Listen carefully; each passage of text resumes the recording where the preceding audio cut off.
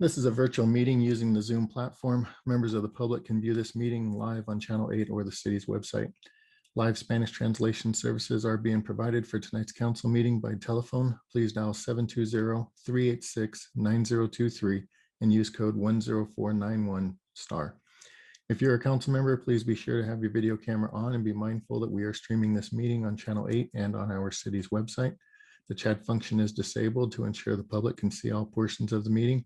The city clerk is the host of the meeting, and I and our IT staff will be the co-host. Council members and panelists will be able to unmute themselves when recognized. Please mute yourself when you have finished speaking, and remember to lower your virtual hand to prevent disruptions. Members of the public who have registered to speak will be recognized at the proper time. As a reminder, we will use roll call votes only when required by law or when requested by a council member or the clerk. Other votes will be voice votes counted by raising hands in the Zoom app or as the chair determines. If a member disagrees with the stated outcome of the vote or feels that their vote was not properly heard or is not recognized, the member should immediately request the mayor's attention. This time I'll call the regular meeting to order and ask the city clerk to call the roll. Mayor Huseman. Present. Mayor Pro Tem Frank. Councilmember Madera. Present. Councilmember Alan Thomas. Present. Councilmember Noble. Present. Councilmember Guardiola. Present. Councilmember Hurst. Present. Councilmember Grimes. Present. Councilmember Smith. Present. Mayor Huseman, you have a quorum. Thank you. Thank you, sir. At this time, I'm looking for a motion and a second to excuse those members not present. Councilmember Alan Thomas. Make the motion to excuse the members not present. Councilmember Guardiola. Second the motion. I have a motion and a second to excuse those members not present. Is there any discussion? Councilmember Alan Thomas. Just to get my hand down, apologize. Seeing no request for discussion, we'll do a voice vote. Please use your physical hands in the chat window so your vote can be counted. And that is going to pass unanimously 8-0 with one absence. This time, I'd like to invite those in the Zoom webinar to unmute your microphone and join me in the Pledge of Allegiance. Pledge allegiance to the flag to the flag of the of the United United States States of of America, and to the to the republic republic for which it stands, one one nation, nation, under God, God, indivisible, indivisible, with liberty and justice for all. all. Thank you. First item on the agenda this evening is an executive session. I'm looking for a motion and a second to enter into executive session pursuant to CRS 24-6-402 (4) for the purpose of receiving legal advice concerning potential litigation. Councilmember Madera. So moved. Councilmember Alan Thomas. Second the motion. I have a motion and a second to enter into executive session. Is there any discussion? Councilmember Noble. Thank you. I just wanted to be able to make clear to anyone who is listening tonight, who is one of the speakers. The city attorney mentioned that there were over 30 people who were signed up for citizen communication tonight. And I just want everyone to know that we will take this executive session and then return, and citizen communication will be next up. Thank you. Any other discussion? Seeing none, we'll do a voice vote. Please use your physical hands in the chat window so they can be counted. And by a vote of 8-0 with one absence, we will go into executive session. The city attorney has already circulated the link for that. We will leave out of this meeting and come back whenever the executive session is finished.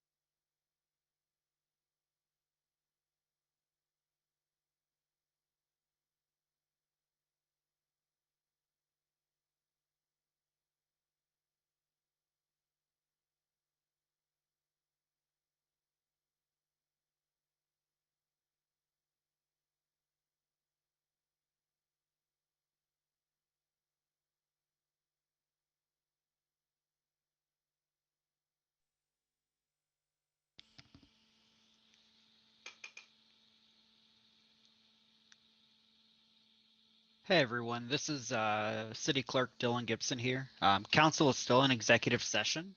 I apologize for the inconvenience. They're just running a little bit over what our estimated time was. So just sit tight and we'll get to citizen communication as soon as they get done with executive session here. I don't have an estimated time right now, but they're still in there, just so everyone knows. Thank you.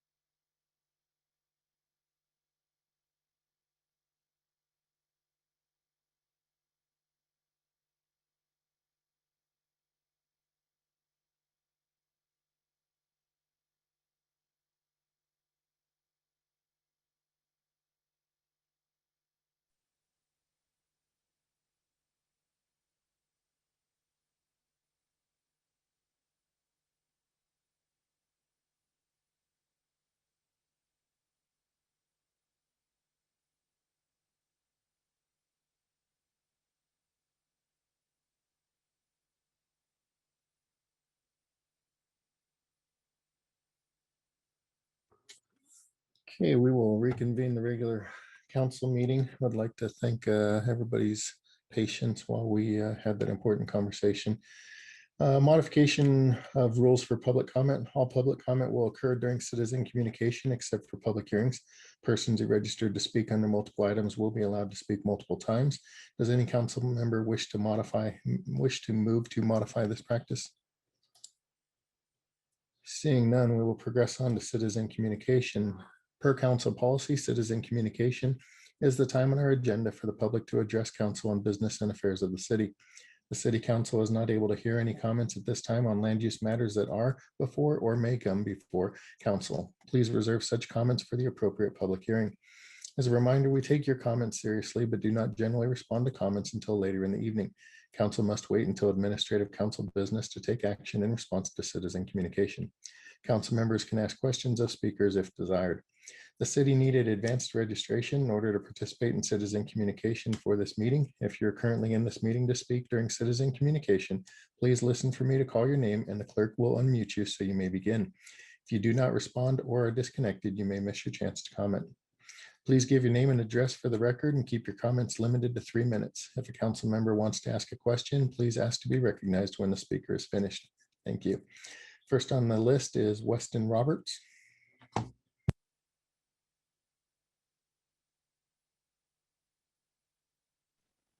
Thank you.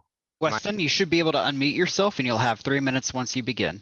Right. Am I unmuted now? You are, we can hear you. Thank you. For the sake of our local communities, regions across the Front Range, and the planet at large, we must act boldly and rapidly to phase out fracking. The safety of our public health and the preservation and continued existence of our environment depend on it.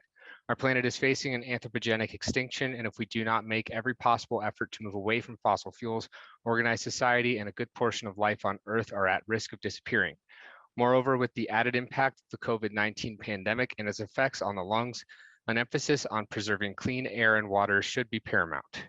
It should be highlighted that we cannot move toward phasing out fracking and the pollution it creates when more drill permits are continuing to be approved. Commerce City must implement a 2,000-foot hard setback for schools and inhabited buildings, as well as a 1,000-foot reverse setback. The strongest financial repercussions should be in place for costs incurred by cleanups, and accurate data detailing the lifespan of any well needs to be gathered to cover an actual cost of any said cleanup. Commerce City should also create regulations that take into account the cumulative impacts of oil and gas operations and the region at large, including but not limited to life cycles of methane emissions tracked over a longer time frame, as we know that studies show the life cycle of CH4 is greater than that of CO2 and can potentially have a more harmful effect on the chemical composition of the atmosphere and a greater greenhouse gas effect, further warming our atmosphere. While the state of Colorado has made substantial improvements in regulating oil and gas in the state through legislation such as SB 181, the bill does not require continuous monitoring of emissions at oil and gas sites. This poses a significant risk to public health, as members of our community are subjected to breathing in harmful and carcinogenic emissions. According to the American Lung Association, the Front Range has an F grade rating in air quality, yet the COGCC continuously approves permits. I have visited the sites where the pollution occurs on my own. I have breathed the air myself. I have needed a mask in spite of having no risk of contracting an infectious disease with no one around. Please act quickly to rein in the power and corruption of corporate greed from the oil and gas industry. Use your role as elected officials to protect the communities you serve and the planet we call home. Thank you. Thank you, Mr. Roberts. Does anyone on council have any questions for Mr. Roberts? Seeing none, I do have one question, sir. At the beginning of your speech, you did not provide an address. Can you provide that for us, please? Yes, my apologies. That's 995 North Humboldt Street, In what city? Denver. Thank you. Next on the list is Spencer Roberts. Weston, is Spencer there with you as well? No, he is not with me. Okay, give me just one moment. He may have had to leave, as far as I understand. Spencer, if you're in the meeting, you can either hit *9 on your phone or use the raise hand function in Zoom. Mayor Huseman, I do not see Spencer in the meeting. Thank you. Next is Shayna Oliver.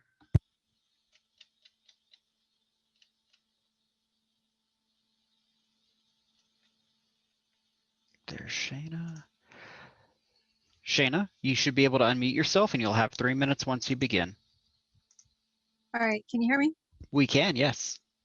All right, thank you. My name is Shayna Oliver. I am a Northeast community member of Denver. I'm also a field organizer for Eco Madres Moms Clean Air Force Colorado, a national organization of mothers, dads, and caregivers united in fighting for children's right to breathe and play in clean air, as well as work and learn. Most importantly, I'm an Indigenous mother of 4. We are the descendants of the genocide known as the Indian Removal Act, and is many names to many of our different tribes. To the Navajo, it was the Long Walk of the Navajo. These types of violations have run a long historic impact on Indigenous people, community, health, and environmental well-being. Because of extractive capitalism of minerals and resources outlines the generational impacts of genocide inflicted on the Arapaho and Cheyenne people that were massacred along Sand Creek River, known as the Sand Creek Massacre. These lands were not free but stolen at the lives of Indigenous children, mothers, and elders and men. This is the legacy of extractive capitalism. And we need to continue to learn about the history, what got us to where we're at today, and why it's an urgency to react to climate change, as well as our health impacts, especially for the community of Commerce City. This is really environmental injustice for a lot of community members that are within this community who are being impacted with asthma, diabetes, heart disease, cancer, leukemia, mental illness, as well as birth defects, as well as premature deaths. We're being hit with COVID at an alarming rates than other than white counterpart communities, and as well as our pollution levels in this community are higher than the rest of communities that are in wealthier communities that are away from polluting industries. And we need to acknowledge that these things are contaminating the community members as well as their health, and it has an impact on economic wealth. And that's why we need to move away from allowing oil and gas in our communities. A lot of these new communities have just bought their homes in these newer parts of the community. And it's not fair for this committee to ignore the impacts of the new oil and gas drilling encroaching on these communities. So we need to think smarter and think about the health impacts and how we can reduce the economic burdens around health. And the better we can get people to be healthy, they can better be progressive in our communities. So I ask for this committee to take into account of the health and safety of the community. Thank you. Thank you, Ms. Oliver. Does anyone on council have any questions for the speaker? Seeing none, we'll move on to our next speaker, who is Rana Sanchez.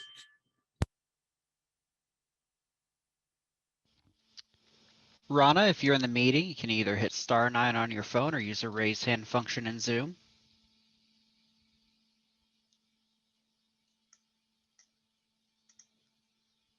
Rana, you should be able to unmute yourself and you'll have 3 minutes once you begin. Okay, thank you. Rana Sanchez, 10680 Waco Street in Commerce City. Good evening, council members. Thank you for giving me the opportunity to address you this evening. I encourage you to please vote the same way you did last time on the oil and gas regulations, with the exception of the 2 of you who voted no. To you two, please feel free to change your vote. Those of you supporting the regulations that support the health and welfare of Commerce City residents, please know that your constituents stand behind you on this vote, and the decision that you already made should remain. Your vote to establish stricter rules in line with public concern was applauded by so many. Community members and leaders are grateful and relieved. However, we know that in order for those rules to go into effect, you must pass this again tonight. I beg you to continue to stand strong and not succumb to pressure from special interest groups who want you to put their financial benefits over the health and safety of people living here. When I speak of health and safety, that includes you and your families. Please take care of them. Think about it. Every single person and company who has urged you to weaken oil and gas regulations is doing it for one reason, and that reason is money. It's not good for the community. It is not for the good of the community. It is not for the good of the residents. It is only to line their own pockets. Those of us who want you to strengthen the rules and regulations have no skin in the game except health and safety. How can you put money over health and safety? The people and companies urging you to think of them do not live here. We do. We count on you to protect us. We all breathe the air and consume the water, barely, and live on this land. 7 of you did the right thing last time. I applaud you for this. Please, I beg of you, do it again. We have a good future before us in a strong community. If you do the right thing, we can have cleaner air, better health, and a stronger economy. I appreciate your leadership and service to the public. Thank you. Does anyone on council have any questions for Ms. Sanchez? Seeing none, we'll move on to our next speaker. Thank you for your time this evening. The next speaker is Ann Tafoya.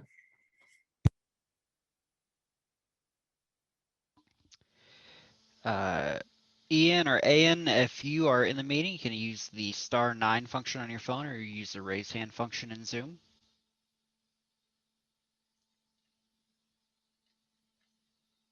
Mayor Huseman, I do not see that person in the meeting. Thank you, sir. We'll move on to Kristen Catlin. Kristen, if you're in the meeting, can you use the *9 function on your phone or use the raise hand function in Zoom?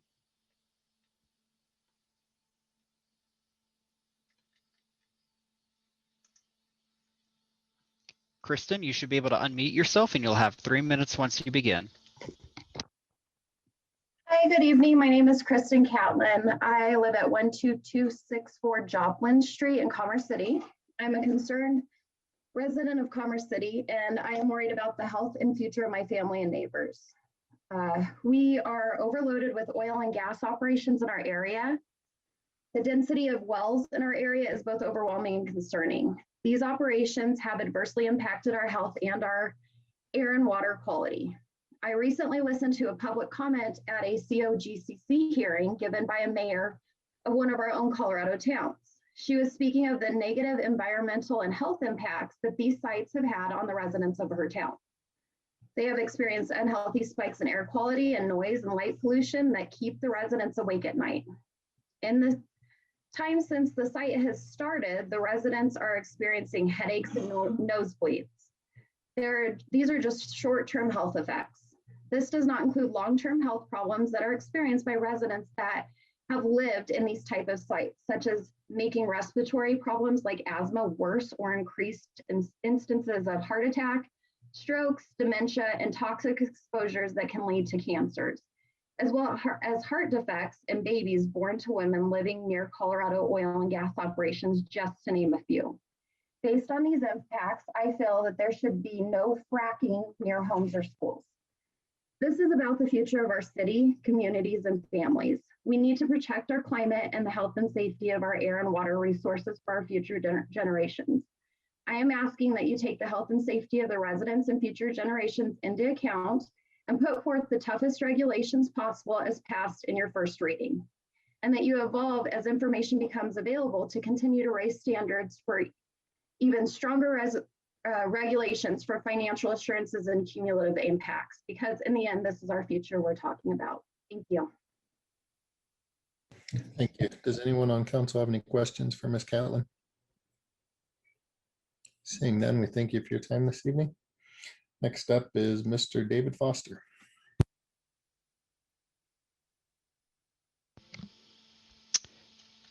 There's David. David, you should be able to unmute yourself and you'll have 3 minutes once you begin. Great. Can you all hear me okay? We can, yes, David. Great. David Foster, 360 South Garfield, Denver. You will have in your packet written comments from the first reading.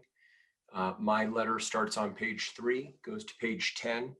I'm referencing page 10 of that letter And in particular, wanted to just mention a couple of potential amendments to the language that is being proposed, and notably under plat requirements.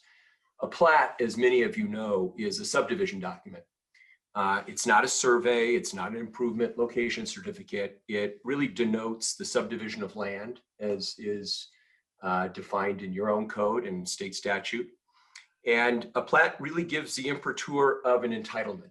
And so I suggest to you that all of the suggestions that you're making here as it relates to plat requirements are not necessary and not appropriate for a plat. And I understand why you're doing it. You're trying to give people notice of the existence of wells and pipelines and flow lines. I'm a 25-year practicing land use attorney. I've never looked at a plat before I've purchased my own homes. That's not where you would find, and that's not where you would get proper notice for these kinds of issues.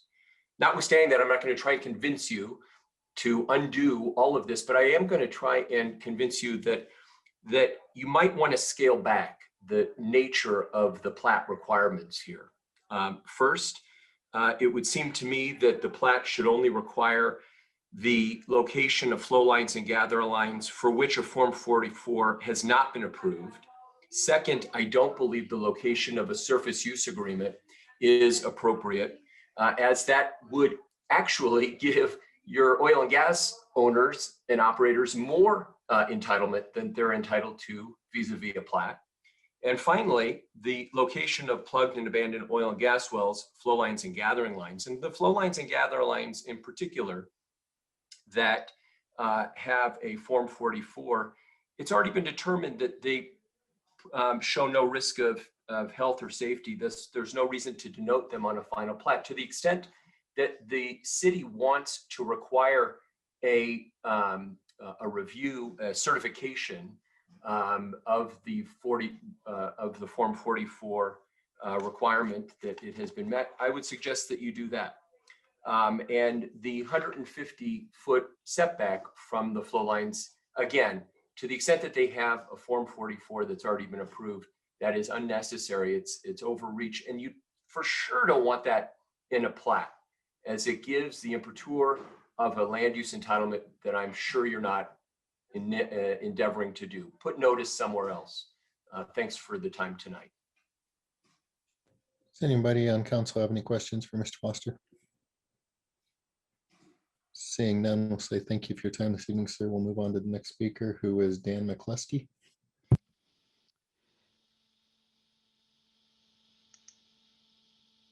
Dan, you should be able to unmute yourself and you'll have 3 minutes once you begin. I got it. Can you hear me okay? We can, yes, Dan. All right. Well, hey guys, thanks for having me. I appreciate it. My name is Dan McCluskey, resident of 12179 Village Circle East, Commerce City, Colorado.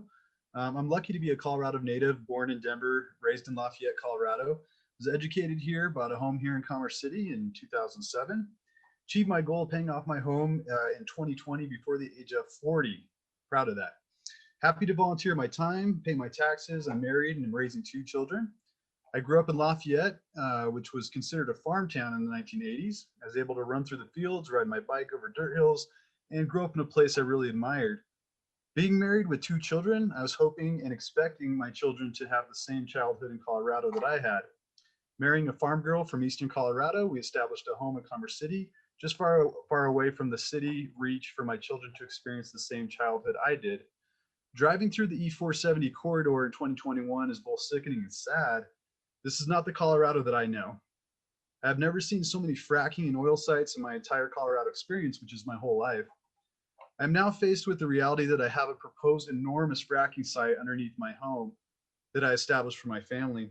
This fracking site also reaches underneath the Bar Lake Wildlife Refuge, which in my mind is a sacred place that the people that decided on long before the time of fracking. I've always felt the privilege and belonging to this place that I was born, but special interest that can harm my family and yours sickens me, and this should sicken you too. I urge you to fight for your local interests and not special interests. It may earn them money now, but could harm your families years from now. I did a little research, and we're only second to Texas with the amount of oil sites that we have here in Colorado, which is alarming. seeing that I don't want to be Texas. You know, born and raised here. I love Colorado. I want to stay here. I don't want to go that way. Also, my grandparents still live in Broomfield, Colorado, which has a extreme amount of bentonite soil, which if you guys remember 36 caved in not so long back.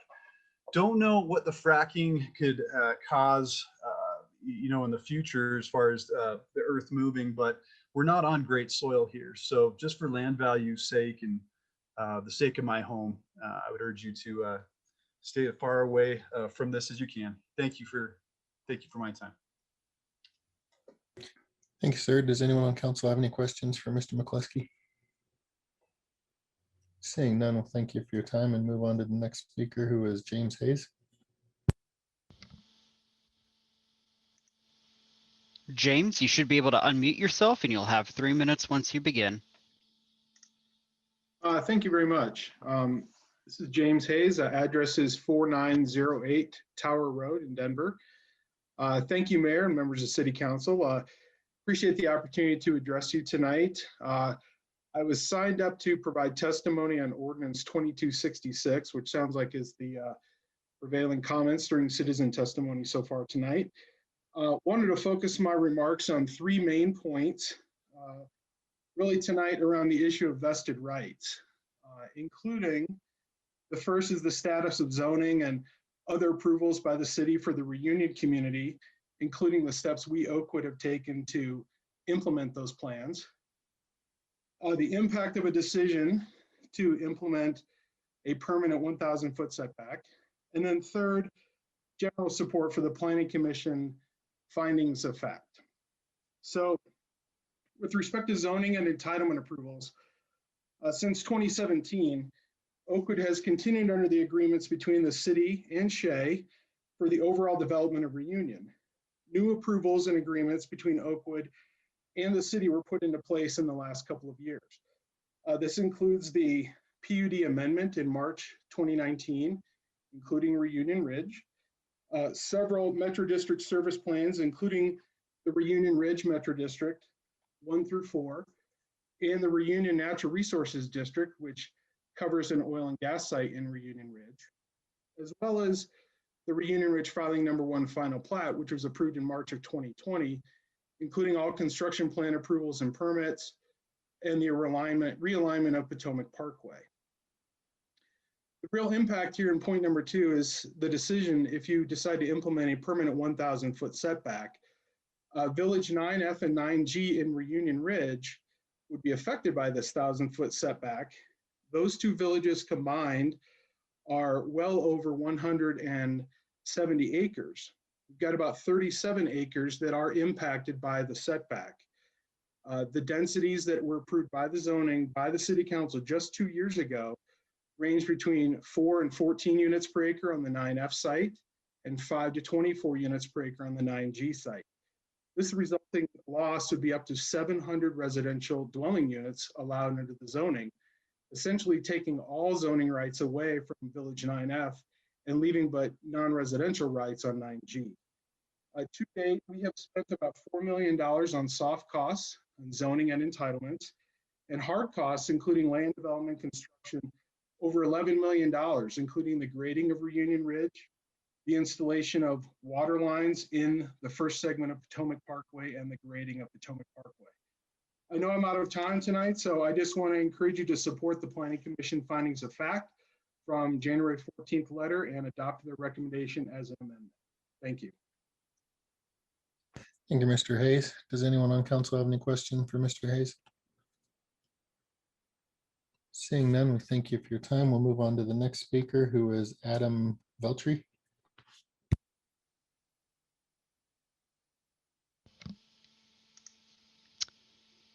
Adam, you should be able to unmute yourself and you'll have 3 minutes once you begin.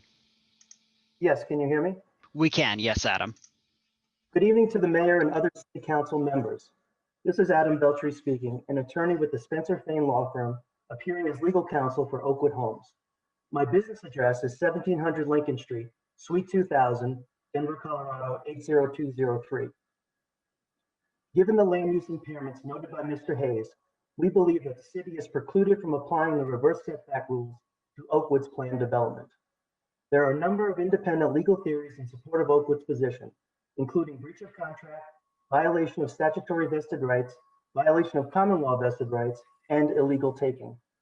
First, the development agreement and the PUD zone document, as expressly approved and signed by the city, both establish vested rights and prohibit the city from adopting any zoning or land use action which would impair the property development. The Colorado Vested Property Rights Act provides for the same prohibition as a matter of law. Accordingly, if the reverse setback rules are applied, we believe the city would be in breach of such agreements, violate the Vested Property Rights Act, and become subject to claims for damages and injunctive relief, as well as prevailing party attorney's fees in any litigation. In addition, we believe that Oakwood would have a common law vested rights claim for substantial damages based on its reasonable reliance on the city development approvals and the expenditure of substantial time and money in such reliance. Federal common law and state constitutional takings claims are also feasible under these circumstances. In the leading federal takings case, Penn Central Transport, the City of New York, the U.S. Supreme Court discussed circumstances under which an illegal taking may apply, which include imposition of a use restriction that makes property wholly useless. Based on the loss of allowable residential zoning in this case, we believe that an illegal taking will have occurred. Also, the Supreme Court of Colorado has held that the Colorado Constitution encompasses a regulatory taking on similar grounds, with remedies that would include compensation for development expenses incurred and lost property value. I would also like to note that the authority granted to local municipalities under SB 181 is limited to regulation of oil and gas operators, and therefore, vested property rights and takings laws cannot be diminished by such authority. In closing, I would like to call your attention to the Declaration of Intent by the Colorado State Legislature in adopting the Vested Property Rights Act, to wit, and I quote, "It is necessary and desirable as a matter of public policy to provide for the establishment of vested property rights in order to ensure reasonable certainty, stability, and fairness in land use planning process, and in order to stimulate economic growth. For these policy reasons and for the legal reasons stated previously, we respectfully request that the council adopt the Planning Commission's recommendations on reverse setbacks and not diminish the stated vested rights principles, which are extremely vital to the growth and development of our community for the benefit of all stakeholders." Thank you. Thank you. Does anyone on council have any questions for Mr. Beltry? Seeing none, we thank you for your time this evening and move on to the next speaker, who is Vicky Kettler.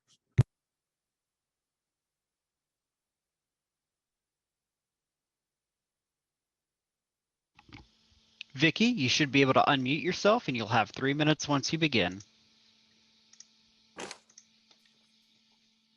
I'm Vicki Kettler, 15722 East 107th Avenue, Commerce City. We are fighting a war, a neighborhood war. The fight is between family living neighborhoods versus industrialized oil and gas production. There is not one investor, developer, or oil and gas company who truly have the health and safety of human lives as their priority. Instead, it's dollar signs. I don't see one MD or medical doctor behind the names of city government council members, or the COGCC for that matter. I will assure you that if you ask a medical professional about the health benefits of living near or in oil and gas activities, they will advise you instead of the dangers. There are no benefits to the people living in fracking oil and gas communities. To the contrary, multiple scientific research and documentation has been made and published about the dangers and health risks with environmental poisons and toxins to human life and wildlife. Guess what? This is not temporary. Bottom line, don't allow family homes, neighborhoods, or continued home development in the same areas as oil and gas development. It will never be a healthy mix. No one in their right mind would want to invest in a home in a highly industrialized oil and gas field or want to raise a family in such a proven toxic environment. You are our elected officials. Your primary concerns should be to protect the citizens of Commerce City and to listen to the most important shareholders. We, the people, are the ones you should be listening to. We are the ones left holding the dirty bag of social injustice, the ones who will suffer the most with increasingly poor health, and we do not gain any monumental profits. In 2018, Extraction Oil and Gas sent 2 company representatives to our home to try to persuade and pressure us into selling our mineral rights to them. When specifically asked about royalties, they said the amount of royalty we will receive will not be life-changing. However, the amount of destruction caused to our neighborhoods will be life-changing. As our elected city officials, please serve the lives of the people who live here. Protect the health and safety of our neighborhoods. Help make this a healthy place to raise our families. Install and implement the strongest rules and regulations in your power to protect the citizens of Commerce City and our environment. Thank you. Thank you, Ms. Kettler. Does anyone on council have any questions for Ms. Kettler? Seeing none, well, thank you for your time this evening. Move on to the next speaker, who is Emmett Hobley. Emmett, if you're in the meeting, you can use *9 on your phone or use the raise hand function in Zoom.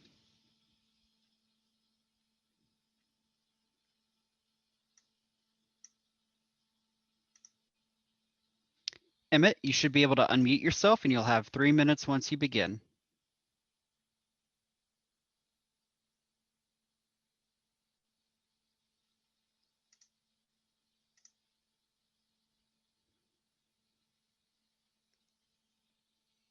Emmett, are you there?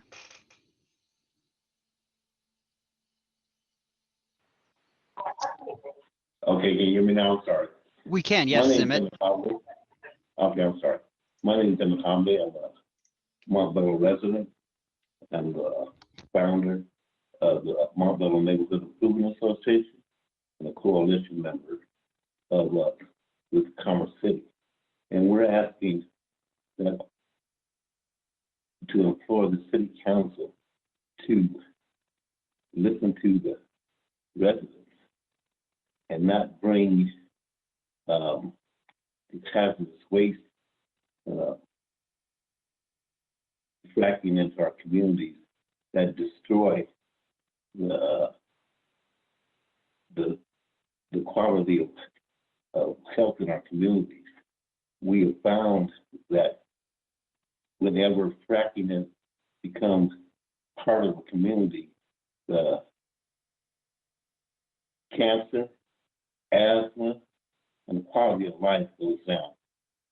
Not compared with the dangers that come into the community when you bring a fracking unit into the community, the explosions that we have experienced, the dangers that it causes, not only health-wise, but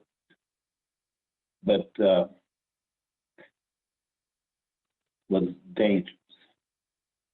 I've worked in the oil and gas industry. I've seen the oil spills.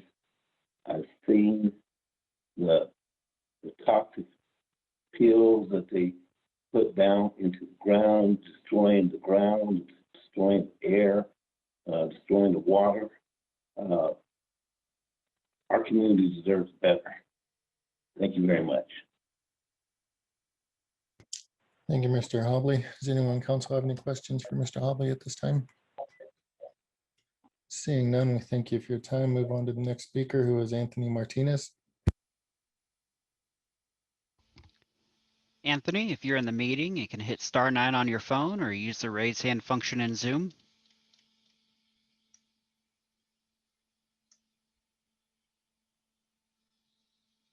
Mayor Huseman, I do not see Anthony in the meeting. Thank you. Next is Ryan Seastrom.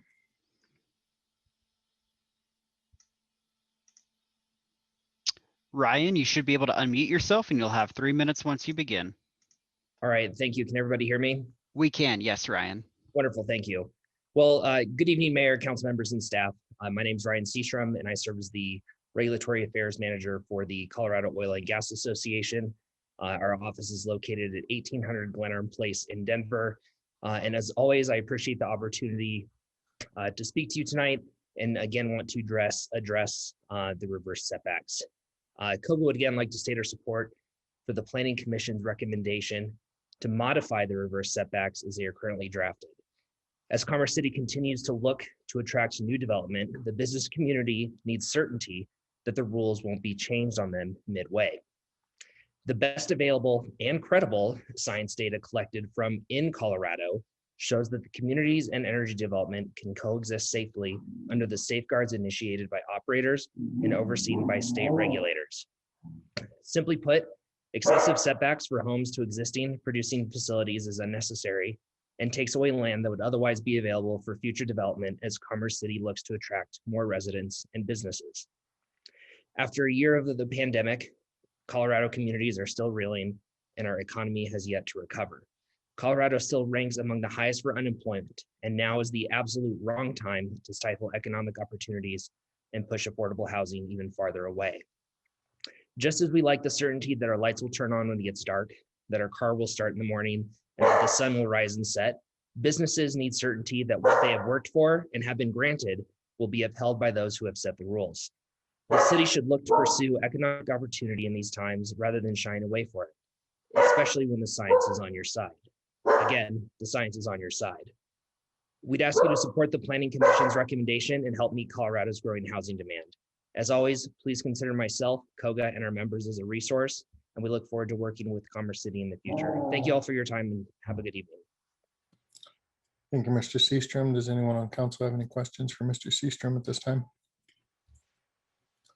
Seeing none, we thank you for your time this evening. Move on to the next speaker, who is Jana Bozeman.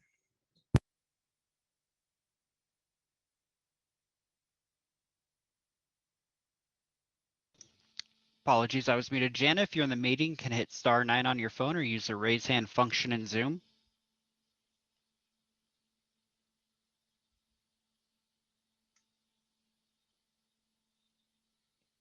Mayor Huseman, I do not see Jana in the meeting. Thanks, sir. We'll move on to Kathy O'Grady.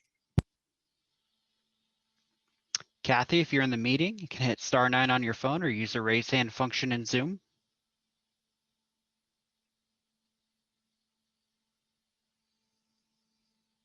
Mayor Huseman, I do not see Kathy in the meeting. Thank you, sir. We'll move on to Guillermo Cerna. Guillermo, if you're in the meeting, you can hit *9 on your phone or use the raise hand function in Zoom.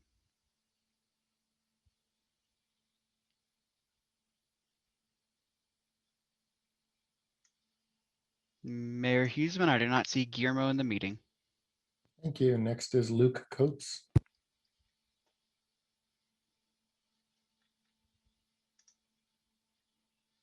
Luke, you should be able to unmute yourself and you'll have 3 minutes once you begin. Hi, my name is Luke Coates and I live at 2426 Chandler Court in Fort Collins. And I am just really thankful for reliable energy. And I just wanted to express that. I received 19 inches of snow at my house this weekend, which flattened my fern trees in the backyard, which is pretty sad because I had a pretty nice privacy fence from my neighbors. But I'm very, very thankful that we were able to survive this storm. And me and my family, my kids wouldn't have been able to survive without reliable energy. I've lived in Colorado for 7 years. And for the first 10 years of my career, I've worked in hydroelectricity. I've built a large federal dam, a large geothermal project, a very large wind project, and a natural gas compressor station. And I knew very little about oil and gas. For the last 7 years, I've worked and supported oil and natural gas. I'm the co-founder of a company called Clean Connect AI, and we're a technology company that we specialize in artificial intelligence. And we've successfully built an artificial intelligence that provides real-time alerts and remotely monitors facilities, oil and gas facilities, with artificial intelligence. It's amazing technology. I'm very excited about what this is doing and currently being implemented in Colorado. The oil and gas industry is investing billions in clean technologies. Chevron just announced a $2 billion investment in clean technology. The oil and gas industry is providing a real solution to achieve low-cost, safe, reliable domestic energy that funds our schools and substantially benefits our communities. Banning a Colorado energy source is not a solution. For that will undoubtedly raise our energy costs, promote energy poverty, and increase risk of blackouts and people without power in extreme weather, just like we experienced recently in Texas, where tragically people's lives were taken because of they didn't have reliable energy. And simply, it will make us dependent on oil and natural gas from countries that don't care about the environment like we do. I'm so thankful for the opportunity to make a difference, to produce low cost, safe, and reliable energy. And I'm happy to continue to educate and teach people that don't understand terms like what hydraulic fracturing is and how we produce energy. And I'm happy to answer questions on or offline. Thank you very much. Thank you, Mr. Coates. Does anyone on council have any questions? Seeing none, we thank you for your time. Move on to the next speaker, who is Joshua Kokovich. Joshua, if you're in the meeting, can hit *9 on your phone or use the raise hand function in Zoom.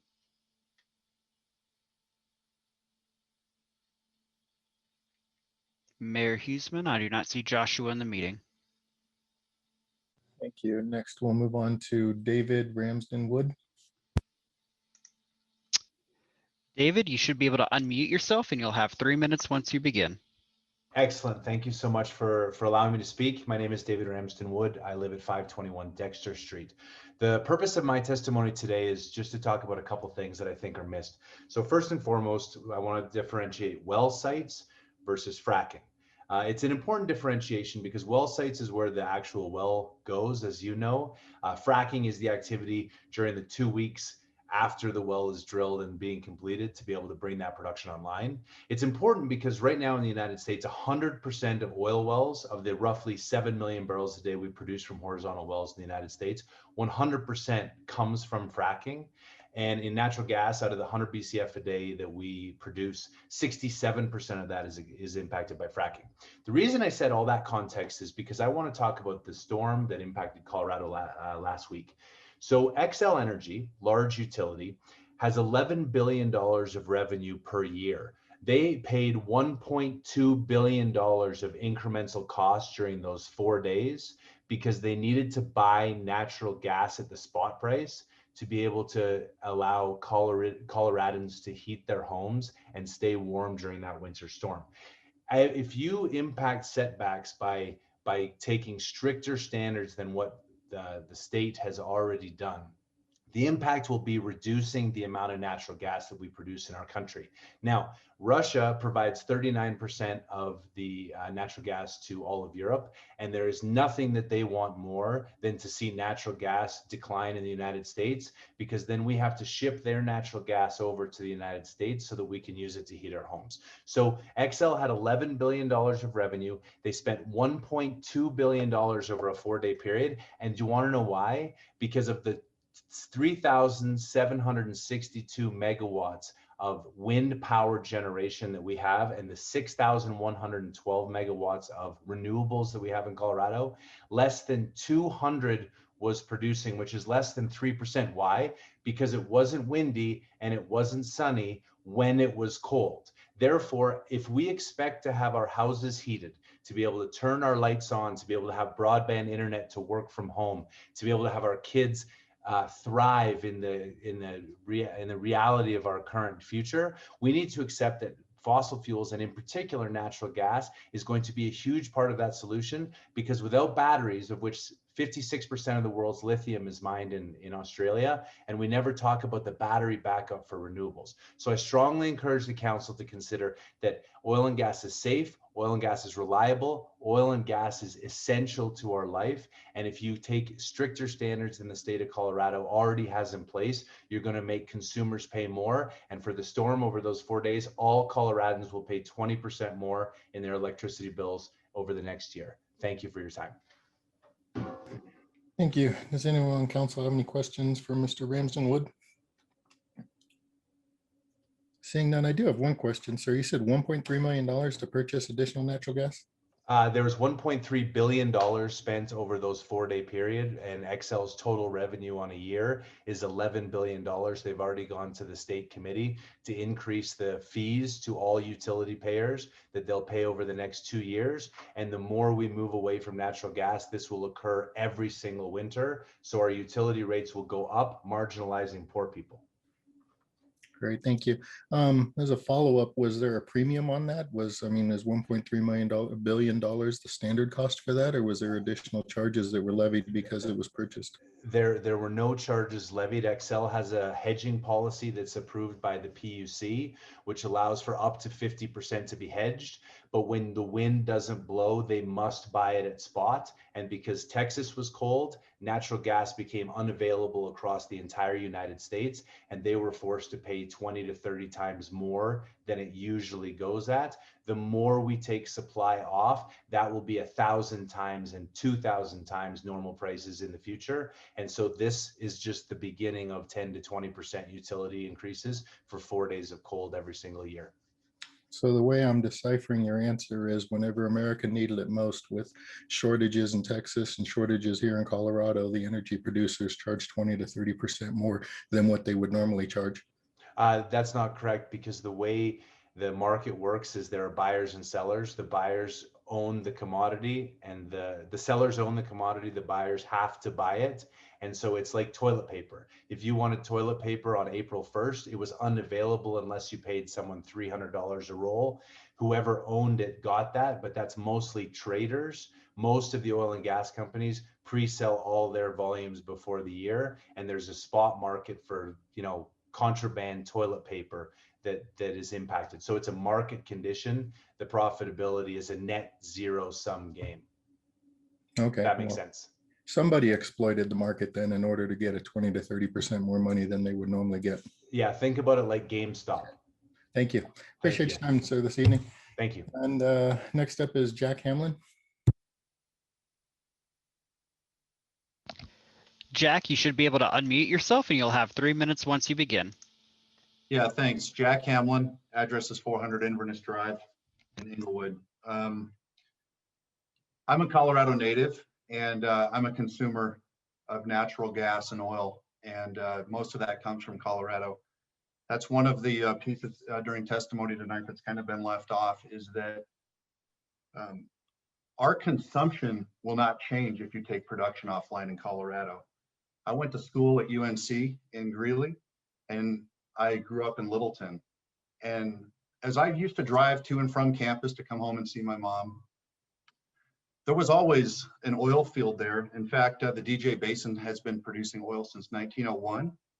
And the refinery there in Commerce City, which I always found very intriguing and fascinating, has been around for 90 years.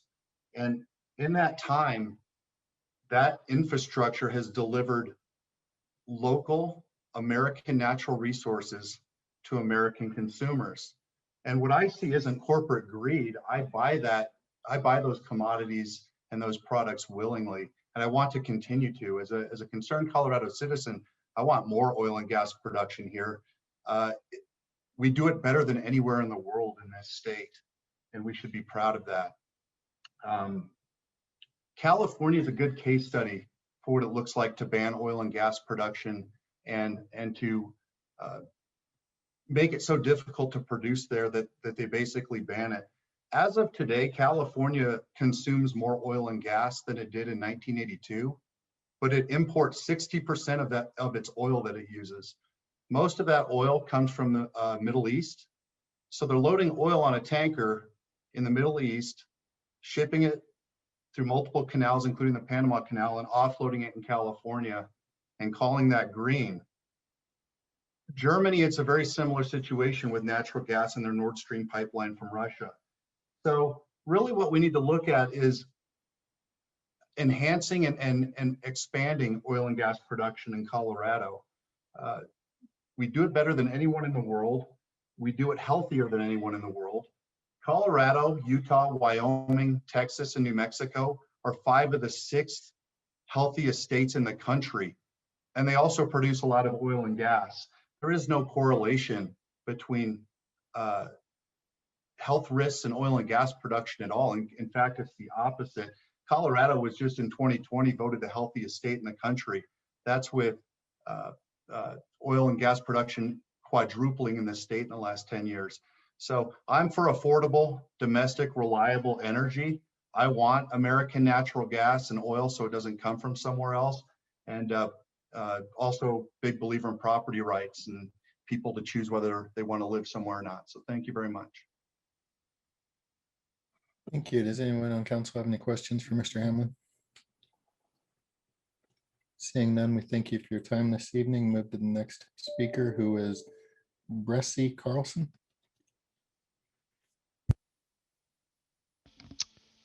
Bressie, I apologize for the mispronunciation. You should be able to unmute yourself and you'll have 3 minutes once you begin. I do believe I'm unmuted. Yes, you are. We can hear you. Wonderful. My name is Breezy Carlson. My address is 16143 Canyon Wren Way in Morrison, Colorado. I am not a native Coloradan. I've been here since 2004. I'm a mother of 3. My kids are in public school and I do work with big bad oil and gas. I'm an attorney and I determine property rights, mineral property rights. I also work for surface owners, but I really only testify on behalf of myself and my family. And in that regard, as Coloradans, we've seen a lot of policy shifts here in this state in the last 10 years. Policy shifts which are not originating from Colorado. We're modeling California energy policy, and in California, right now, their average energy rate is 60% higher than the rest of the nation. California also has a very temperate climate, a climate which Colorado can't afford to model itself after. As a mother of 3 who is doing their best to make ends meet in a time where that is especially hard, we can't afford our energy bill to double. I've heard a lot this evening about the will of your constituents, and I find this really interesting. In 2018, Proposition 112 failed a popular vote 55 to 44%. That would mean over half of your constituents rejected setbacks. 11% of Commerce City residents are below the poverty line. Not sure if you are aware of that. And you, in Adams County, are one of the largest recipients of Energy Outreach Colorado funds for energy assistance, i.e. people who already can't pay their energy bills. It's something that as elected officials, everybody should be aware of. This policy and narrative that we are following is not sustainable, and it will cost you your seats as well. I do absolutely hear your residents in the regard that nobody would like noise pollution, nobody would like light pollution, and everybody wants to feel safe in their homes. I would encourage you to defer to state regulation of specifics and limit the adoption of your regulations to those that control the actual emissions of light and noise at well sites, on-site monitoring, and possibly you should really consider the takings claim. As an attorney, right now, I don't know if you're aware, but we have just seen filed one of the first takings claims against Boulder, which is case 21 CV 00332. I suggest you look it up. Your adoption of these measures will end up being a financial liability for Commerce City, and nobody wants to be in your seat when that happens. Thank you. Does anybody on council have any questions for Ms. Carlson? Seeing none, we thank you for your time. We'll move on to Nita Lynch.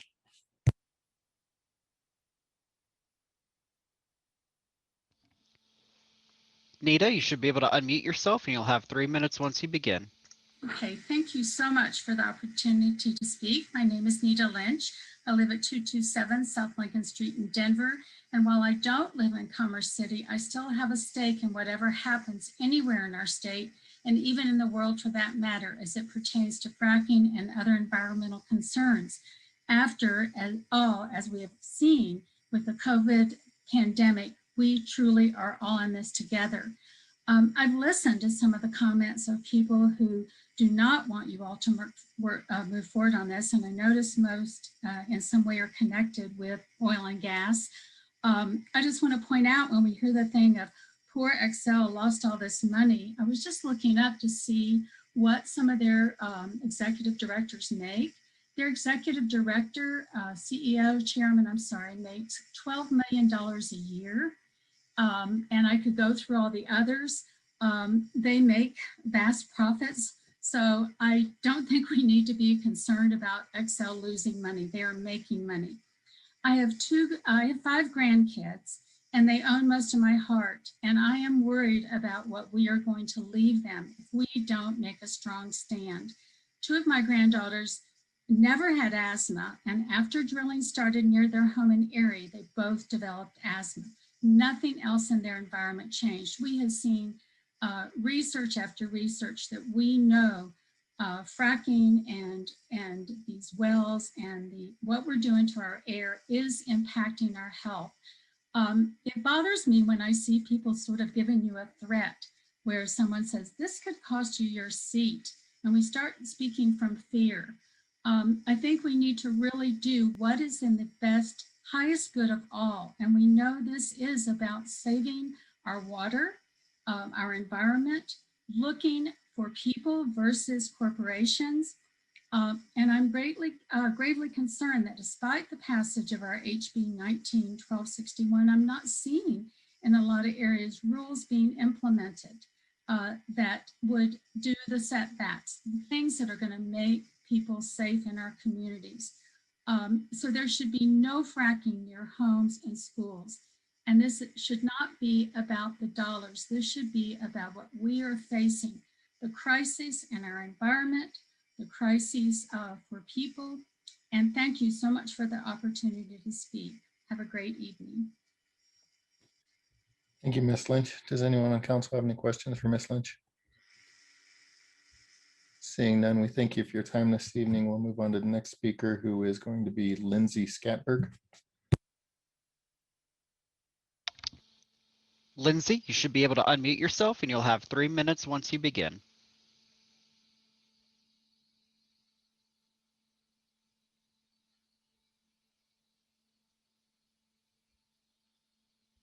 Lindsay, are you there?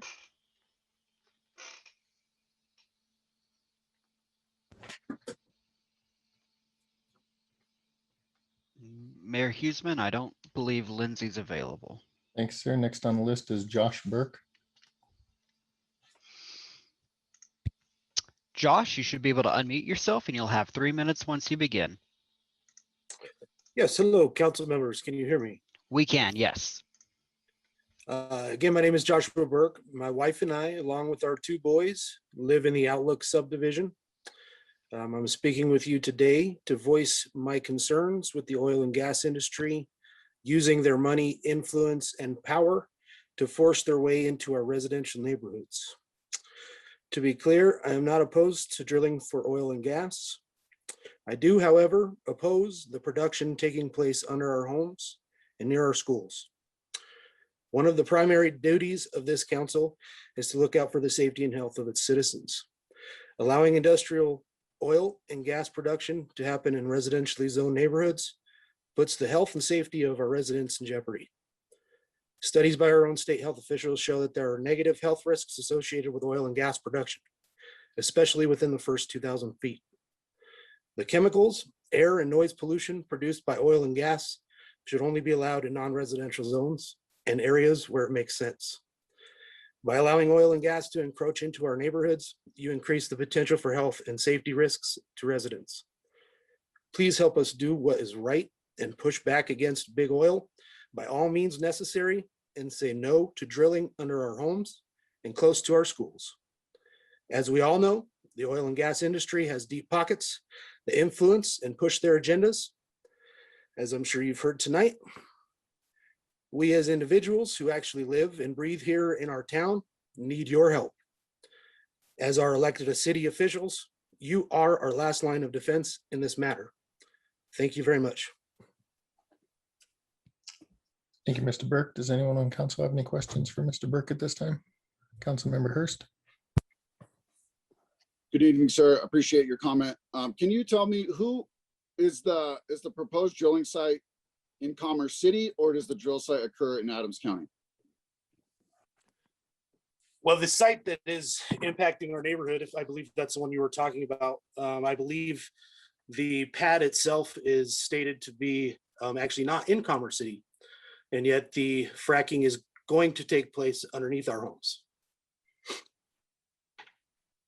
So it's in Adams County and it went through their regulatory process? I am not sure. Okay. And then do you and your neighbors own your mineral rights? I do believe so. Okay.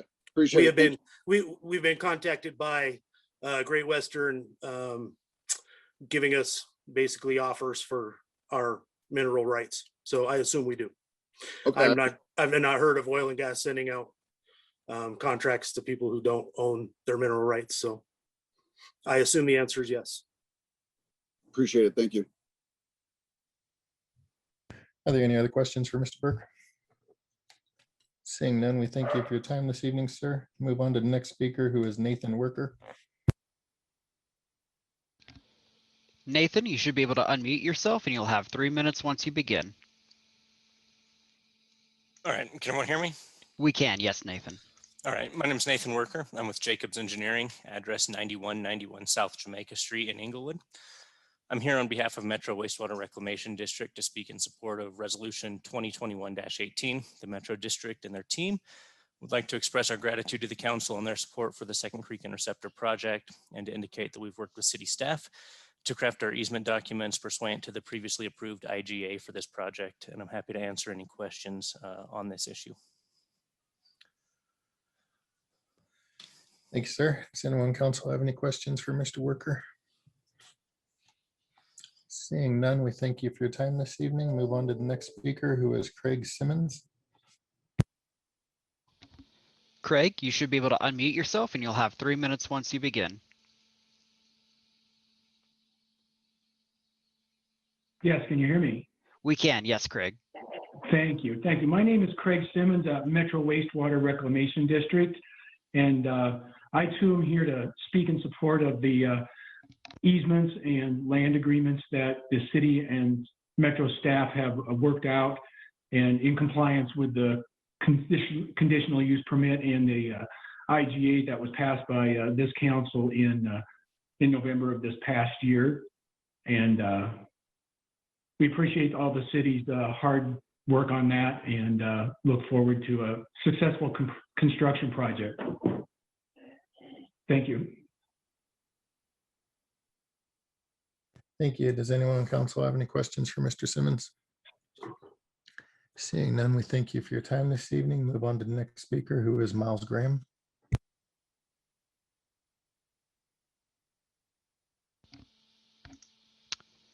Miles, you should be able to unmute yourself and you'll have 3 minutes once you begin.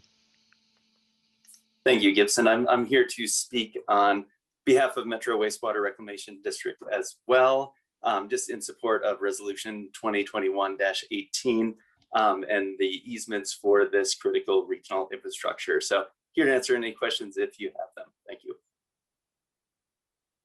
Does anybody on council have any questions? Seeing none, we thank you for your time, Mr. Graham. And we move on to Barbara Mills Bria, excuse me.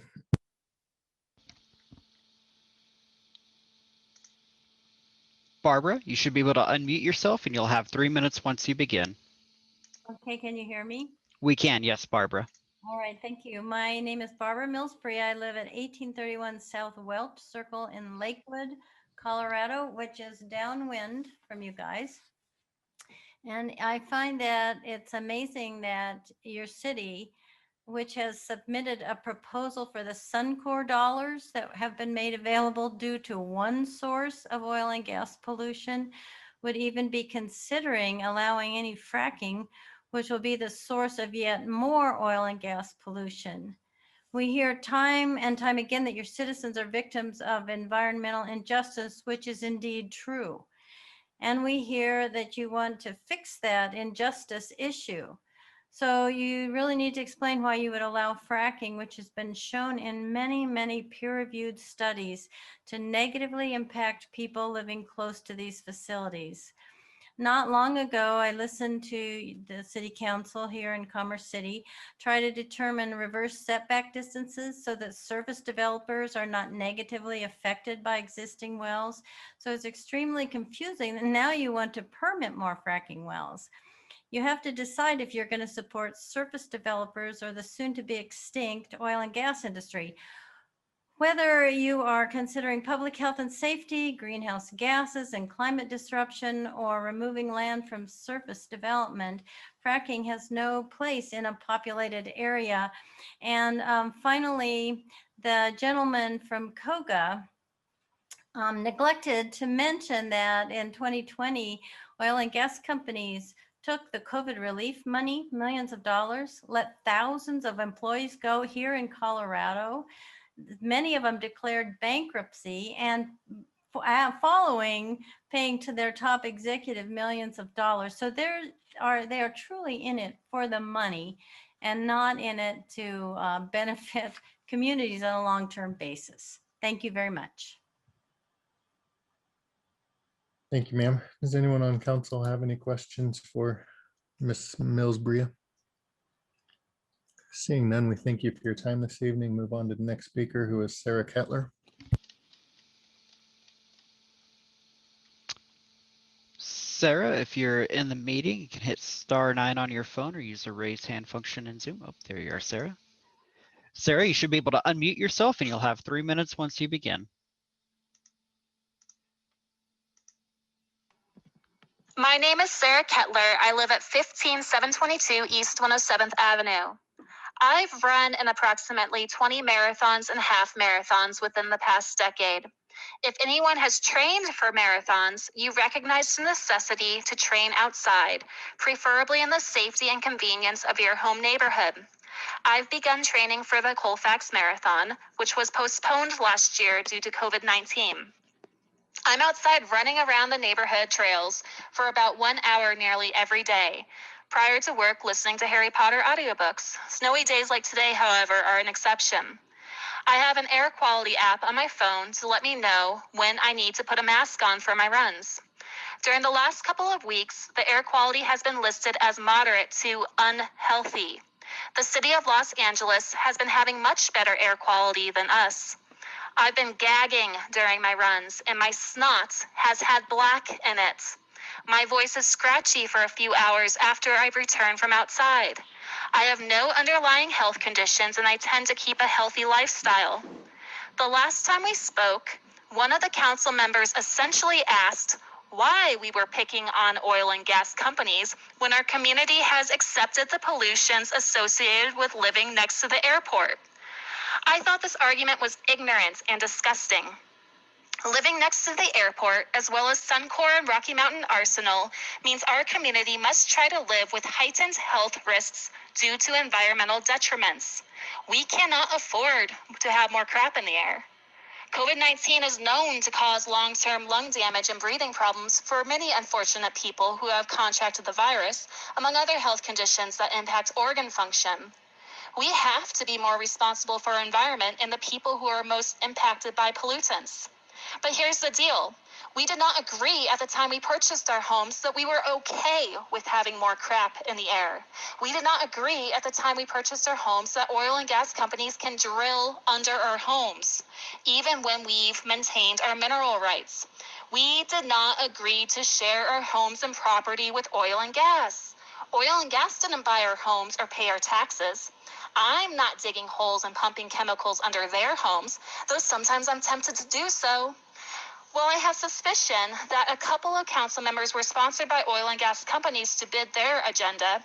Most of you on the council were voted into your positions honorably by the residents of Commerce City to help protect our rights. You must protect us. That's your job.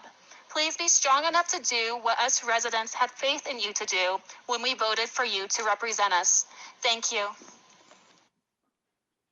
Thank you, Ms. Kettler. Does anyone on council have any questions for Ms. Kettler this evening? Seeing none, we thank you for your time. We'll move on to the next speaker, who is Clayton Nash. Clayton, you should be able to unmute yourself and you'll have 3 minutes once you begin. Great. Can you hear me? We can. Yes, Clayton. Great. Thanks for the opportunity to speak. My name is Clayton Nash. I live at 3217 South Leiden Street in Denver. I would like to speak tonight about a higher level view of the energy landscape going on around the world.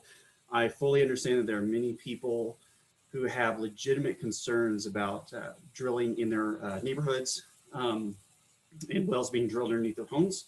So fully understand that. I would encourage people to take a broader view. There is a reality that the United States consumes about 18 million barrels a day, while we only produce 12 million barrels a day. I apologize, I cannot talk right now. So I would encourage people to keep in mind the idea that even under the most optimistic scenarios for the energy transition that's going to take place, which I personally welcome. I want to see us move to more green forms of energy. There is a reality that we will need continued oil and gas development for many years, even as Joe Biden has acknowledged in public debates multiple times.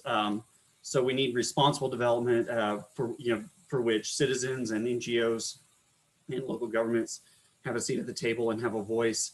But regulating out oil and gas activity altogether has the net effect of increasing our imports from other countries, increasing our reliance on countries like Venezuela and Saudi Arabia, which do not produce oil in as responsible manner as we do.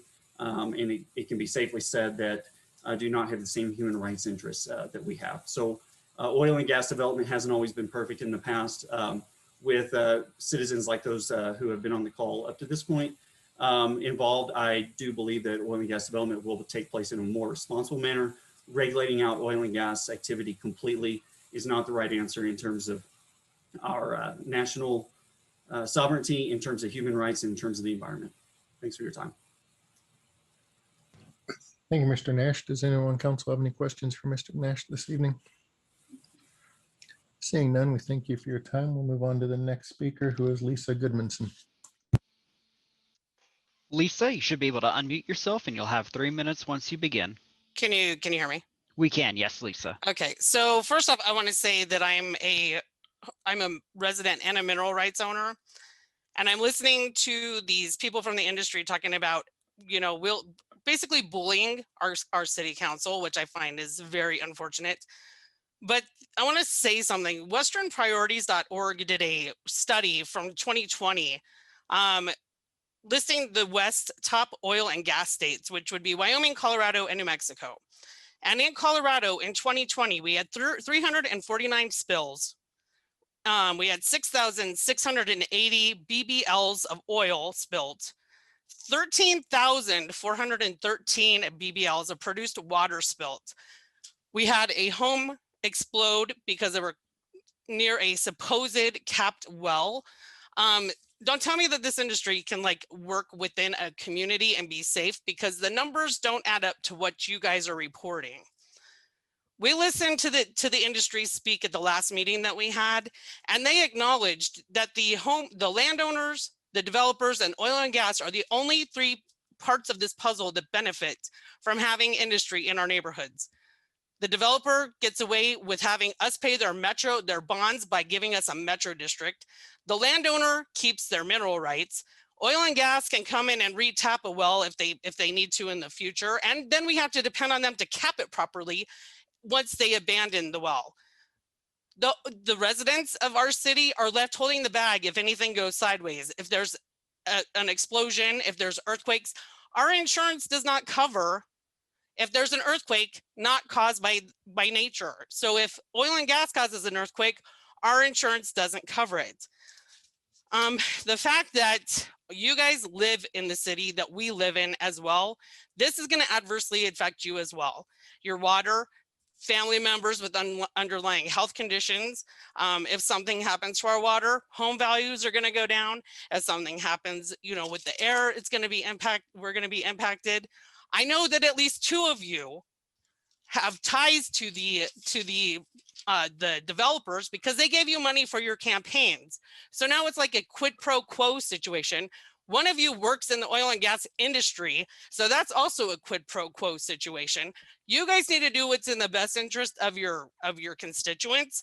Quit listening to the deep pockets of these people, because regulations are being put in place to protect the residents, not the industry. You guys have got to get that through your heads.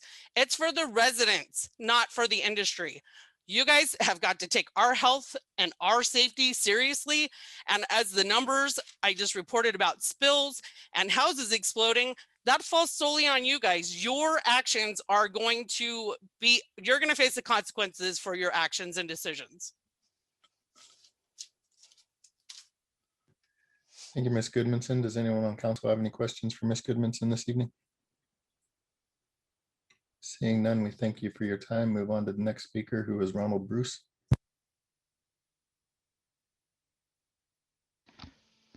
Ronald, you should be able to unmute yourself and you'll have 3 minutes once you begin. All right, can you hear me? We can, yes, Ronald. Okay. Ron Bruce, 5888 Central Park Boulevard, Denver. I have 2 quick comments for tonight. Number 1, any actions that council can take to prioritize the health and safety of those who work and live in Commerce City over the oil and gas development are to be commended. And I would like to see you pass that resolution again tonight. Second is a little bit off this oil and gas track, has to do with the dog attacks that happened last week. When the final investigative report is in, we need to know what breeds were identified as opposed to the quote mixed breeds unquote that we saw in the initial reports. I wanted to make one informational point for some that may not know. The same day that this happened, Aurora had an incident in which an American Staffordshire attacked a 5-year-old boy, ripped up his face. You can see the beautiful photographs on the online info report. The point about this was this dog had been evaluated and adopted from the Aurora Animal Shelter. And I don't know if you folks remember, I gave you a talk about a year ago, and this was one of my concerns. I suspect I'm probably one of among many in the community that's going to be following these dog attacks from now on, because it seems that everybody in the surrounding communities have changed the pit bull ban. That's all I have for now. Thank you. Thank you, Mr. Bruce. Does anyone on council have any questions for Mr. Bruce this evening? Councilmember Hurst. Thank you for the comment, Mr. Bruce. Can you tell me what your suggested route is on how we find the breed and who pays for that? Well, I think Councilman, I think we've talked about this before, because I know that running the DNA tests is expensive. It was supposedly on the council or on the city before. And I got to tell you, from 25 years of experience, sometimes I'm hearing a DNA report and I'm looking at the dog and saying it doesn't match. But there are characteristics, something simple as the way the jaws are lined up. When you see that the dog has 2 half tennis balls in its jaws, that's a pretty easy one. What I couldn't see on the YouTube video that was online, it was too far away. You could see the husky, but you couldn't see the 2 lesser breeds, the ones that were actually attacking. So someone needs to be giving a professional opinion on this, or at least an expert opinion. I'm happy to offer my 25 years. But this is something that I think is going to come, no pun intended, but come to bite us in the back. Anything else? No, sir, I appreciate the comments. I think our recent legislation aimed at recognizing that the pit bull ban had failed, and we had lots of pit bulls within our community, and so we attempted to heighten that regulation to ensure that we covered all aggressive animals, to ensure that we weren't just if you had mixed Picking out breed, the one breed. I understand that. breeds, then you could go after them as well. It wouldn't just be Well, and that's, incredibly. I'm sorry to interrupt. No problem. Go ahead. That was the point I made over a year ago. There are some characteristics with this breed that are more pronounced than even the other guard breeds. I did explain at the time their ability to latch on. Take a look at the picture of that poor little 5-year-old boy online. You'll understand. They also have sometimes a higher prey drive. They're good. And if you saw the video, that poor guy that got attacked, he was crossing the street and these two were streaking out from a yard. So he hadn't even if it was a territorial aggression, from what I could tell, he hadn't violated that. Anyhow, I know this is a discussion that could go on and on. No, I appreciate your comment. Thank you, sir. Okay. Are there any other questions from council for Mr. Bruce?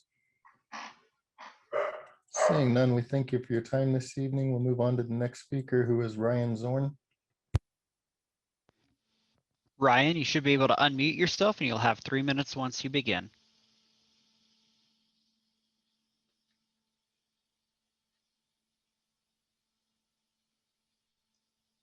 Are you there, Ryan?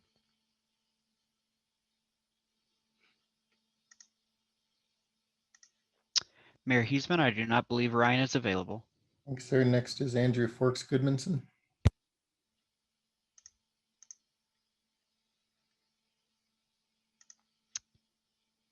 Andrew, you should be able to unmute yourself and you'll have 3 minutes once you begin.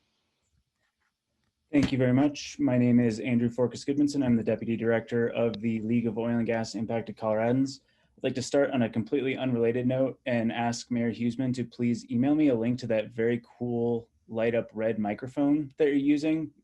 I need that mute unmute information, so take that into the record, please. And then I would also like to thank you very much for the work that you've done on these oil and gas regulations. When I spoke and provided comments before the first reading, I did not pay very good attention to my word count and had some things that I didn't get to. And unfortunately, that was the things that I thought you had done particularly well. So I'd like to focus on that this time. And thank you for the financial assurances work that Commerce City is undertaking in these regulations. The state through the COGCC is about to crack open its financial assurance rules. And I believe that Commerce City is going to provide a significant amount of guidance for that process, given that it is the first local government, to my knowledge, with extensive oil and gas development, or the possibility of extensive oil and gas development within its boundaries, that it's adopted such a robust financial assurance requirement. I do think the $90,000 per well in the rules is a good start. It could certainly be higher. My reviews of the Orphan Well program indicate that costs per well are significantly higher than 90,000, particularly when we get to more modern wells, but 90,000 is a great start. I'd also like to thank you for taking on the reverse setbacks issue. More local governments need to be paying attention to this issue. I hope they're looking at Commerce City. I do believe that if you were to make a change, the reverse setback distance should be 2,000 feet for wells that are in the drilling and completion phase, and it could conceivably shrink after that. I think despite what the representative from the Colorado Oil and Gas Association tried to tell you, oil and gas operators themselves recognize that living near oil and gas facilities can be hazardous. If you look to your colleagues in Broomfield, they could tell you about communications they've received from operators in their jurisdiction recommending homes stay at least 1,300 feet away from their operations. I'm not going to guess what their reasons were for sending that, but I'd suggest that you ask them. Finally, I have some good news. Despite what the bullies from the oil and gas industry are trying to make clear to you today, the threat of takings lawsuits is wildly overblown. The lawsuit about that was just recently brought in Boulder County is about that county's continued moratorium, not about their new oil and gas regulations. As far as I know, Commerce City is not considering a moratorium, so you should be perfectly clear there, though obviously rely on your own city attorney for their opinion. With that, I will conclude by saying thank you very much for this work. This process has been long but effective. You're doing good work, and I urge you to continue putting the health and safety of your residents first as required by the law. Thank you. Thank you, Mr. Forks Goodmanson. To answer your question, it's a HyperX Quadcast, but you want the new model that allows you to change the color so it's not always red, excuse me. Does anybody on council have any questions? Seeing none, we thank you for your time again this evening. And Mayor we'll move on. Huseman. Yes, sir. Apologies. Shortly after we called for Ryan's name, this mobile number raised their hand. Do you mind if I unmute them to see if they're Ryan? No, that's fine. All right. Thank you, sir. The phone number ending in 177, you should be able to unmute yourself. Is this Ryan Zorn signed up for public comment?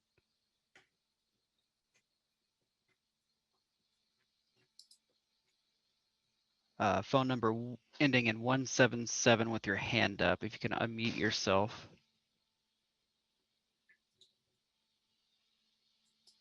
All right, Mayor. I do not believe they're available then. Apologies for the delay. No worries. We'll move on to Brenda Bozeman.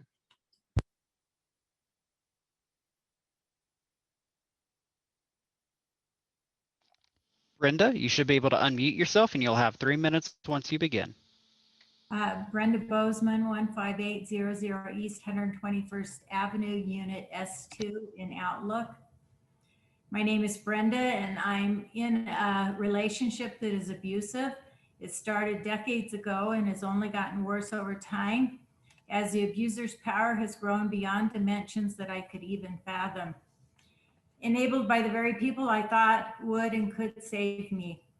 I hardly noticed the abuse in the beginning. Then I watched his friends' lives were turned upside down as the abuser took away pretty much everything they had, including their livelihood and even their home. I didn't understand it at the time, but I see it more clearly now. There have been times when I thought that the abuser was perhaps gone, and I breathed a momentary sigh of relief, but I was wrong. The abuser has been relentlessly stalking me and so many others all along, all the while destroying everything it touches, leaving heartbreak, pain, sickness, and destruction every step of the way. The abuser likes to threaten me at times when I least expect it. As I'm flying above a city late at night, only to look out of the aircraft window and see the abuser's red hot, angry flaring far below me, or turning on the water in my hotel room and being taunted by the abuser with the smell that pours out of the faucet and the water that I know to never drink, and wonder if it's even safe to wash my face in it. And lately, it's not when I'm flying to some distant city where I find the abuser, but as I'm landing in Denver, the beautiful state that I love. I'm even afraid in my own neighborhood now, something that I couldn't even conceive of a few short years ago, but I know it's true. The abuser is here and taking away mine and many others' freedom. The freedom to take a run in my own neighborhood without wondering if the abuser is slowly poisoning me, taking my breath away step by step. Afraid for my neighbors and especially their young children and what will become of them as they grow up in such a toxic environment. When do I turn on the faucet in my own home, smelling the stench of the abuser, knowing that the abuser has finally destroyed everything that is precious to me? Do I become so afraid that I decide to pick up and run, leaving everything that I have loved and worked so hard for, hoping that maybe I could save myself? The abuser is out of control, and I'm not sure that there is a place that I can even go, that the abuser isn't already there or won't eventually find me. You, the men and women on this city council, hold my fate and the fate of all my neighbors and the entire community in your hands tonight. Will you do the right thing for your constituents? Will you end the abuse? Are you strong enough to stand up to oil and gas and say no more? Will you vote the will of the people? Will you be the ones to actually make a difference and save our air, our water, our land, and our families? We will not go away. We are fighting for our lives and the lives of future generations of Colorado. We are counting on you to be the heroes. This is the moment of truth. Please do not let us down. Thank you. Thank you. Does anyone on council have any questions for Ms. Bozeman? Seeing none, we thank you for your time this evening. Move on to our next speaker, who is Christy Douglas. Christy, if you're in the meeting, you can hit *9 on your phone or use the raise hand function in Zoom.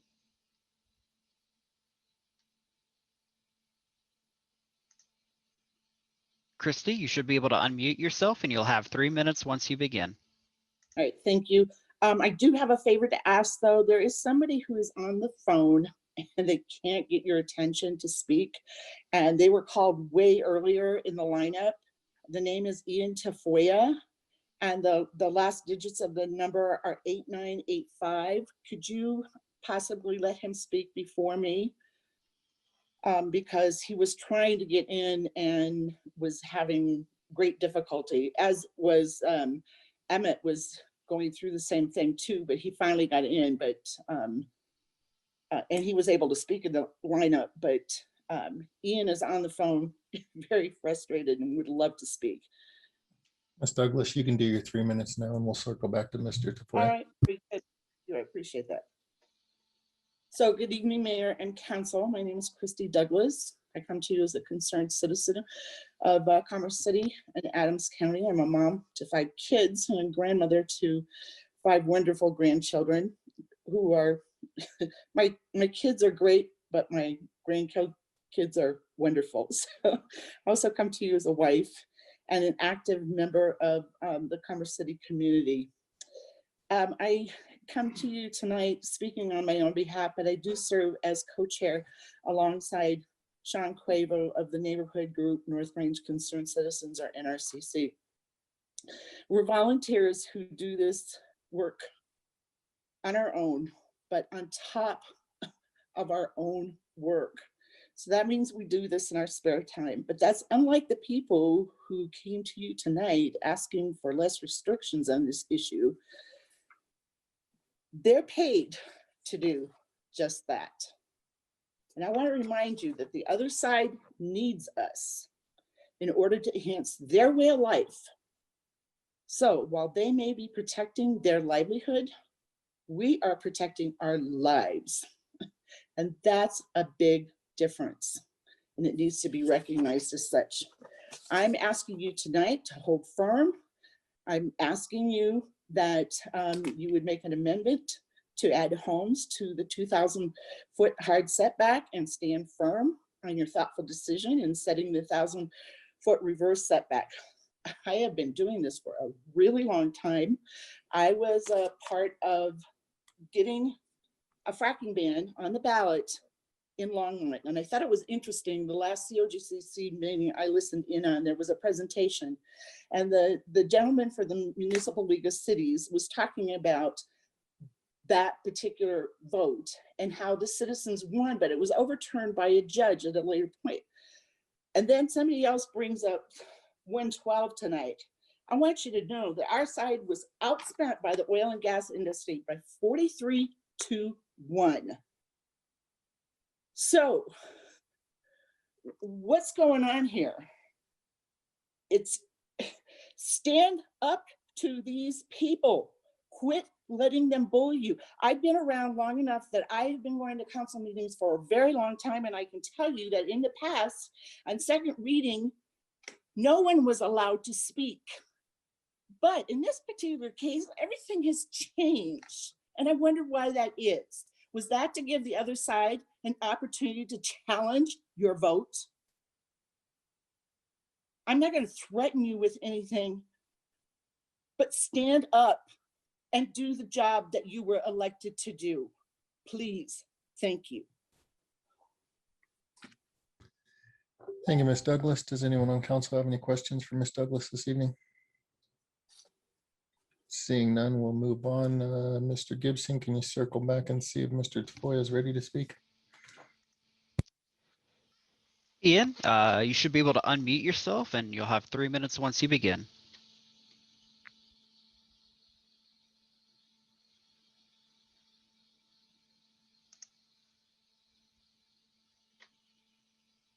Ian, are you able to unmute yourself?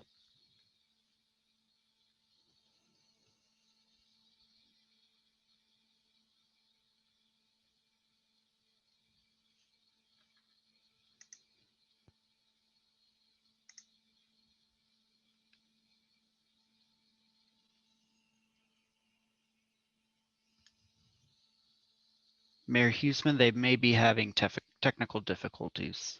Okay, thank you. We'll move on to Steve Douglas, who has 12 minutes allotted to him to speak on ordinances 2324, resolution 2021-18, ordinance 2323, and ordinance 2266. Steve, you should be able to unmute yourself and give me just a minute to adjust my timer, please.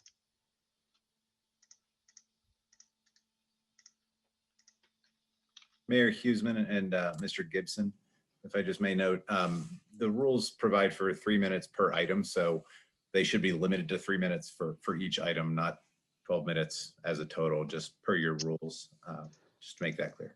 So 3-minute increments, Mr. Sheasley, if I'm hearing you right? Yes. Okay, thank you.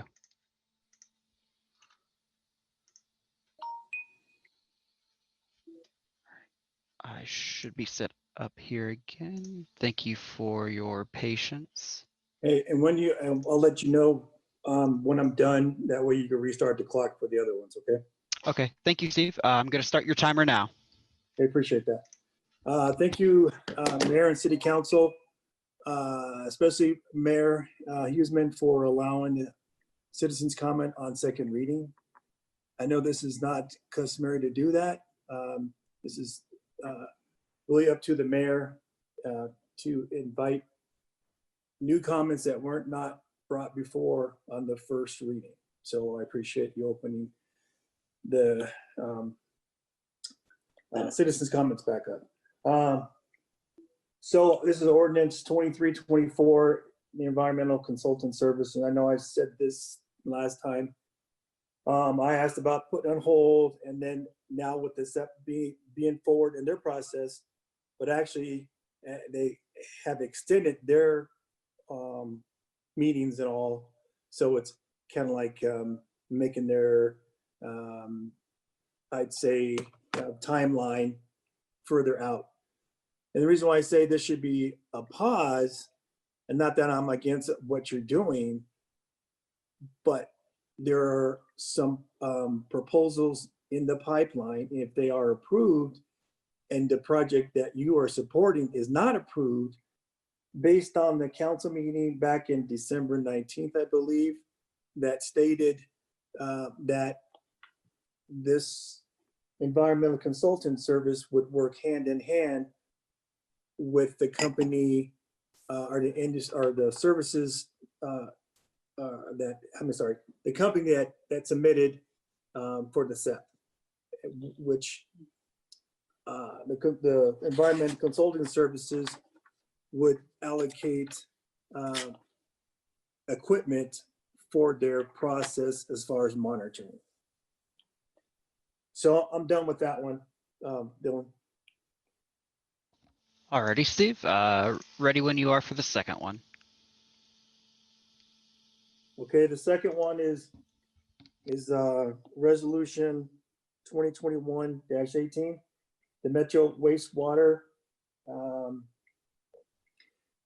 And I'm not going to debate. You guys already went through that process. My concern is that when they install these pipelines for the interceptor, that's only thing that's going to occur, that there should not be any piggybacking of the oil industry to put their gathering lines next to the interceptor as far as the easements. This easement is only for Metro wastewater reclamation. I'm done with that one, Dylan. Alrighty, Steve. Ready when you are for the third one. Okay, ordinance 2323. This has to do with I think $95,000 for a skateboard park and some other amenities. And I'm asking that on this park development of like the playground for different age groups, if you do put in a basketball court, could you please make sure it's a full court basketball setup, not a half court. With the full court setup, you will allow other youth organizations within the community to utilize that court on off times to practice and maybe go against another team. And that's hard to do on a half court process. And also bring in the community too. I think you get more people within that area of Turnberry using the park if you have full-size equipment and don't cut them short. I'm done with that, Dylan. All right, Steve, and for your last one.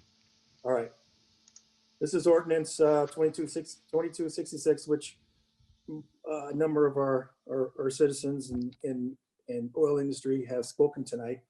And I just want to correct the gentleman who spoke about Xcel Energy utility and passing on the storm costs. Colorado, Polis is cautioning Xcel Energy about passing on their storm costs. And actually, Colorado is investigating Xcel Energy of doing that practice. And the cost is 1.2 billion, not 1.3.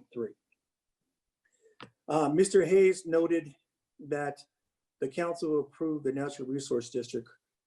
What council approved was the planned utility development that deals with the service plan. The oil and gas development for the Heron pad was not approved.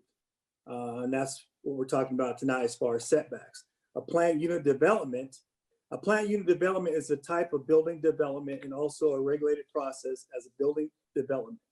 It is a design grouping of both varied and compatible land uses, such as housing, recreation, commercial centers, industrial parks, all within one contained development or subdivision. Does not say anything about oil and gas. Was also noted about vested rights. Now, with the extraction agreement, regional operating agreement, there is no vested rights. Those vested rights are for when they build their development, not for oil and gas. Back in 2010, the comprehensive plan, the results from that was for the city council to work on greenhouse gases. And here we have an opportunity to prevent having greenhouses with the cumulative effect with the approval of oil and gas permits.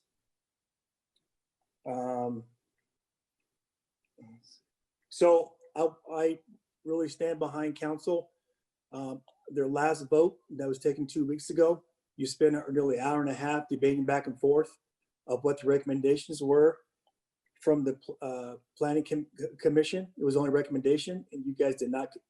You guys voted not to do that, and I commend you for that. So do not sway from your vote, and don't believe the hype from the industry about being sued and all that, or you're losing your seat. That is up to the citizens. That's up to the citizens when they vote to decide who takes those seats or who keeps those seats, not the industry. Don't be scared. Please stand firm and do what we're elected to do. Thank you. Thank you, Mr. Douglas. Does anyone on council have any questions for Mr. Douglas? Councilmember Grimes.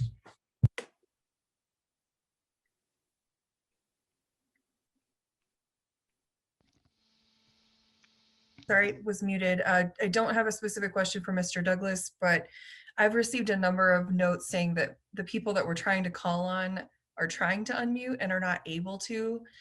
Is there any way, since we're going to circle back for one, we could circle back to the others that were missed and just make sure that's not the issue?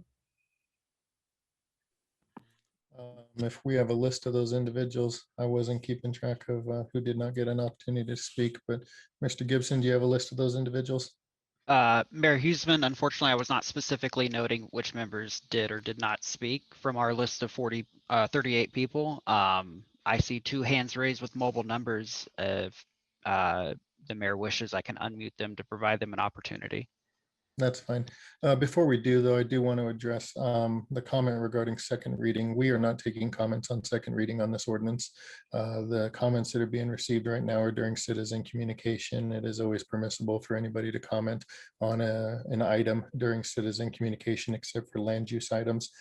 So no permission was granted or is not normally granted for citizen communication, especially whenever it deals with this. So I just want to clarify that nobody made a decision that we're going to allow comments on this item for a second time, and this is not the norm. That being said, if you want to try to unmute 985 and see if that individual is able to speak. Mobile phone number ending in 985. You should be able to unmute yourself and provide your 3 minutes. Hello, can you hear me? We can, yes. Oh, hooray, this has been really hard. I apologize for the inconvenience, but you'll have 3 minutes once you start.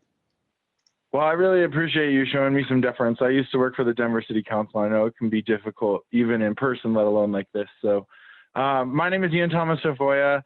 I am calling today as the son of a mother who works in Commerce City next to a Superfund site, as a family member of people who live in Commerce City in the shadows of Suncor, and as a friend and an organizer of this community for many years. I'm speaking tonight on behalf of the Colorado Latino Forum, an engaged group of residents from the local area who work on environmental justice issues, economic justice issues, and social justice issues. In this role, I've been involved in Adams County and Commerce City, fighting Suncor and for highway expansions and improved water quality and fairness for engagement in processes in this community. In fact, I learned so much working to fight for the people of Commerce City that I was offered a job with Green Latinos, whom I also represent tonight, a national environmental justice organization that is geared towards empowering and networking people together to fight back for their own public health. I've heard a lot of rhetoric tonight about California and the sky falling and prices tripling. What I can tell you is there's conversations and continual export of these fuels out of our country and into other countries. If this is really about America's first, they would be honest about their exports. It's not. What I know is that they export the goods, but the pollution remains, harming individuals in our community, contributing to a gross increase in air quality days and brown clouds that were so epically bad when in combination with fires, also directly related to fossil fuels, that we could not even see the sun. I have huge concerns about abandoned wells, lines, bond issues in relation to them, but this isn't everything that's on the table today. You know, I've heard a lot of people talking about how they want to put an end to all of this. This is really a balance that you all have brokered. I heard about 112 and SB 181 also brokered to give you the power to fight for what your communities are asking for. What I can tell you is that health and safe homes and housing are probably the greatest commodity that we need in the Denver metro area right now. Our homeless issues are exploding. We have problems with our housing, and we will continue to put people into harm's way? Or will we rather say that there are a gross amount of wells permits that aren't even developed, that aren't so close to humans, that aren't so close to the growth patterns that we are expecting and planning for in our own region? We can protect those individuals, and I ask you to stand strong in protecting people every time you can. You need to remember this is about comprehensive pollution. Each one of those molecules that escapes is adding up to our air pollution. Each one of these molecules is adding up to our climate debt. And in combination with water quality, Suncor, Phillips 66, Cherokee Station, the Sinclair Transfer Station, it goes on and on and on. Why would we get another well from another company that may not be able to pay the full cost? Thank you. Okay, does anyone on council have any questions for Mr. Tafoya? Seeing none, we thank you for your time this evening. We'll move on to the next one. Mr. Gibson, if you can unmute 177. Call-in number ending in 177. You should be able to unmute yourself, and you'll have 3 minutes once you begin. Hello, can you hear me now? We can, yes. You'll have 3 minutes once you begin. So sorry, I think I fat fingered my iPhone previously, so thanks for the second chance. My name is Ryan Zorn. I'm a Colorado native. I grew up out of the Eastern Plains in Fort Morgan, went to Colorado School of Mines, and now I'm a resident of Denver.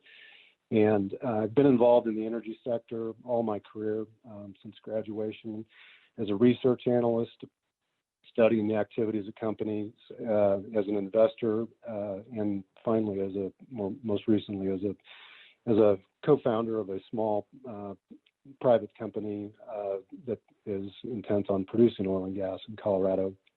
I have no direct connection to activities in Commerce City, so I guess I'm also here, as an energy consumer, and a grateful one at that. I think what I'm just asking you to do is to take a real hard look at the second derivative impacts of any policy decisions you contemplate.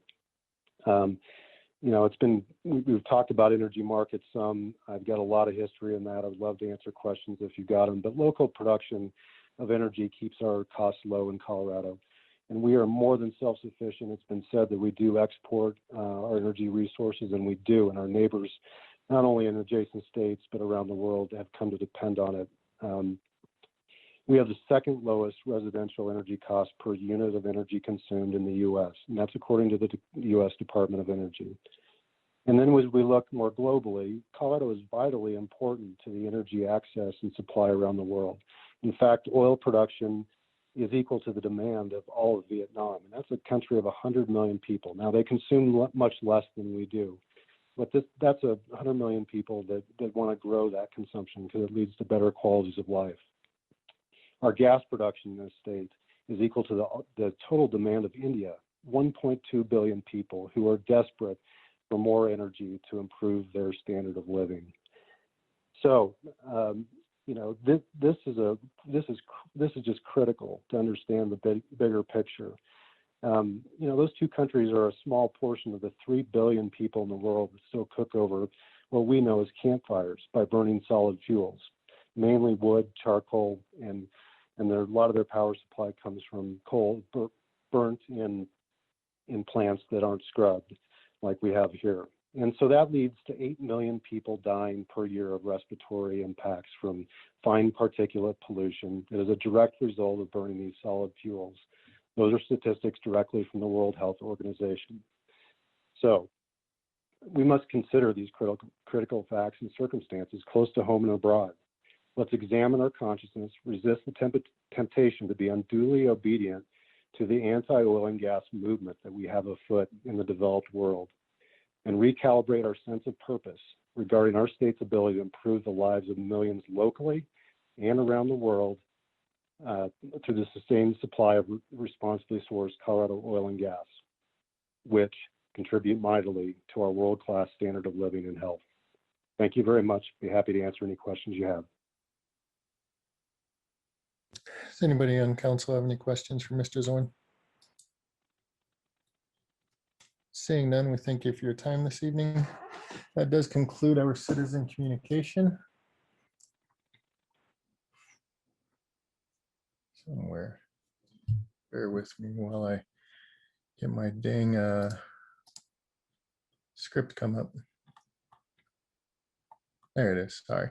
Thank you all for speaking with us tonight. If follow-up is necessary, you should expect to be contacted by a staff member. Members of the public were also able to submit comments online and by mail.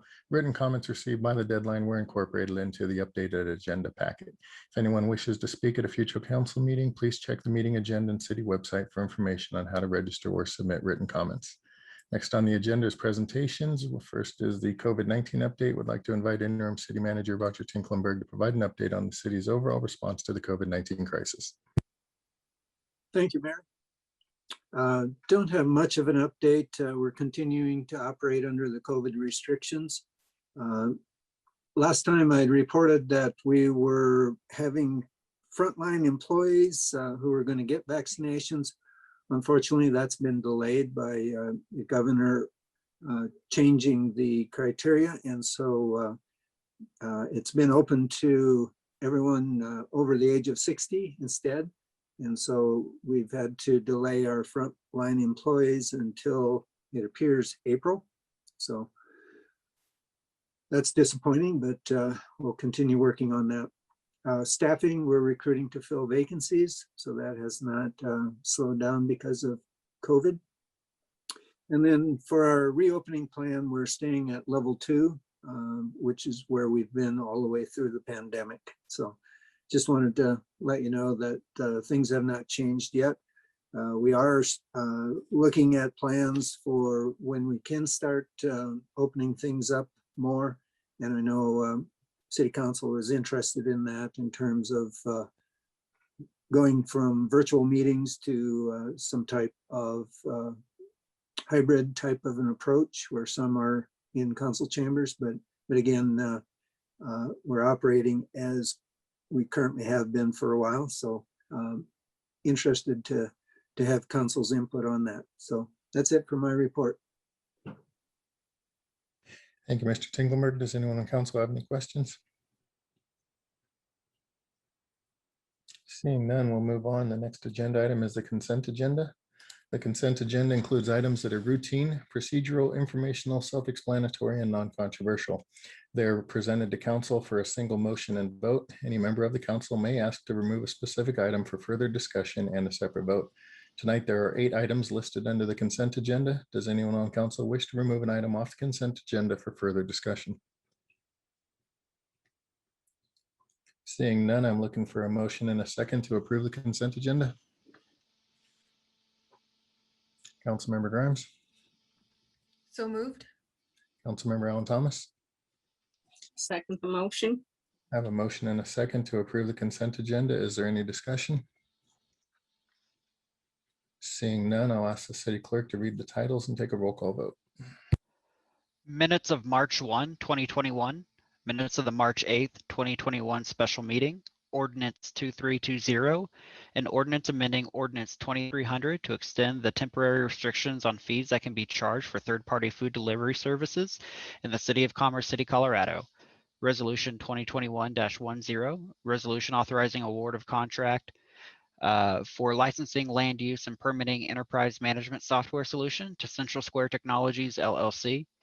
Resolution 2021-15, resolution approving conveyance of deed of conservation easement from Adams County to the City of Commerce City. Resolution 2021-17, resolution authorizing execution of intergovernmental agreement by and between the City of Commerce City and the Colorado Department of Transportation for 88th Avenue widening project. Resolution 2021-19, resolution authorizing increased expenditure under Sierra Landscaping and Maintenance Contract and ratifying amendments to contract. Resolution 2021-20, a resolution approving amendments to Section 5.2 of the City of Commerce City employee policies regarding general leave. Councilmember Madera, Yes. Councilmember Alan Thomas, Yes. Councilmember Noble, Yes. Councilmember Guardiola, Yes. Councilmember Hurst, Yes. Councilmember Grimes, Yes. Councilmember Smith, Yes. Mayor Pro Tem Frank, Mayor Huseman, Yes. passes 8-0. Thank you. Next on the agenda are resolutions. Our first resolution is 2021-11, submission of the consolidated annual performance and evaluation report known as the CAPER. I'd like to invite Cheryl Steinberg, CDBG coordinator, to make the presentation.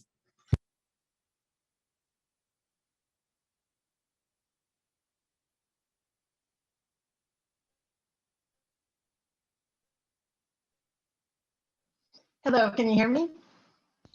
We can, yes, Cheryl. Great. Okay, let me get my slides up. Alrighty, and can you see the slides fine? We cannot see the presentation, Cheryl, no. Okay, let me work on that. And here we go.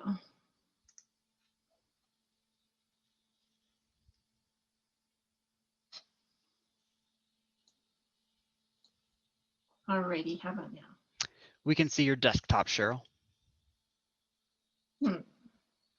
If you don't mind, I can run the presentation if it's easier on you. It might be, but let me. There we go. try Now that. we can How's see that? it. Alrighty, okay. So I have one more step to do. Well, good evening, council, mayor, staff, and residents. I'm Cheryl Steinberg with the City of Commerce City, obviously. And tonight we are going to be talking about the Community Development Block Grants, CDBG's CAPER. And the CAPER is a consolidated annual performance and evaluation report that we are required to do for HUD to give you an overall view of how we did in the past program year. And just as a reminder, our program year starts October 1 and goes to September 30th. And this year we're running 90 days later because HUD had requested that we put our capers in later, since we had to do so many amendments to the 2019 annual action plan to get our COVID funds in there, and that was nationwide. So to give you a quick overview, you've seen this before, our CON plan, which lasts for 5 years, covers what our community and city determined to be our priority goals. And they are neighborhood revitalization and public facilities, housing needs, economic development, public services, and fair housing. So I'd like to go through and just do a quick review on how we've done from 16 on to our 2019 program year. And I'm happy to say that the 2016 funds are 100% expended, and that consisted of the sidewalk program. That the 2017 is also 100% expended. And there we had added, in addition to the sidewalk, 3 other programs, and I'll get into these in a little more detail later on. The 2018 is 96% expended, and that is wonderful. We've got a little delay on the expending of the Arapahoe County weatherization. I'll talk about that a little bit too, but once they are done, that will be 100% complete. And now for the 2019 projects as amended, and we had several amendments on this plan, as I mentioned, for COVID and to reallocate unused funds.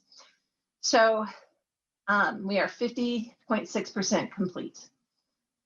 And just a little COVID update. These are the 2 amendments you did back in 2020 for the 2019 program year.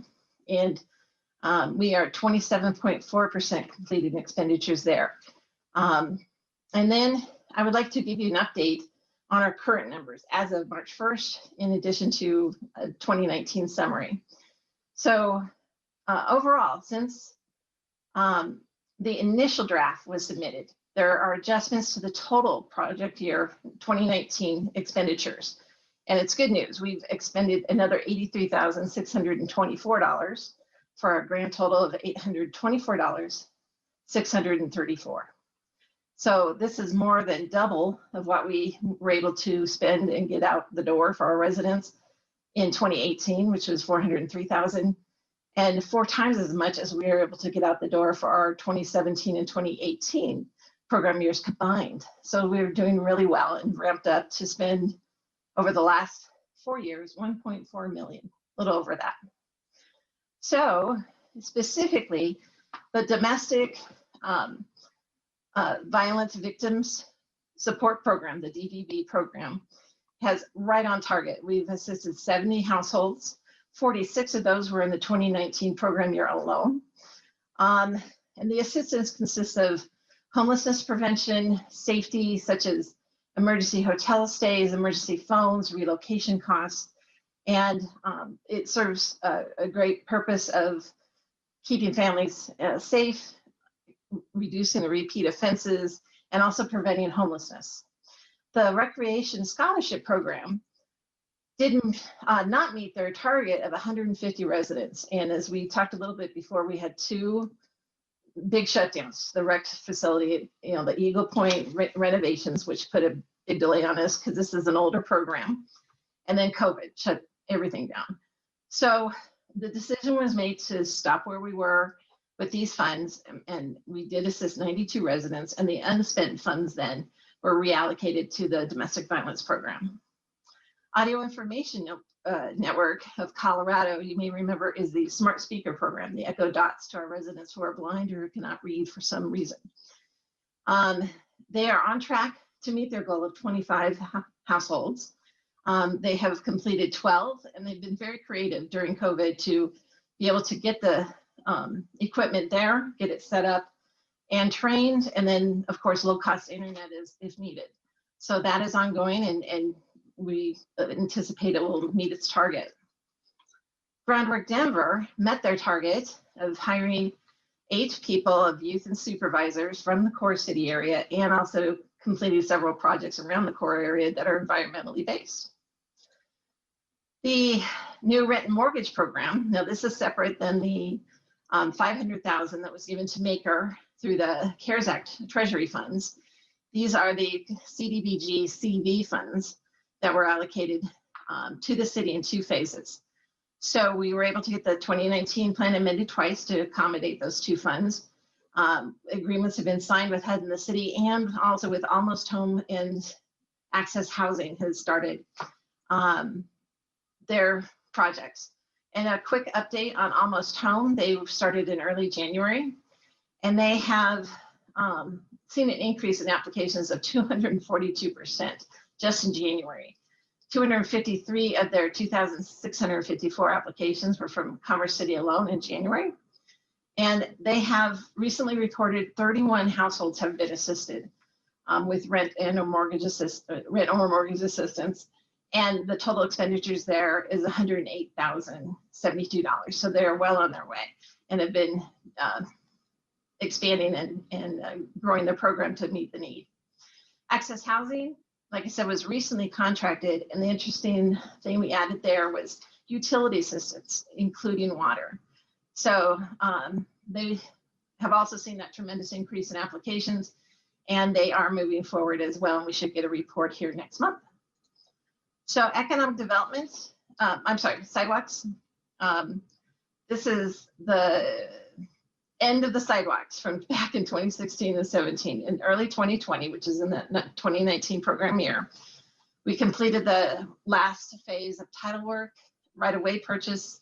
We put in 435 linear feet of sidewalks, 7 ADA compliant ramps. So that's a total of 1,775 feet and 13 ramps. And these are in the Kemp, Central, and Rose Hill neighborhoods. I'll show you a map here a little later. So with economic development, we did the final touches and finished up on the Small Business Resource Center in Derby. We did those renovations, bringing up the conference room and the classrooms to proper display and teaching opportunities with screens and smart boards.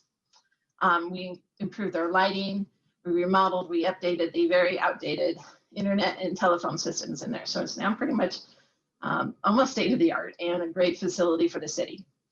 Then also with that was the Small Business Resource Staffing Project.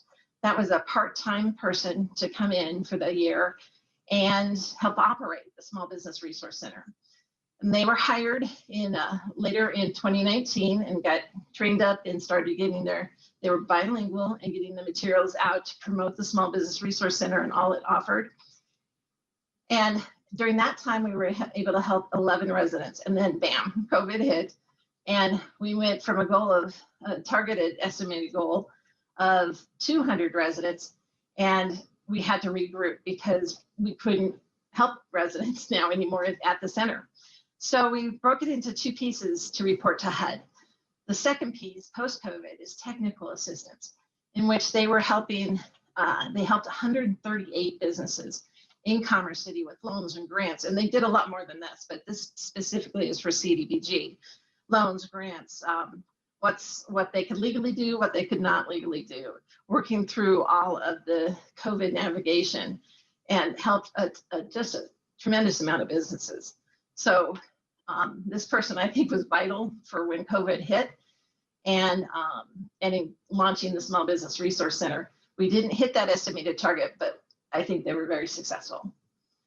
So then home repair programs. And this quickly, it's all 3 of our home repair programs: Paint-a-thon, minor home repair, and weatherization. So all programs to date, through a continuous program outreach, we've received 125 applications in the 26 months we've operated. 51 of those were received in 2019's program year. 62 of those applications were approved, 18 of those back in 2019, and then 72 projects were completed overall through all 3 programs. 37 of those were done last year. The progress, in progress projects totals 26 that are going on right now. So just to give you a little visual on this, you may remember this map from last time. There's a lot more on it now. So you'll see the star in the middle there, that's Derby, the Small Business Resource Center. The little The yellow footprints are where the sidewalks were constructed. You see 4 different areas there. And then the green hammers are completed, minor home repair programs. The white hammers are in progress. The blue snowflakes are the weatherization program, and the red paintbrushes, there we go, is the paint-a-thon program. So it's starting to fill up very nicely. Oh, and one other thing I wanted to note, if you notice the little clusters on this map, you can see where the neighbors are talking to each other, which I think is wonderful. We're getting great word of mouth. So specifically for these programs, minor home repair program, we had to let another RFP to get proposals in because we needed to renew the contract. We went ahead and rehired Brothers Redevelopment, which has been wonderful. Excuse me. All total 40 homes have been repaired. 26 of those occurred last year, and we hit our estimated target. 13 homes are now in the queue, and actually we just added 2 more. So it is well on its way. We've spent, like I said, all of 17 and 18's funds, even with that big infusion of cash in 18 to that program. So we've accomplished quite a bit. And Paint-a-thon is done a total of 21 homes. This is the exterior painting of homes, plus maybe ramps are built and a yard cleanup can take place. 11 of those took place during the COVID summer. They did it primarily with staff. The volunteers could not come. So our goal was 12, and they were able to accomplish, with the warm weather we had, 11 of the 12. We're carrying over that funds to next year's program. 13 are already in the queue for this summer coming up, which is using 2020 funds and the carryover funds. So weatherization program, Arapahoe County, once they came on and we got the agreement signed, came on with a lot of speed, and then COVID hit. But in the meantime, during this time, we've been able to get 11 homes weatherized. Furnaces, hot water heaters, with insulation, thermostats, and even new refrigerators on occasion if it's energy efficient to change them out. 12 are currently in progress right now with Arapahoe County weatherization, and of course does Adams County as well. And then I wanted to note, with the weatherization, we've also been able to refer and get done through these other programs, through our referrals. About 22 other homes have been weatherized outside of CDBG funding, but because they applied to our program. So that's, I think, great news. The Arapahoe County weatherization is behind, but will be ahead of what we projected. And that's for the 2018 funds that we completed last year. So to go back to our goals and accomplishments here, we can see in the 2019 column, we were able to tick off quite a bit this year. Sidewalks and ADA improvements, neighborhood cleanups through the Paint-a-thon program. We were able to do homeowner rehabilitation and repair, quite a bit of that. Energy efficiency, of course. Then the entrepreneur and small business assistance. And then we were able to tick off all of the public services, youth and senior activities, crime prevention through DVV, homelessness prevention through the domestic violence program, and then also the coordination or organization of other resources, which we did, for example, with the weatherization program. And we're always referring our residents to assistance. So, and then of course, fair housing, which we report to HUD, our activities there. So no public comments were received on the CAPER during our 15-year notice period. We did it in Spanish and English, and staff does recommend council authorize the submission of the CAPER to HUD with the total expenditures amended in that plan. So are there any questions? Does anybody on council have any questions for Ms. Steinberg? Seeing none, would like to thank you for your time and your presentation this evening, as well as your stewardship of the program. And hopefully the fact that we've done well with this program is going to lend to some windfalls coming through the American Recovery Act, since this is supposed to be the model for distribution. So do thank you for all that. At this time, I'm looking for a motion and a second to approve resolution 2021-11. Councilmember Noble. So moved. Councilmember Wadiola. Second the motion. I have a motion and a second to approve resolution 2021-11. Is there any discussion? Councilmember Noble. Sorry about that. Hand issues. Seeing no request for discussion, will the city clerk please read the title? Resolution 2021-11, resolution authorizing the submission of the Consolidated Annual Performance and Evaluation Report, CAPER, for the 2019 Community Development Block Grant Program year. And we will do a voice vote on this, so please use your physical hands in the chat window so your vote can be counted. And that is going to pass 8-0 with 1 absence.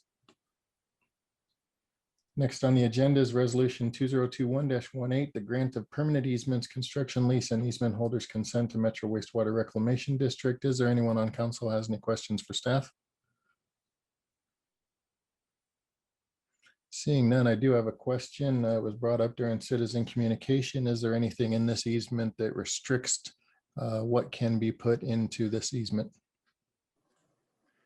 Yes, this easement, well, there are 2 easements. First off, one is an access easement, which is just for access only. The permanent easement for the pipeline is meant for the pipeline and appurtenant facilities. So whatever's allowed in the CUP could go in there. I do not know what all goes into the pipeline, but there would not be, I believe, any ability to put oil and gas facilities within the easement, under the easement as written. Thank you, sir, for that answer. Are there any other questions for staff? Seeing none, I'm looking for a motion and a second to adopt Resolution 2021-18. Councilmember Madera. So moved. Councilmember Ellen Thomas. Second the motion. I have a motion and a second to adopt Resolution 2021-18. Is there any discussion? Seeing none, will the city clerk please read the title? Resolution 2021-18, resolution authorizing grant of permanent easements, construction lease, and easement holders' consent to Metro Wastewater Reclamation District for the construction and operation of the Second Creek Interceptor Project. And we will do a voice vote once again, so please use your hands in the physical chat window so your vote can be counted. And it looks like this is going to pass 7-1 with Councilmember Noble being a no and Mayor Pro Tem Frank being absent. Next on the agenda are ordinances on first reading. The first ordinance is Ordinance 2323, Adams County Open Space Grant. Does anybody on council have any questions for staff? Councilmember Noble. Mr. Mayor, I would like to make a motion to amend the agenda for first readings. Okay, make your motion. My motion is to postpone ordinance 2268 until the following meeting.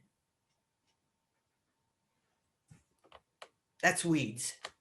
Thank you. I have a motion to postpone ordinance 2268 until the first April meeting we have. Is there a second for that motion?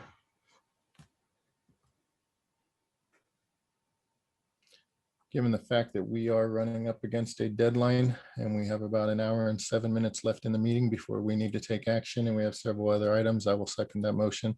We're going to have to figure out what we're going to do in order to get these agenda items cleared through. So pushing that one off, which is not time sensitive, makes sense to me. So I second that motion. Is there any discussion? Councilmember Grimes.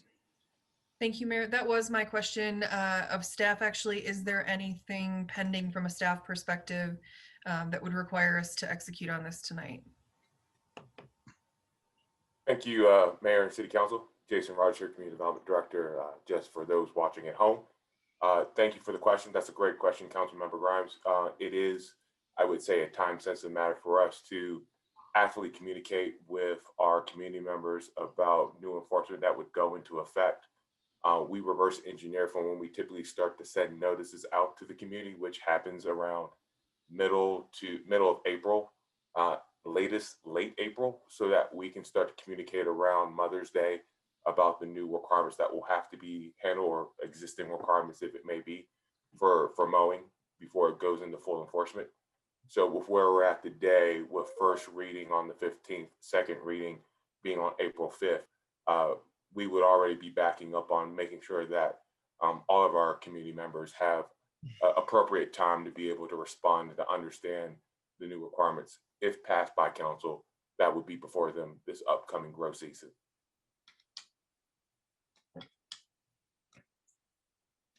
Councilmember Madera. Yeah, I think we're making good time if we can just, as a council, continue to be concise and effective. And, spring will be here before we know it. So that's when this ordinance is gonna be needed. And so I say we just keep it on the agenda. So I won't be supporting the motion. All right, we do have a motion and a second on the table. Please use your physical hands in the chat window to be counted on amending the agenda. And that's going to pass fail 2-0, or excuse me, 2-6 with one absence. I'll get it right. Okay, next to the ordinance 2323, Adams County Open Space Grant. Does anybody on council have any questions for staff? Seeing none, I'm looking for a motion in a second to introduce by council as seated and approve on first reading ordinance 2323. Councilmember Madera. So moved. Councilmember Wadiola. Second. Is there any discussion on ordinance 2323? Seeing none, will the city clerk please read the title and take a roll call vote? Ordinance 2323, an ordinance amending the 2021 budget of the City of Commerce City, Colorado by the recognition of the Adams County Open Space Grant Funds in the amount of $92,500 for the Turnberry Park Skate Spot project and the authorization of the expenditure thereof. Councilmember Madera. Yes. Councilmember Alan Thomas. Yes. Councilmember Noble. Yes. Councilmember Wardiola. Councilmember Hurst. Yes. Councilmember Grimes. Yes. Councilmember Smith. Yes. Mayor Pro Tem Frank. Mayor Huseman. Yes. Passes 8-0. Thank you. Next on the agenda is ordinance 2324, an environmental consulting services contract and authorization. Does anyone on council have any questions for staff? Seeing none, I'm looking for a motion and a second to introduce by council as seated and approve on first reading ordinance 2324. Councilmember Noble.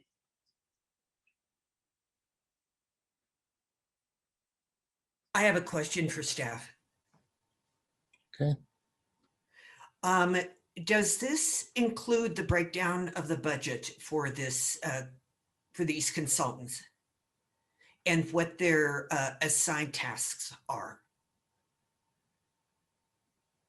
It's quite a bit more than our original approval. It's maybe 150,000, 200,000 more than our original approval. So what are we looking at? Councilmember Noble, if you could repeat the question, I was being led into the meeting at the exact time that you were asking the question. Okay. Thank you. My question is about the budget and a breakdown of tasks in the budget. This is considerably more than the amount we agreed to originally when we saw the first two consultants, or the amount that was in the that was being considered at that time. And I'm not sure I've seen a breakdown for what's being asked. Yeah, and I'm going to go ahead and just share my screen here. Okay. This was a part of the presentation that was given on March 1st. But I'm just going to go ahead and show you the breakdown of costs as it pertains to the overall contract per the individual phase, and then phase 1, phase 2, and phase 3. And just for some context, this is anticipated to take over between 12 to 15 months to complete fully. And there's various portions that contain like an overlap between the different phases. So basically, we're in the process of task 1 right now, which is the project kickoff and work plan. So task 2 is the development of a greenhouse gas inventory for the 2019 year.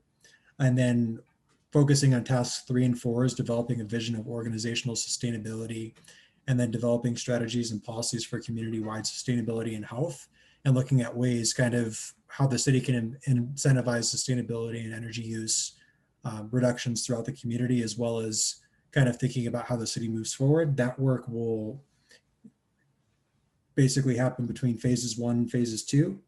But ultimately, looking at where the bulk of these costs do come is primarily through the air quality and water quality policy recommendation services and a lot of the work that's done there.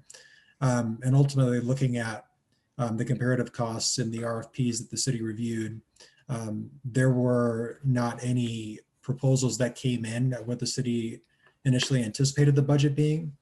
So ultimately what this represents is the lowest cost opportunity that's able to provide the services requested.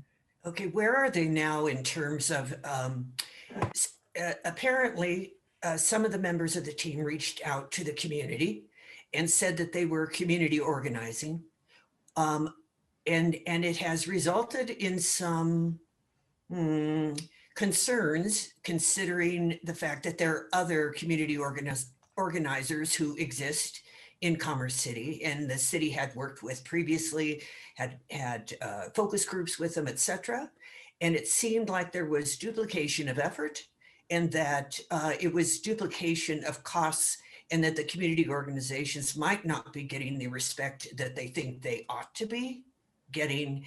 And so there was a bit of a bump. And I'm wondering where they are in this process and why they're calling themselves community organizers. So I'll have to follow up and understand exactly what you're discussing. As far as we know, we're in the process of conducting the initial project kickoff and work plan. There are a number of community engagement efforts planned in task 4 and specifically with task 3. And there is a number of planned engagement activities that would occur during that time.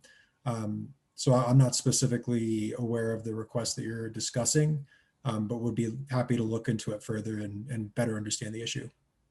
Okay, then maybe we should have a conversation about this tomorrow so that there is, to ensure that there's sensitivity. Absolutely. Thank you. Councilmember Madera. Move to introduce and approve on first reading ordinance 2324. Thank you. I have a motion to introduce and approve on first reading by council as seated ordinance 2324. Councilmember Hurst. Second. I have a motion and a second to introduce by council as seated and approve on first reading ordinance 2324. Is there any discussion? Seeing none, will the city clerk please read the title and take a roll call vote? Ordinance 2324, an ordinance amending the 2021 budget of the City of Commerce City, Colorado by appropriating $301,900 from the general fund to cover expenses related to the environmental consulting services contract and authorization of the expenditure thereof. Councilmember Madera. Yes. Councilmember Allen Thomas. Yes. Councilmember Noble. Yes. Councilmember Guardiola. Yes. Councilmember Hurst.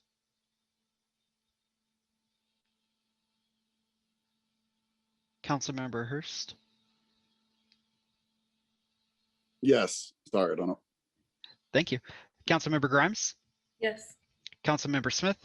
Yes. Mayor Pro Tem Frank. Mayor Huseman. Yes. Passes 8-0. Thank you, sir. Next up is ordinance 2268, maintenance of weeds and grasses and increasing penalties for non-compliance. Would like to invite Tricia Mason, Community Development Manager, to make the presentation.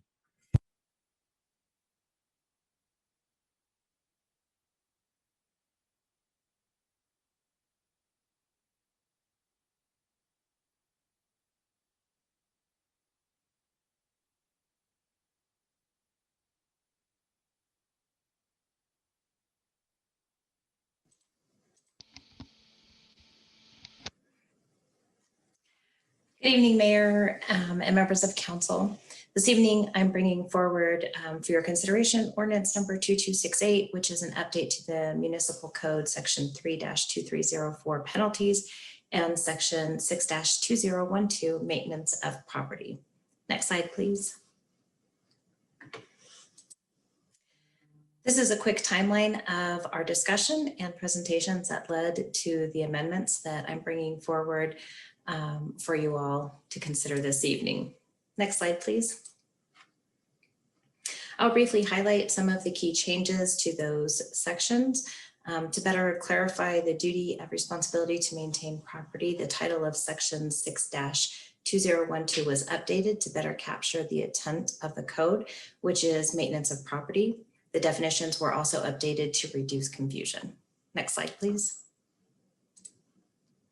To simplify and achieve consistency, the 3-tier system was changed to 2 tiers, also to establish a more consistent regulation for large undeveloped lots. There is now one growth height, which is not to exceed 16 inches. Next slide, please. Exceptions were clarified, and please note that there are new exceptions that were also added. Next slide, please. To encourage compliance under section 3-2304 penalties, a specific penalty structure was added for large undeveloped lots. Next slide, please. If council's direction is to move forward with ordinance 2268, staff will continue to inform the community as highlighted here, which also includes increasing proactive presence in high growth areas during active or increased growth times. Next slide, please. That concludes my presentation. I am available should you have any questions. Does anyone on council have any questions for staff regarding this item?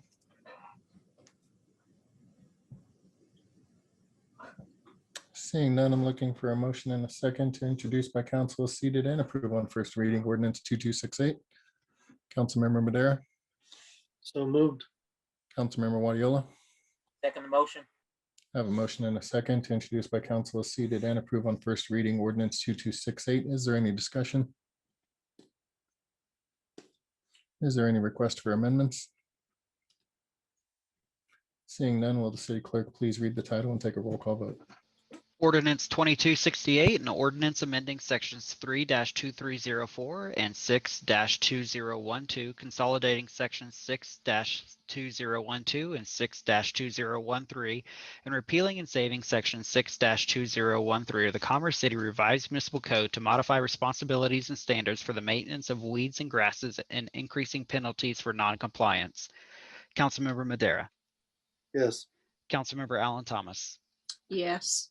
Councilmember Noble. Yes. Councilmember Guardiola. Yes. Councilmember Hurst. Yes. Councilmember Grimes. Yes. Councilmember Smith. Yes. Mayor Pro Tem Frank. Mayor Huseman. Yes. Passes 8-0. Thank you. And next on the agenda is ordinances on second reading. The first ordinance is ordinance 2325, Aerotropolis Regional Committee Marketing Strategy Development. Is there any questions for staff? Seeing none, I'm looking for a motion and a second for, this is inaccurate, I apologize while I make this up in my head. Looking for a motion and a second to pass ordinance 2325 on second reading. Councilmember Madera. So moved. Councilmember Hurst. Second. I have a motion and a second to pass ordinance 2325 on second reading. Is there any discussion? Seeing none, I would just like to restate my objection that I think that it was entirely inappropriate that we were asked in a public meeting with the airport regional or airport coordinating committee for these funds without this being addressed to the city council before it came to that. Because of that, I'm still going to renew my objection and not vote in favor of this item. Will the city clerk please read the title and take a roll call vote? Ordinance 2325, an ordinance amending the 2021 budget of the City of Commerce City, Colorado by appropriating portions of the unencumbered fund balance of the general fund in the amount of $139,185 for shared costs associated with Aerotropolis Regional Committee Marketing Strategy Development Phase 3 and the authorization of the expenditure thereof. Councilmember Madera. Yes. Councilmember Alan Thomas. No. Councilmember Noble. Yes. Councilmember Guardiola. Yes. Councilmember Hurst. Yes. Councilmember Grimes. Yes. Councilmember Smith. Yes. Mayor Pro Tem Frank. Mayor Huseman. No. Passes 6 in the affirmative, 2 nays, and 1 excused. Thank you. Next on the agenda is ordinance 226866, regulation and enforcement of oil and gas development. I'd like to invite Mr. Sheasley to introduce the item. Thank you, Mayor and Council. Brief note, while you do only have 50 minutes in the meeting, you can extend it, the meeting tonight in 30-minute increments. I know that my evaluation is the last item on the agenda tonight. It would not offend me if that was pushed, given the importance of this item. So with that, I just wanted to note that as you take this on second reading, council can still amend the ordinance before it is passed on second and final reading. Every amendment that's voted on tonight has to be read in full. I know that there are 3 proposed in the packet, and then I have identified minor clarification to make.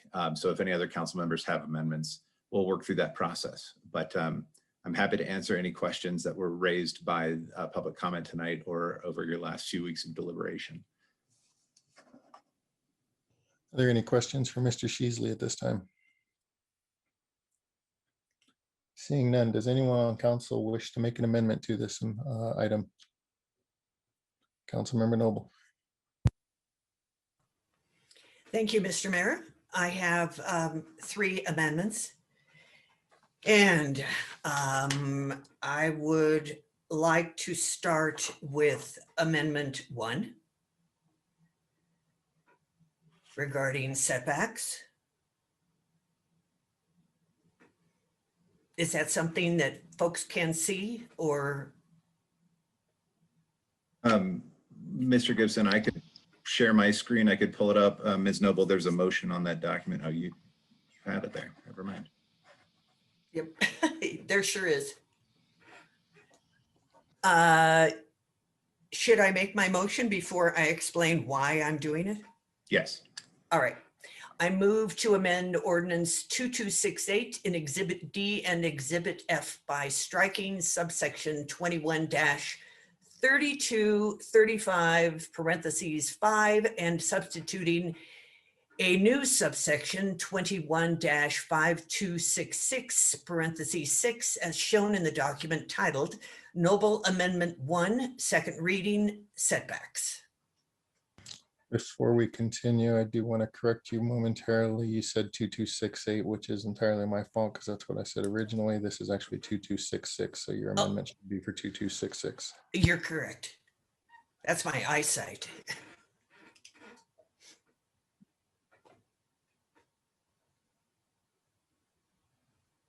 Do I need a second? I do believe you need a second, and then we can discuss why it is that you have put this amendment out there. Okay. Councilmember Wadiola. I'll second the motion. Okay, we have a motion and a second to amend ordinance 2266 in Exhibit D and Exhibit F by striking subsection 21-3235 parentheses 5 and substituting a new subsection 21-526 parentheses 6 as shown in the document titled Noble Amendment 1, second reading, setbacks. Is there any discussion? Councilmember Noble. Yes, thank you very much. This is actually really quite simple. On first reading, we approved unanimously a 2,000-foot setback from schools. With this motion, the amendment expands the 2,000-foot setback to homes. And the reason is this.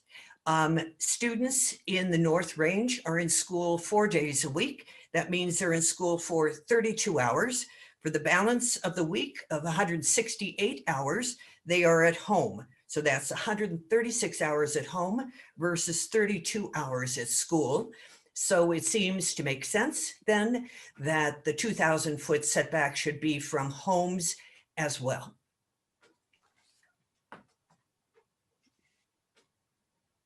Councilmember Madera.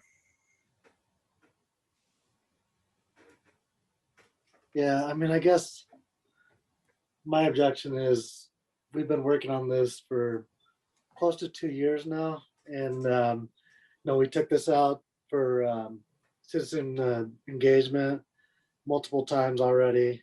We discussed this in council and study sessions. And I feel like, we finally come to some agreement, and then this type of amendment kind of sets us back. So I would rather see the ordinance go through as written, and then, if we need to update the ordinance after the fact, we can revisit these amendments. But I will not be supporting this amendment or the ordinance if the amendment is passed. Councilmember Grimes. Thank you, Mayor. I too would not be supportive for similar reasons to Councilmember Madera. However, I would like to add that the COGCC already protects with a setback of 2,000 feet. And I recognize there are exceptions that are evaluated on a case-by-case basis at that level. But my feeling is all of these properties are protected at the state level under new regulations. So I will not be supporting the change to our ordinance.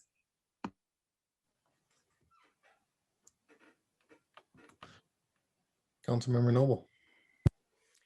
Our, as you know, my amendments were to be heard on first reading, but because of the lengthy delay, they were postponed until tonight.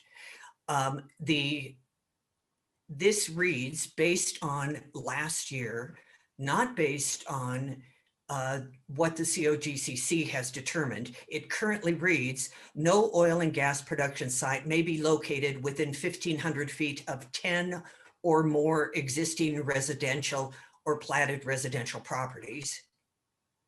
That is not the COGCC rule. That is something that we put in last year because of the director's criteria that was set. There's no reason for it to apply to 10 or more homes. The contact would be whether it's one home or two homes. It doesn't really matter.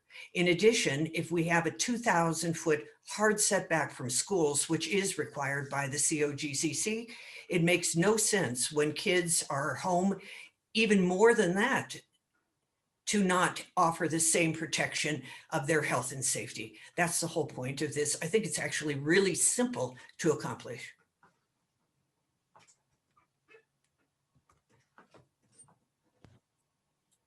Any other discussion? Mr. Martinelli, do you happen to have a map that you can throw up there that would show the setback distances from 1,000 foot to 2,000 foot? Give me a second just to pull it up on my screen, but I do believe that I have that map that I can show. Thank you.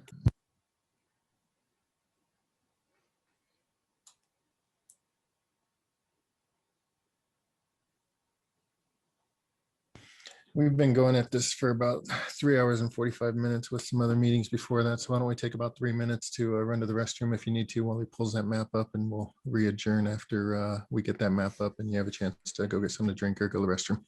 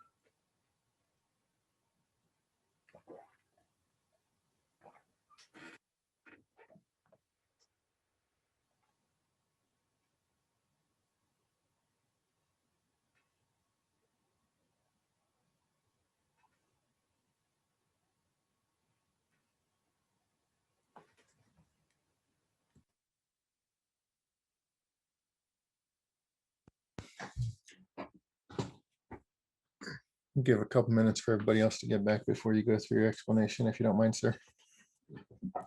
Sounds good. Just to confirm, everyone can see the map shown on the screen, correct? Yes. Thank you.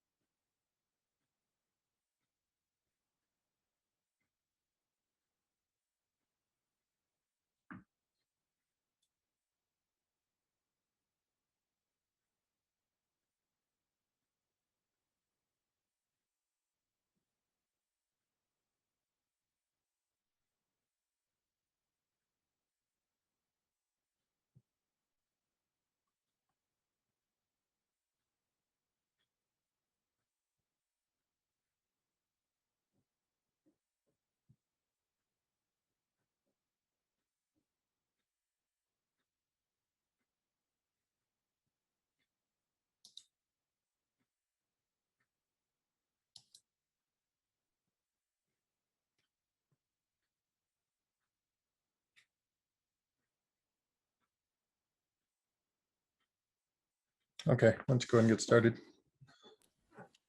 So just to provide some context, we had never fully developed a map that showed a 2,000-foot setback from existing and platted residential. But ultimately, I'll describe some of the differences in this map, and it should be relatively easy to discern. But the red bubbles basically show a 1,000-foot setback from platted and existing residential. And then you can see there's a gray dashed line that basically surrounds all of the red bubbles. That's what the 1,500-foot setback value is. So if you were basically to increase the space by about 2, just like extending that out an extra 500 feet would generally show you what a 2,000-foot setback would look like compared to the 1,500 feet and the 1,000-foot values. Okay, that's helpful. Thank you. Mr.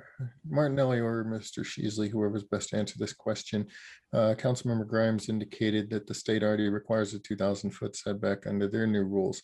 So how would us adopting this impact oil and gas operations if the state's already going to require that 2,000-foot? Sure, I believe I can answer. The state's 2,000-foot hard setback is for school facilities. They have what they've called a soft setback of 2,000 feet. For everything else, it is, and the soft part comes from, they have a 2,000-foot setback. That's correct, but that can be reduced based on the consideration of several factors. Otherwise, I believe the state's setback is 500 feet as kind of their minimum. So the floor that we've set is higher than that set by the state. The city, it's worth noting that the amendment deletes a section in Exhibit D that's not shown here because it's just totally struck. In Exhibit D, that where the city essentially implements a similar type of soft setback through its alternative site analysis for site eligibility, where a site that's over 2,000 feet away from existing or platted residential and these other facilities is considered eligible. But to be eligible under 2,000 feet, additional criteria have to be shown, and there has to be a determination made at the staff level for that site to even be deemed eligible for an application, ultimately then coming to council for approval. Okay, thank you for that. So to paraphrase what you said, we in effect have a 2,000-foot soft setback, which is equivalent to what the COGCC is going to have with a 2,000-foot soft setback. Our hard setback is 1,000 foot and the COGC's hard setback is 500 foot. Okay, thank you. Any other discussion or questions for staff regarding this motioned amendment?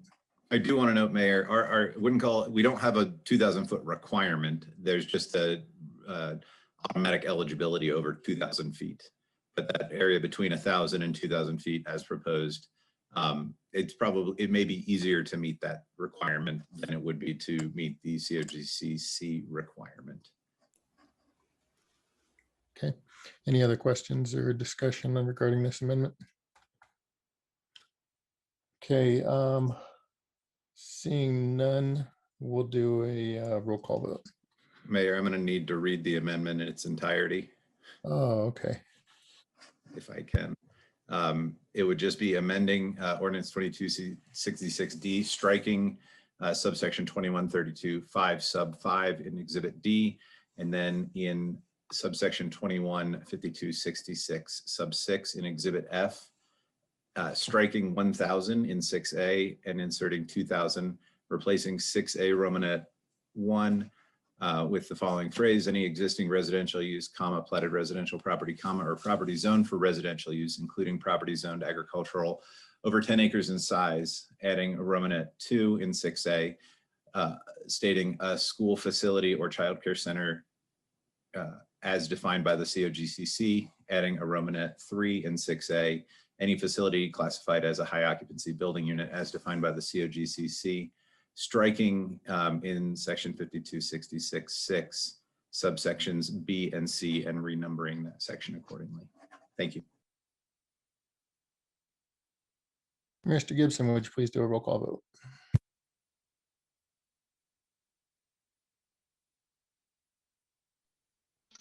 Apologies, Councilmember Madera, No. Councilmember Allen Thomas, Yes. Councilmember Noble, Yes. Councilmember Guardiola, Yes.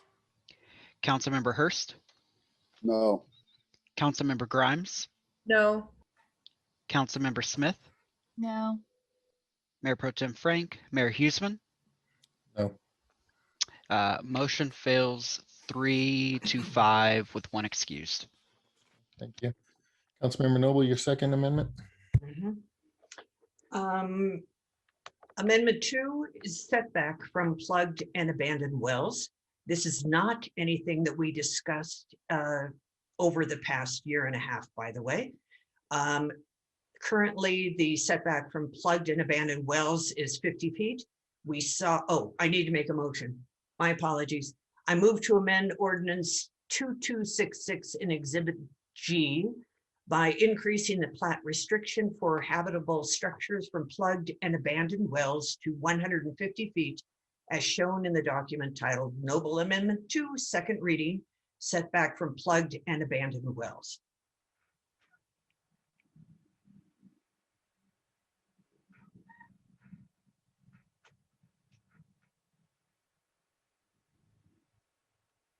Councilmember Alan Thomas?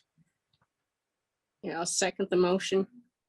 I have a motion and a second to amend ordinance 2266 in Exhibit G by increasing the plat restriction for habitable structures and plugged and abandoned wells to 150 feet, as shown in the document titled Noble Amendment 2, second reading, setback from plugged and abandoned wells. Is there any discussion? Councilmember Alan Thomas. Lowered my hand. Apologies. I'd like to explain, Mr. Mayor. Okay. Our current ordinance reads 50 feet. We did not discuss this last year. I have, on recommendation from the COGCC, in particular, Mike Leonard, who is currently the head of field inspections. Previously, Mr. Leonard was community outreach manager, and prior to that, I had taken the COGCC liaison class for lay people from him. He suggests 150 feet from plugged and abandoned wells, not for the same reasons I do. I do because I think it's a health issue. He does because he sees it as a safety issue, that they need that space around a around a well to plug and abandon, to bring in trucks, equipment, etc. So I am suggesting an amendment to 150 feet from 50 feet.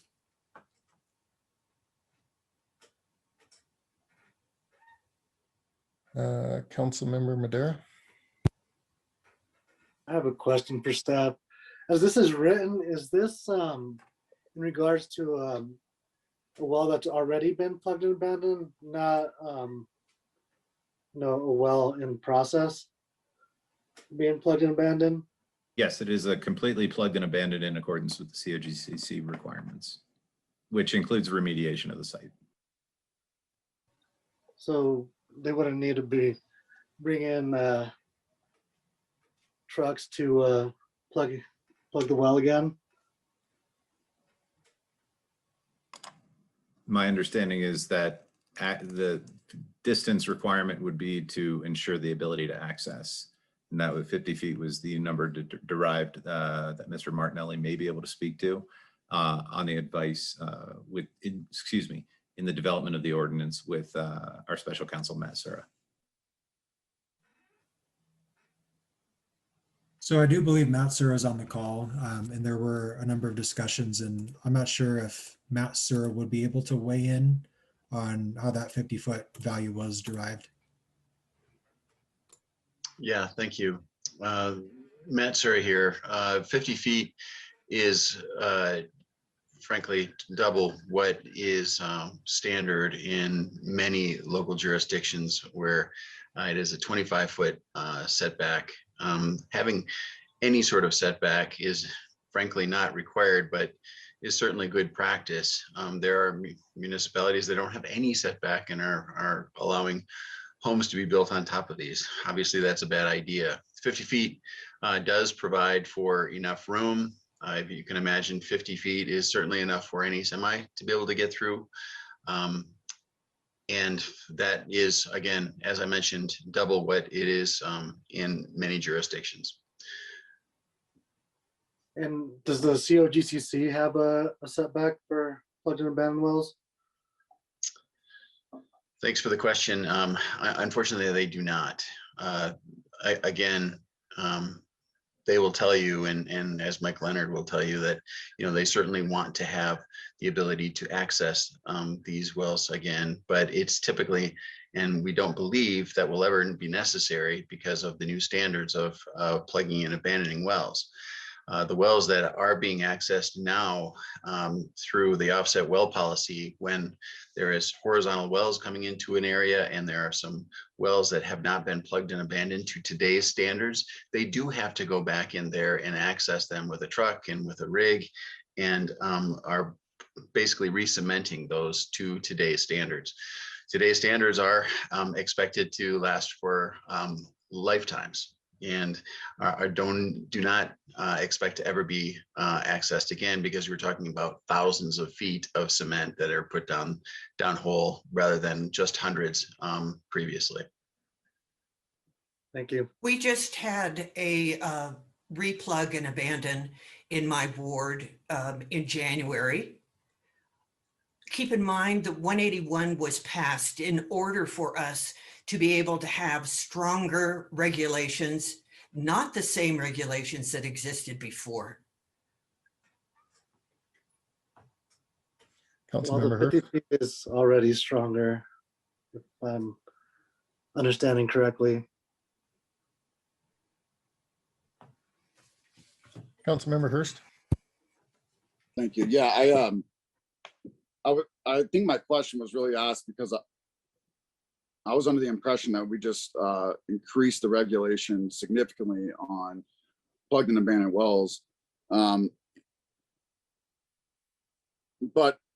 as said before, as long as there's room to get back in there, even with no expectation of getting back in there, what's the additional risk if we're talking about thousands of feet of concrete that we would be protecting for?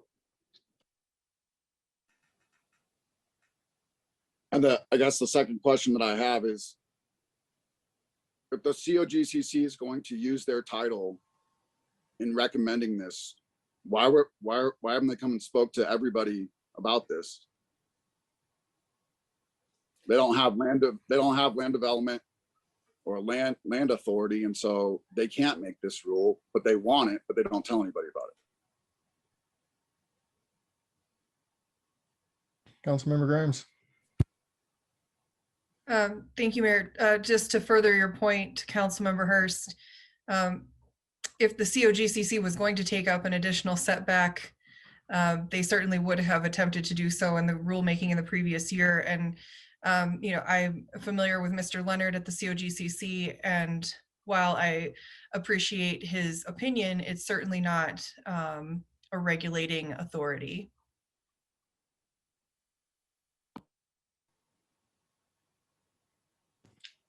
Councilmember Hurst. My hand is still up. I apologize. Is there any other discussion or questions regarding this proposed amendment? Seeing none, will the city attorney please read the title, and the city clerk please take a roll call vote? The amendment would modify ordinance 2266 in Exhibit G, Section 216280 in Section 3, restating subsection A as no final plat shall be approved that does not contain the following, and in Romanet 3, striking 50 and inserting 150. Councilmember Madera. No. Councilmember Alan Thomas. Yes. Councilmember Noble. Yes. Councilmember Guardiola. Yes. Councilmember Hurst. No. Councilmember Grimes. No. Councilmember Smith. No. Mayor Pro Tem Frank. Mayor Huseman. Yes. Let's see here. 4-4. 4-4, motion fails. Thank you, sir. Okay, Councilmember Noble, you have a third amendment? I do. My third amendment is on financial assurances. And I would also like to take a moment. Oh, never mind. Let me do this first. I move to amend ordinance 2266 in Exhibit F by adding language to section 21-5266, parentheses 15, parentheses B, Romanet, parentheses 2, and Romanet 3, parentheses 2, requiring prohibiting the reduction or early release of financial assurances as shown in the document titled Noble Amendment 2, Financial Assurances Reductions or Releases. Okay, I'll wait. I have a motion to amend ordinance 2266 and Exhibit F by adding language to section 21-5266, parentheses 15, parentheses B, parentheses Roman numeral 2, and Roman numeral 3, parentheses 2, requiring prohibiting the reduction or early release of financial assurances as shown in the document titled Noble Amendment 2, second reading, financial assurances, reductions, or releases. Is there a second? Councilmember Alan Thomas. Second the motion. I have a motion and a second to amend this ordinance in that regard. Is there any discussion? I'll let Councilmember Noble give her justification for wanting this amendment. The reason that I made this amendment is because that there was language introduced to this that gives discretion to the city manager to reduce the amount of $90,000. I think we heard earlier that it's actually far more than that. So this would end the release or reduce discretion of the city manager.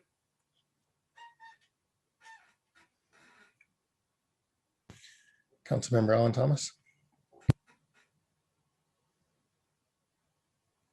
Apologize, Mayor. Lowering my hand. Is there any discussion regarding this amendment? Councilmember Madera. So as currently written, it seems like there's some conditions to financial assurance being released. So that there is still an assurance right, and that if it is reduced, it's still sufficient to cover the work to remediate. Is that correct? Yes, Councilmember Madera, the final sentence in subsection 2, the financial assurance can't be released or reduced unless there's an alternate financial assurance provided, meaning in the case that the financial assurance is somehow revoked or the company providing it goes out of business. And then you obviously want to be able to release the prior one and let it be replaced. Or if a new operator comes in and replaces the old operator and posts a different financial assurance. Or the second condition is that the director, and the director would be providing the reduction, would have to determine that the amount of financial assurance that is being released or reduced isn't necessary to ensure the purpose for which it's provided. So that there's a minimum floor, and the ordinance sets forth the floor of $90,000 plus adjustment for according to inflationary measures. And that amount can't be reduced unless the cost to fully remediate the site and comply with the permit are otherwise covered. I hope that makes sense. Yeah, so how would this amendment change that?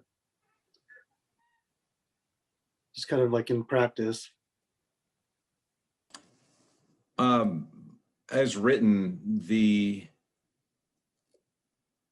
financial assurance would not be able to be reduced. It would have to be in place for the life of the well, even if the cost to fully remediate the site is less than the financial assurance, or if the COGCC ultimately introduces financial assurances that would cover this. That being said, there's a chance that some site could cost more than the financial assurance that the city is requiring, and that would there's a balance in there that the city's trying to meet. Thank you. Councilmember Grimes. Thank you, Mayor. Robert, I have another question for you. Just help me with the legalese. To your point earlier, it's important to be able to release a bond or financial assurance in certain events, new operator, company going out of business, etc. Does the language change eliminating the verbiage release prohibit that from happening? Is it going to keep financial institutions from getting that bond or financial assurance back? I don't believe practically that would be the outcome. We do keep in the context of replacement.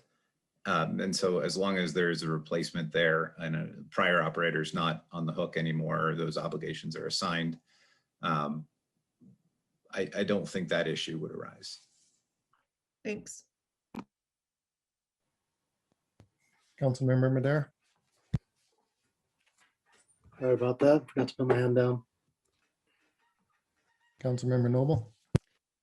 The primary issue here is to make certain for the first time in the history of the COGCC and in the oil and gas industry that we actually have financial assurances in place that cover the costs of any of these wells, whether they require remediation, whether it be soil or any other material. We're talking about, in some cases that are being proposed for Commerce City, 24 wells, 32 wells for a site. The old rules had to do with pump jacks, a simple conventional well that went straight down. These are nothing like that any longer. The more restrictions we put in place and the more assurances we put in place, the better it is for the taxpayer. And that's who we're trying to protect here. I have a story from the Denver Business Journal from June 19th of 2020 about a Colorado oil company bankruptcy liquidation that was resulting in the state taking over orphaned wells. That happened within the boundaries of Commerce City, although it happened on unincorporated Adams County property. We want to make sure that Commerce City taxpayers do not have to pay in any way, shape, or form. And we want to take any of the discretion out of whether it gets reduced or not. That's what I'm trying to work on here. And that's what I'm trying to make certain that we do. And that's to protect the taxpayer.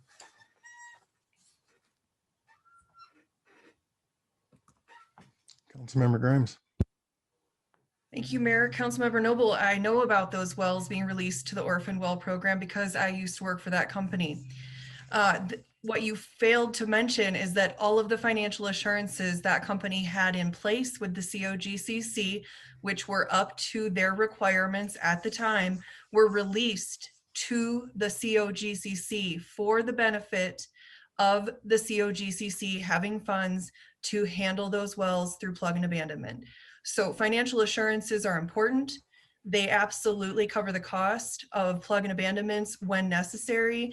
And I think it's really important for you to put all of the information out there if you're going to assert that companies are leaving taxpayers high and dry. It's just absolutely not the case. Councilmember Madera. Yeah, I just want a little clarification on how financial assurances work. You know, if you can give like an example of like an instrument that would be used, or just how it is in practice. Are you directing that question to me? Either to you or Dominic, whoever would be better. The financial assurances that the city is providing only permit two types, although there are a variety of options. The two types that the city is allowing are surety bonds and a letter of credit of a certain type. The surety bond, upon a default, the city would call on the surety company, who would then have to come in and cure the failure up to the cost of the surety bond, which would be the amount set in the ordinance, or give the money to the city to do so. In a letter of credit, the city would present its claim, essentially, demand for payment to the bank or the financial institution that issued it, and get that money in return. Now, there are a lot of technicalities within each, but the ordinance sets forth limits on the type that can be used, minimum amount, and then conditions on which for which the city can draw on that financial assurance. But in the end, the city would be going out, or the company that's providing the money would go out to do the work to fix whatever the problem is. And those financial assurances can take other forms, whether it be cash or less onerous for an operator, something like a financial test or a corporate guarantee that we have not recommended. It's not like they have cash set aside in a bank account, you know. No, correct. The operator pays somebody has cash set aside in the bank account, but those are the people making that guarantee through these particular forms on behalf of the operator. A cash escrow directly in that amount would be that, and that would be extremely onerous and not something that the council endorsed previously. Or what the COGCC largely does now is having a trust fund, essentially, where you have kind of blanket bonds for all your operations, and amounts can be paid into trust funds that then get administered for a larger program. We're dealing with a much smaller program, and the cost of these different instruments certainly can vary. I do not know the cost, but in some cases they could be free depending on the financial capacity and health of the operator and their relationship with an issuing bank or a surety company, or it would be a percentage of the overall amount, at least for a surety bond. A letter of credit may be different. Thank you for that explanation. Councilmember Hurst. Real quickly, I think we've had this discussion before, but I believe it's pertinent here. Is there any additional support from the state in this situation, or would it be solely on the shoulders of Commerce City?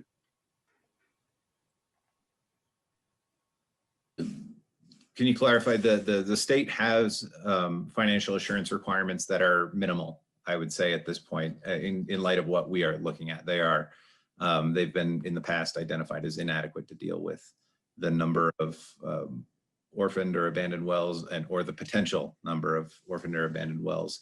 They are in the process of collecting information for a rulemaking later in the year, where they will reevaluate and reconstitute their financial assurance requirements. So what constitutes their authority to issue those financial assurances if the city already has? If it's on city property and the city's seeking their financial assurances to ensure that that well gets plugged and abandoned, is there duplication of assurances there where the state would also have something, since we don't regulate down well? Potentially, yes. There are some overlapping concepts. The plugging and abandonment, I believe, is, even though it does affect something going downhole if it's abandoned, the city, I believe, has authority to make sure that it is properly plugged and abandoned if the COGCC doesn't regulate that sufficiently. And so, yes, there is a potential for duplication of these obligations, but the impacts of well pads are varied, and we're administering two separate regulatory structures, in some cases with different subjects covered, but the ultimate end goal being the same. Yeah, and I really was just asking for clarification, because I agree that they need to be there, but and I agree that they need to cover the cost, but what I was concerned about is there additional assurances there that we're not considering outside of what the city's asking for? And I'm okay with the answer potentially. Thank you.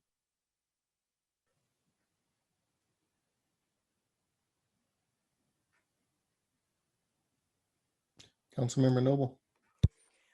Yes, I think one thing that we need to address is that in addition to the wells themselves, there are several facilities that are also on these sites: combustors, heaters, separators, etc. So there's a lot going on beyond just the wells. And I was invited by Councilmember Grimes, and I didn't mention the name of the company, but I will continue then, since she asked me to give the full article.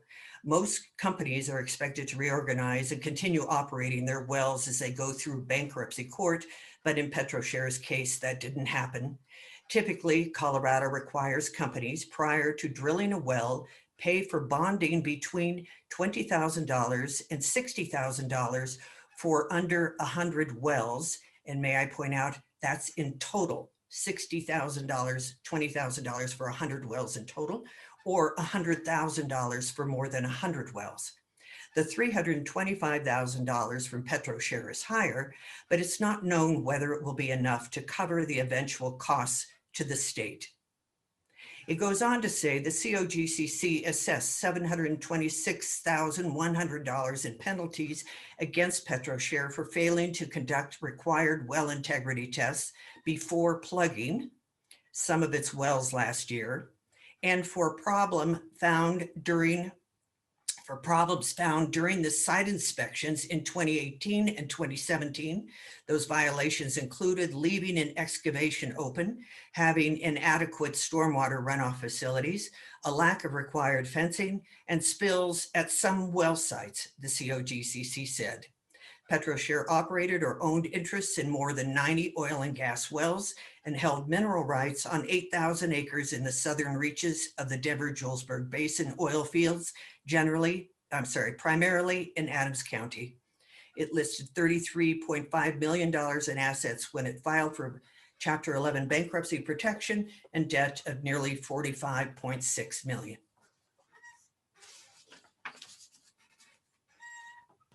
Councilmember Madera. We're running a little short on time, so I'd like to call the vote.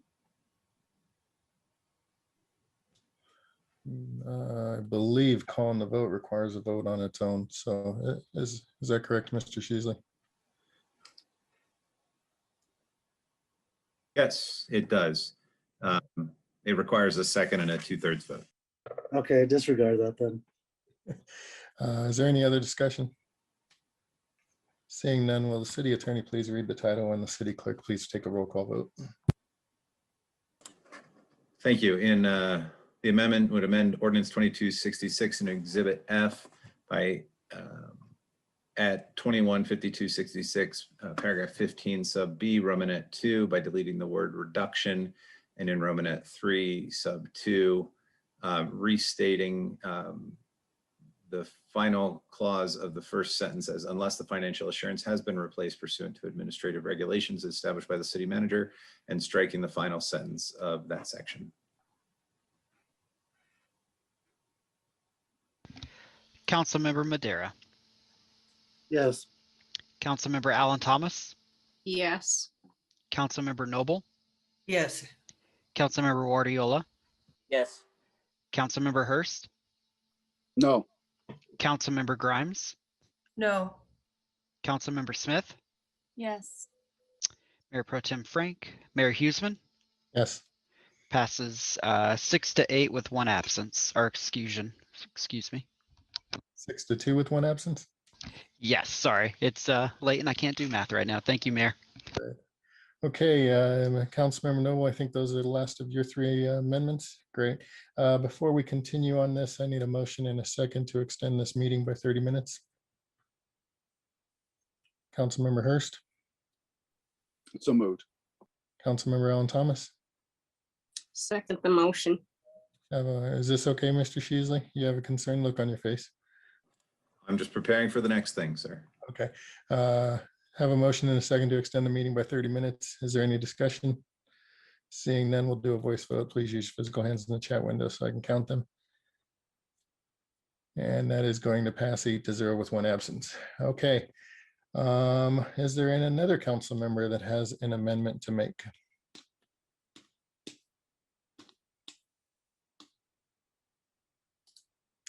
Seeing none, I do believe that we have one recommended minor amendment, so I will make the motion to amend Exhibit F, Section 21-5266, parentheses 6, parentheses A, to insert the words any of before the following existing conditions. Councilmember Madera. Second.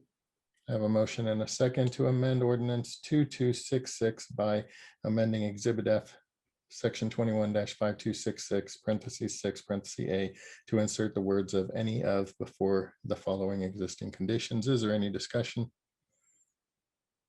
Seeing none, will the city attorney please read the amendment, and the city clerk please take a roll call You have vote? already done it, sir. Oh, have I? Is that Yes. the entire title? Okay, great. You did it, and so you can do a voice vote on the amendment as well. All right, great. Voice vote. Everybody in favor, raise your hand, please. Great. Everybody agrees with our illustrious city attorney, and that passes 8-0. And are there any other amendments? Councilmember Hurst. I'd like to make a motion that we have an amendment to go back to the city staff's recommendation on setbacks, reverse setbacks.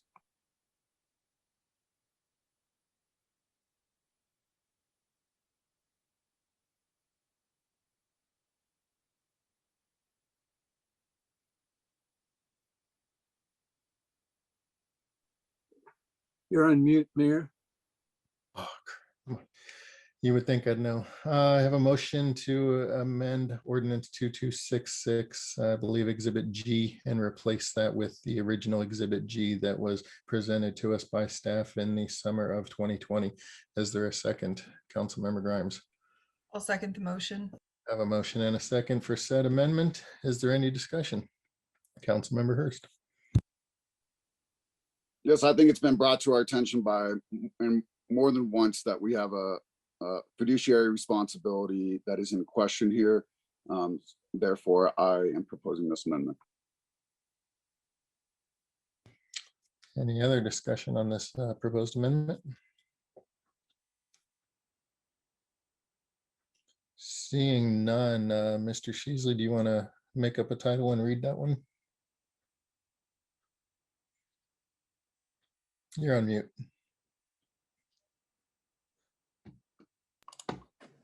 I was doing so well. Bear with me, it'll be long.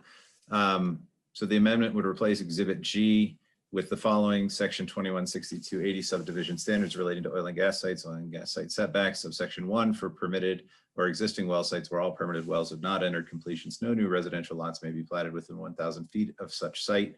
Subsection 2, for permitted well sites where all permitted wells have entered completions but have not been plugged and abandoned in compliance with all applicable COGCC standards and regulations, or the permit has otherwise lapsed, been revoked or forfeited, and is not subject to renewal or reissuance, then no new residential lots may be platted within the minimum setback set forth in Table 6.1. Table 6.1, setback from new residential lots to production sites. Well count 1 to 10, setback 300 feet. Well count 11 to 24, setback 400 feet. Well count 25 or more, setback 500 feet. Subsection 3, measurement shall be taken from the edge of the production site in the same manner as defined in 215266 sub 6, subsection 4, plat requirements. The following information shall be denoted on all final plats. Subsection A, the location of any oil and gas wells, flow lines and gathering lines, and any associated easements. Subsection B, the location of all recorded surface use agreements. And subsection C, the location of any plugged and abandoned oil and gas wells, flow lines and gathering lines, including a plat designation surrounding such wells and expressly prohibiting any habitable building or structure within 50 feet. Subsection 5, vacation of existing easements. No easement may be vacated for a previous or existing well, flow line, or gathering well unless documentation is provided to the city demonstrating such well, flow line, or gathering line has been vacated in compliance with all applicable COGCC regulations. That concludes the amendment. Thank you. Mr. Gibson, would you please take a roll call vote? Yes, sir. Councilmember Madera, Yes. Councilmember Alan Thomas, No. Councilmember Noble, No. Councilmember Guardiola, No. Councilmember Hurst, Yes. Councilmember Grimes, Yes. Councilmember Smith, Yes. Mayor Pro Tem Frank, Mayor Huseman. No. Motion fails 4-4. Okay, any other amendments? Councilmember Grimes? Thank you, Mayor. I apologize, Mr. Sheasley. I don't have this prepared in terms of the language, but with regards to the plats and the requirement for flow lines as well as wells being required to be shown on those, I'd like to see that have an exception where a Form 44 is already approved. Thank you, Ms. Grimes. David Foster was a commenter who had submitted proposed amendments on first reading that included that concept. Would you like to review that to make sure that that fits what you wanted. He had, it was not fully that. I think it was broader than that rather, but it was on page 10 of his comments on first reading that I'm pulling up right now.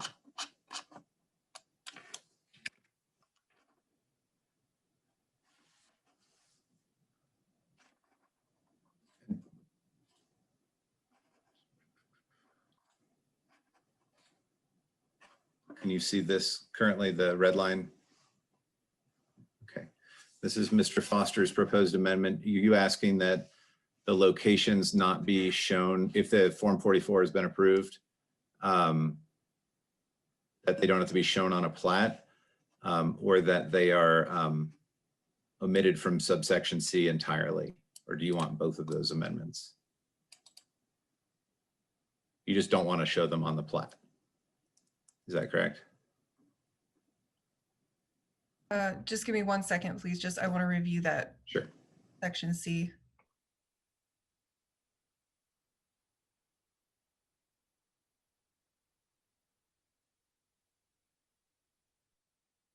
I would take it up exactly as written. For A and C? Yes. B? Okay.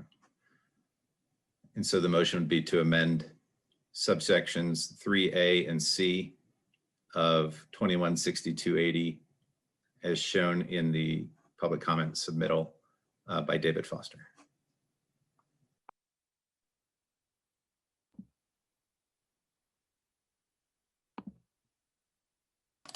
You may want to make that as your motion. May I just say so moved? Yes. So moved. Have a motion to amend ordinance 2266 on second reading to include comments made by Mr. David Foster regarding plat requirements for the exception if a Form 44 has not been approved. Is that correct? Okay, is there a second?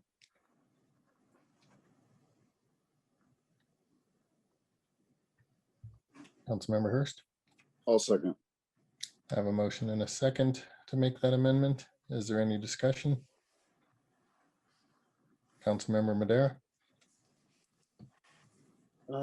Just a couple questions.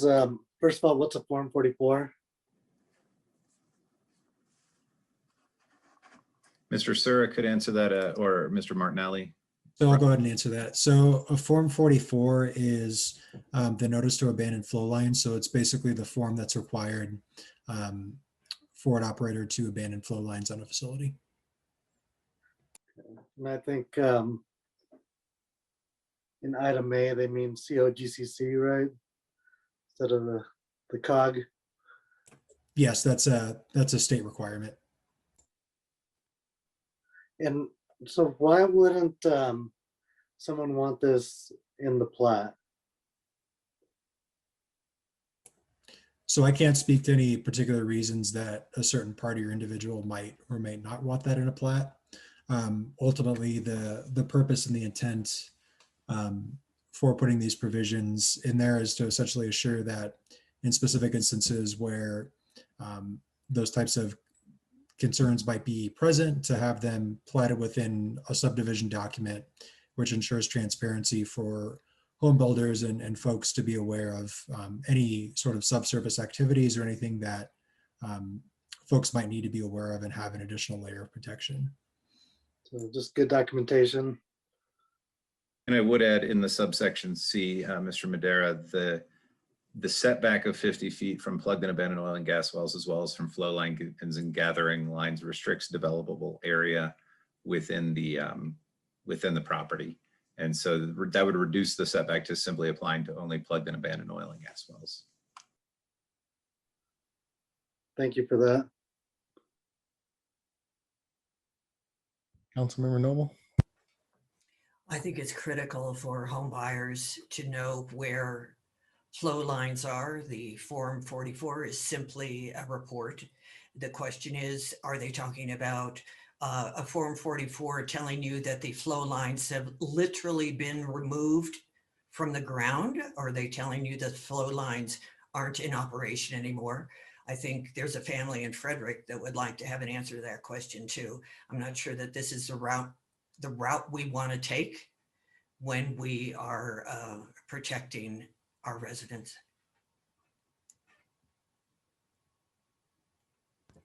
Councilmember Hurst. I have to say something about that because you're suggesting that there is no regulation or process by which people are notified, and that's absolutely not true. And that's the only reason I would support this moving forward, is because, again, most people won't even read that in their closing documents. And there's a better way to communicate that to a potential home buyer through the building process. And so to me, you're creating redundancies that are not unnecessary.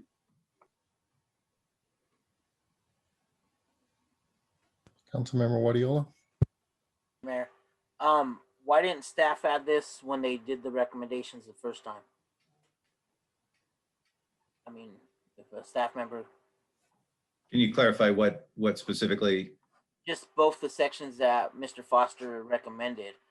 I mean, we've been at this for what, 2 years, and not once did any staff member recommended what the motion is. Was it just an oversight, or? I don't believe that the specific matter was brought to staff's attention until shortly prior to first reading, or in the weeks leading up to first reading. So this is a matter that may be of importance to study. This oil and gas regulation shouldn't be an ongoing, or shouldn't be set and done. I think there's further study on everything that we're looking at. And so that may be a topic to look at shortly if council doesn't approve the amendment this evening. Could you put it back on the screen, Robert, please?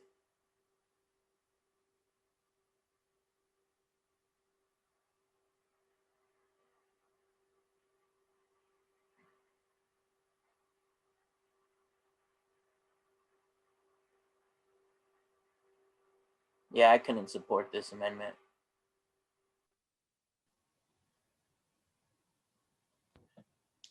Councilmember Hurst. And was up from earlier, apologize. Any other discussion on this amendment? Seeing none, Mr. Sheasley, would you please read the title? And Mr. Gibson, would you please take a roll call vote?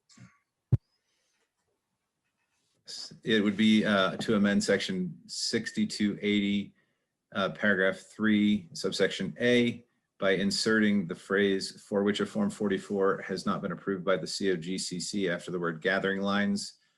And then in subparagraph C of section 3, deleting the phrase "flow lines and gathering lines," and at the end of the sentence after 50 feet stating "of a plugged and abandoned oil and gas well."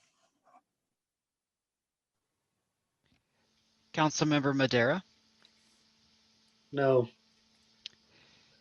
Councilmember Alan Thomas, No. Councilmember Noble, No. Councilmember Wardiola, No. Councilmember Hurst, Yes. Councilmember Grimes, Yes. Councilmember Smith, No. Mayor Pro Tem Frank, Mayor Huseman. No. Motion fails 2-6. Thank you. Are there any other motions from council?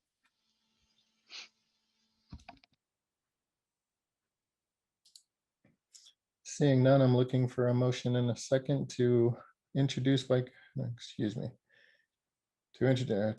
approve on second reading and second and final reading of ordinance 2266 with amendments as passed.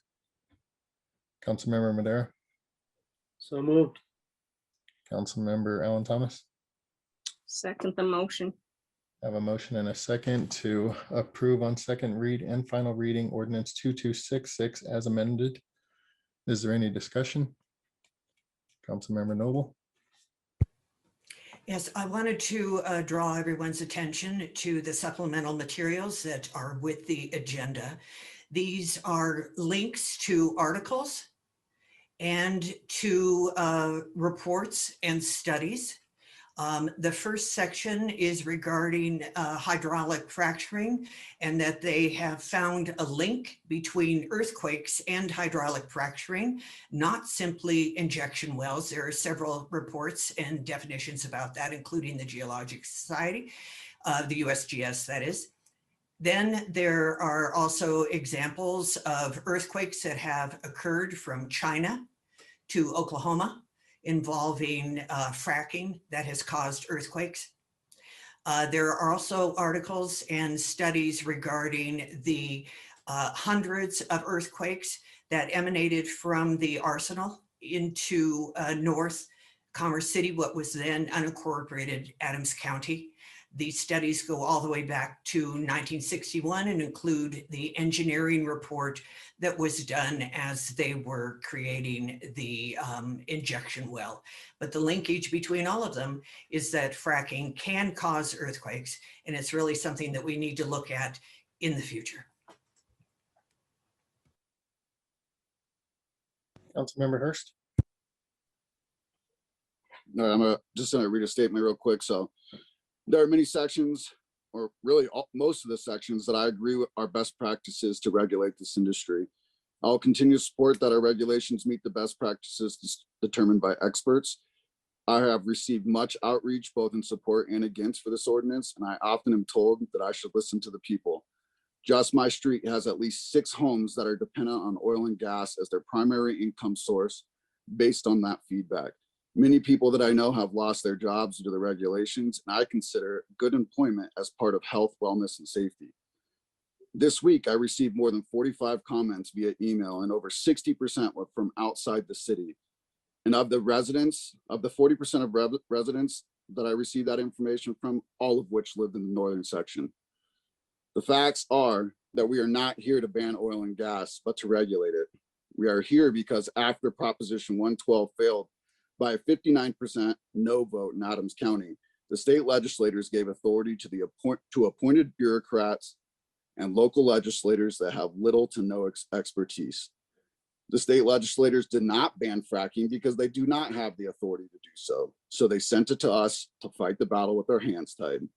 We are not allowed to regulate Suncor or the airport, but we are asked to pick winners and losing industries. And the state offered no help with legal battles that will arise from this. I support regulations that don't violate property rights. I support maximum transparency. I have even supported monitoring standards that do not have existing technology to reliably support it. I support to protect water resources. I support regulations that help protect animals. And after listening, studying, and discussing and debating for close to 2 years on council, I felt that staff brought a well-rounded recommendation that employed all of the above. And as an elected council member, I have a fiduciary responsibility that I feel will be violated by supporting sections of this ordinance. I'm also concerned that we ignored a planning commission recommendation when it was council that originally sent this issue to them.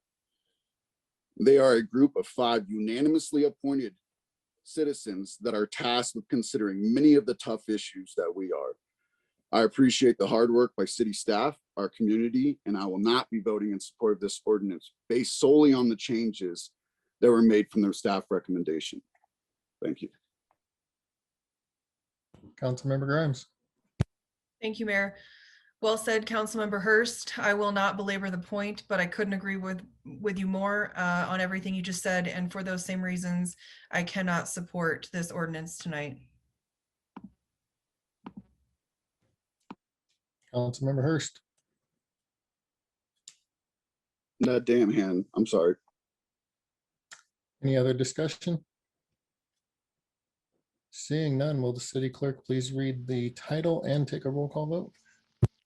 Ordinance 2266, an ordinance relating to the regulation and enforcement of oil and gas development by amending the Commerce City Revised Municipal Code, including Section 3-2304 and Articles 3, 5, 6, and 11 of the Commerce City Land Development Code, repealing and reserving Section 21-3216 of the Land Development Code, enacting a new Section 21-3235 of the Land Development Code, approving and implementing a best management practices document, and establishing related penalties and procedures. Councilmember Madera, Yes. Councilmember Alan Thomas, Yes. Councilmember Noble, Yes. Councilmember Guardiola, Yes. Councilmember Hurst, No. Councilmember Grimes, No. Councilmember Smith, Yes. Mayor Pro Tem Frank, Mayor Huseman, Yes, passes 6-2. thank you, sir. At this time, I'm looking for a motion in a second to extend our meeting by another 30 minutes. Councilmember Hurst, So moved. Councilmember Alan Thomas. Second the motion. I have a motion and a second to extend our meeting by another 30 minutes. Is there any discussion? Councilmember Hurst, Yeah, I think this is all important stuff that we need to get through the whole thing tonight. Don't want to push anything off to the next meetings. any other discussion? We'll do a voice vote. Please use your physical hands in the chat window. And that is going to pass 8-0. Thank you. That'll allow us to get through our administrative council business as well as reports and discuss other items that need to be done. First on administrative council business is the ratification of my signature on the letter in support of the American Dream and Promise Act. Need a motion and a second to ratify my signature. Councilmember Hurst, So moved. Councilmember Alan Thomas. Second the motion. I have a motion and a second to ratify my signature on the letter in support of the American Dream and Promise Act that was done by the U.S. Conference of Mayors. Just so it's on the record, Mr. Tinklenberg, can you tell us how many people voted in favor or opposed to that? Received 5 responses, all in favor. The rest did not respond. Okay, thank you very much. Is there any discussion? Seeing none, we'll do a voice vote. Please use show of hands. And that is going to pass unanimously 8-0 with 1 absence. Next up, Mr. Tinkleberg, would you like to lead the discussion on the next round of city manager interviews? Thank you, sir. Yes, you have tentatively scheduled follow-up city manager candidate interviews for March 29 and 30. We already had on the schedule the joint meetings with the school boards of 27J and Adams 14. What would you like us to do with those joint meetings that were scheduled? When those dates were thrown out there, the idea was that we could incorporate the school board into being able to be part of those interviews as community members. And that would kind of tie it all together. If anybody on council has a differing opinion or didn't agree with that idea, has another idea or another time on when you think we should be doing these meetings? So I think the intention is to invite them to be part of the process to do that. But as far as the actual standard meeting that takes place between us and the 2 different school boards, we would forego that in favor of using 2 nights that were all available to proceed with the next round of interviews. Okay, then we will reschedule the presentations that were planned for those evenings and have that occur at a later time. Thank you. Thank you. Does anyone on council have any administrative council business that they wish to discuss? Councilmember Grimes. Thank you, Mayor. Yeah, so as we are working back towards some sort of normalcy through this pandemic, lots of vaccines have started to be rolled out. There are, lessening of restrictions. There are decreasing positivity rates consistently. I would like to take this opportunity to ask if we can come back to at least study sessions in person as a council. Happy to make that motion, but I would like some feedback from other council members before I do that. Councilmember Alan Thomas, I see you have your hand up, but I presume that's for your own administrative council business. Does anybody else on council have comments regarding going back to study sessions in person? Councilmember Alan Thomas? Yes, thank you. Yes, I still would like to comment on that, and especially being a health professional and an advanced practice nurse, I have some concerns. And not only per staff to have time to look into what is it gonna cost for us to maintain safe social distancing.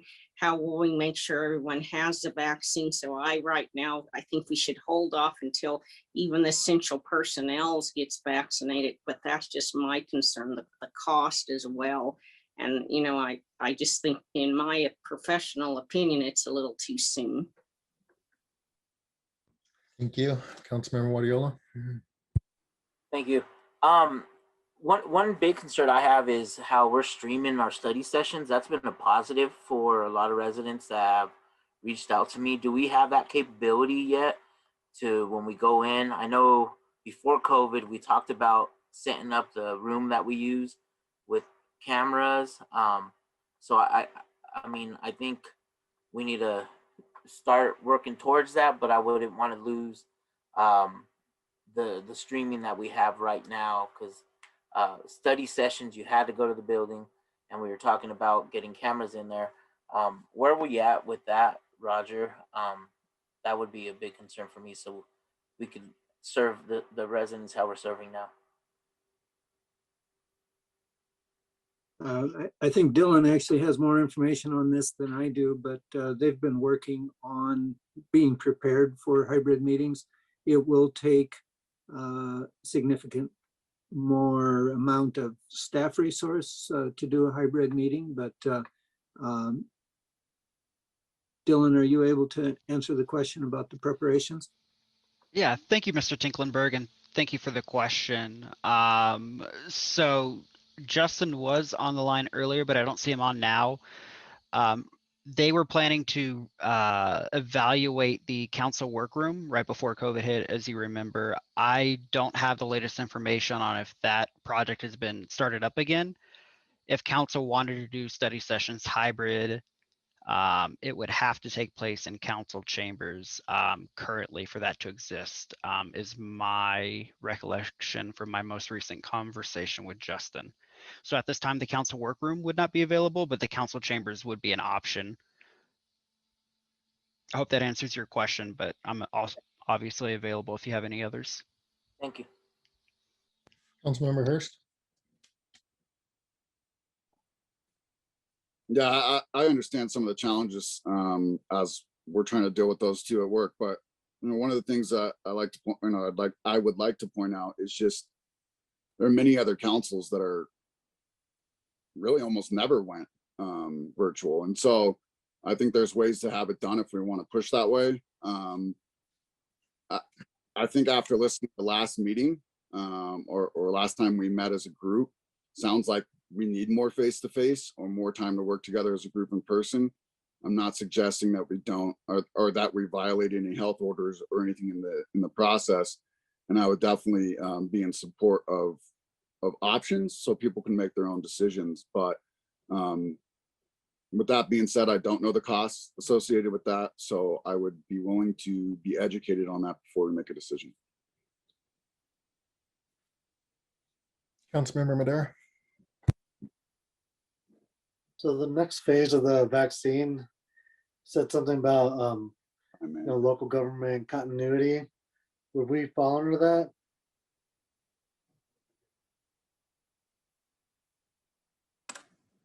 Generally, I believe yes, but I don't know if Roger's frozen.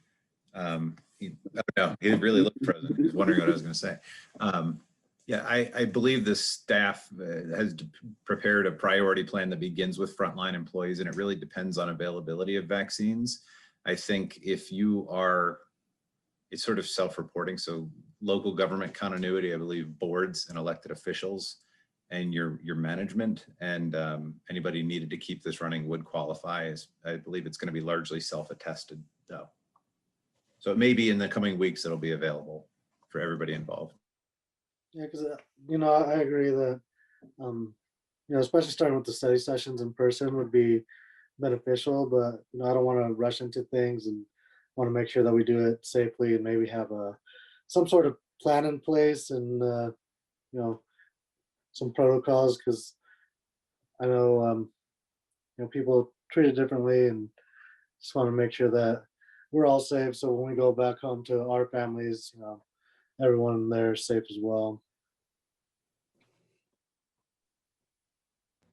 Yeah, I think this is a challenge that is going to go beyond just when is it safe to go back into council chambers and when is it safe to go back into the workroom. You know, like Councilman member Wadiola said, you know, I mean, there's a lot of people that have benefited from the fact that they're able to participate in meetings that they never were able to before. You know, this evening we had 38 people in citizen communication. A lot of those people may have still been at work that would never be able to get to the Civic Center in time to be able to speak. So I think in trying to come up with that idea of what it looks like when we do go back, we need to take into consideration the benefits that have come out of this and the ability for us to stream these meetings and have them and try to figure out a way that we don't lose that while gaining the benefit of being back in person. You know, I mean, I think the dais is easy because, you know, you can slap plexiglass up in between all 9 of our seats and, you know, and then, you know, we're socially distanced with that barrier there. But that doesn't fix the other things that really need to be taken into consideration. So I know that Mr. Tinklenberg and his staff are actively trying to figure out the best way to get our city back open to normal operations, not just from COVID, but also from snow. And I just think that they should be given the idea to hear what our ideas are, or the opportunity to hear what our ideas are and start coming back with a plan of what it's going to look like to get us back to some resemblance of normal while still maintaining the benefits that we've received from this. And Mayor Huseman, can I just state that the benefits of Zoom is something that IT and my department, along with support from city manager's office, is something we're going to continue. We've been trained on how to have Zoom set up in the council chambers at the same time to provide remote participation for the citizens whenever we do go back, either hybrid or fully in person. So that's definitely something we want to keep as a benefit to our residents. Awesome. Glad to hear that. So Councilmember Grimes, this was your item. Did you want to make a motion, or are you content with the conversation that took place and the fact that staff is working the issue? Yeah, I'm happy with that, Mayor.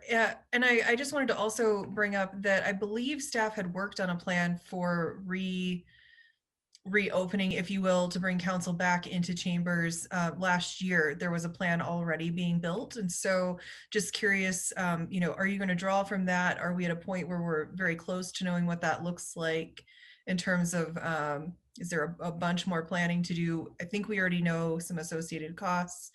I would just ask that if staff could bring that information back to us at our next council meeting, so we could actually have a, you know, we've had the discussion, but we could potentially vote on it at the next meeting. We're happy to do that if that's the wish of council. Okay, did you have any other items, Councilmember Grimes? Nope, thank you. Councilmember Alan Thomas, you were next. You're on mute. Thank you. Just in reference to that, I was just hoping, you know, everyone has different opinions and different values. So I think if it's optional, especially with some people not being vaccinated, then some council members and the staff, if they prefer to have the option to go in person, then leave that option available.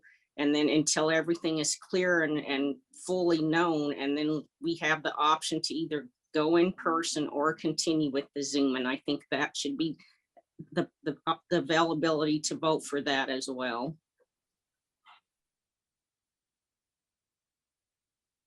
Thank you. I do believe you're next on administrative council business. Thank you, Mayor.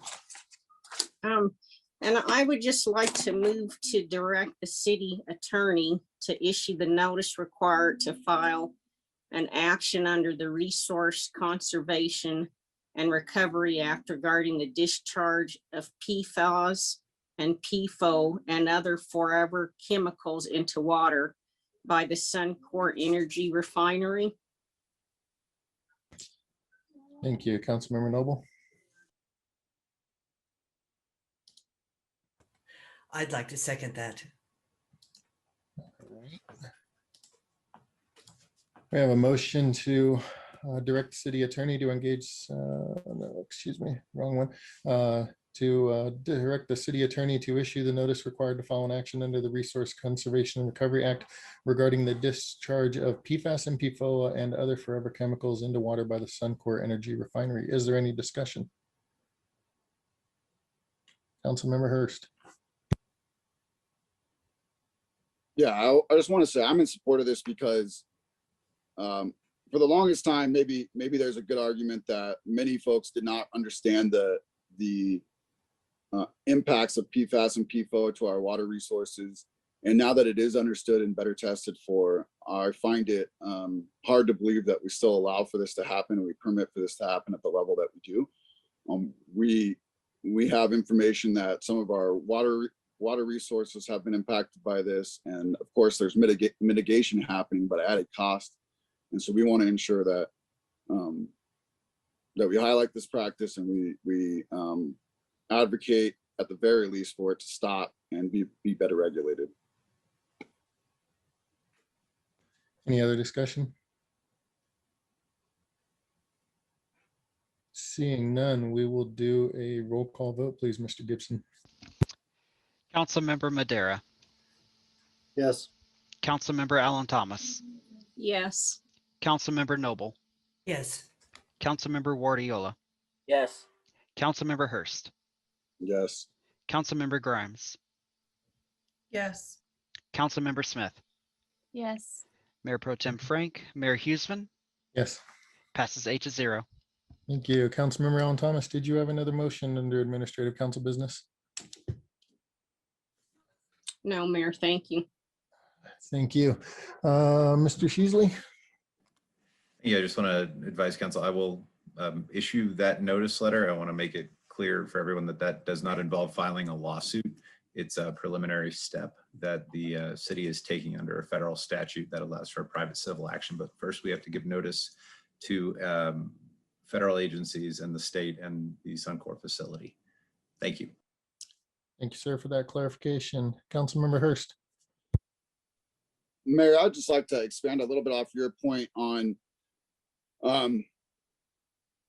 virtual accessibility to our meetings. I want us to consider, and I'm not advocating or making a motion here, but that if a council member has a viable excuse that is agreed upon by council, that we may come into meeting remotely, even when we're back in person. I want to see if we will entertain that. Say somebody is on a business trip or a planned vacation where they can actually set aside, the 4 or 5 hours necessary to properly take on a meeting in a quiet place that won't be a distraction. I want us to consider that moving forward.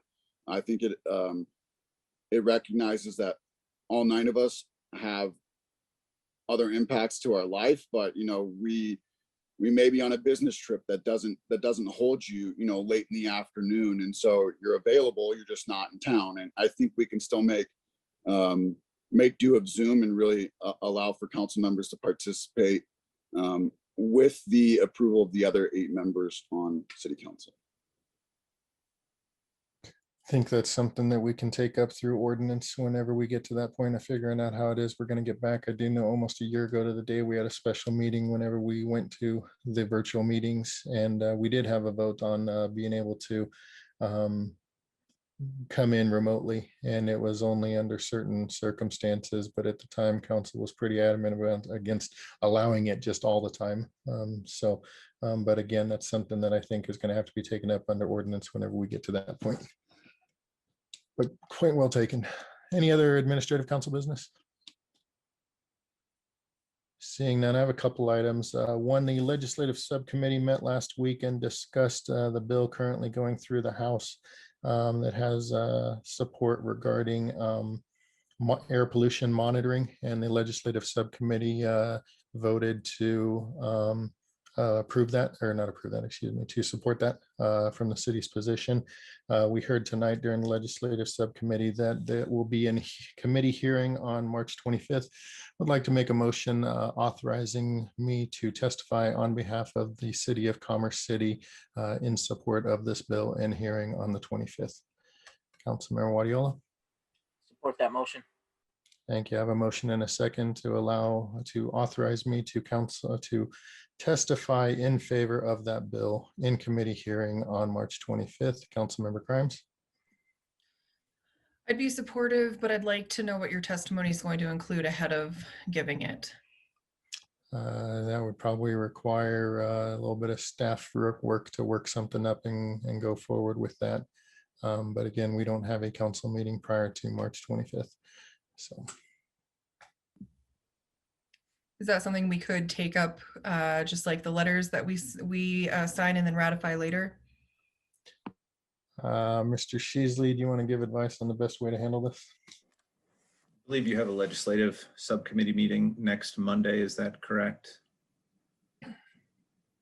And so perhaps that testimony could be previewed there after there's an opportunity to consult with the lobbyist. Okay. Any other discussion? Okay, I have a motion and a second to authorize my testimony on behalf of the City of Commerce City in support of the air pollutants bill on March 25th during their committee hearing, or whatever day, if that gets moved to a different day. We'll do a voice vote. So all those in favor, please use your physical hands in the chat window. And that's going to pass 8-0. Thank you very much. This time, I really wish we're going to have to go back to trying to figure out how to do moments of silence a little bit better. But I want to tell a little story of a resident who contacted me. Her daughter was in the Navy and experienced some hardship during her military career and ended up taking her life, and left behind 2 10-year-old twins. And absolutely just a traumatic turn of events that have taken place, and was able to help connect her with Congressman Perlmutter's office and to have discussions. But would just like to take a moment of silence to recognize not only her loss, as well as loss of the 45 residents that have passed away from COVID, and the recent losses that we've had from DUI drivers and accidents that have taken place, particularly the fiery accident at 104th and Tower Road. So just like a moment of silence just to remember these residents and the hardships that people have taken.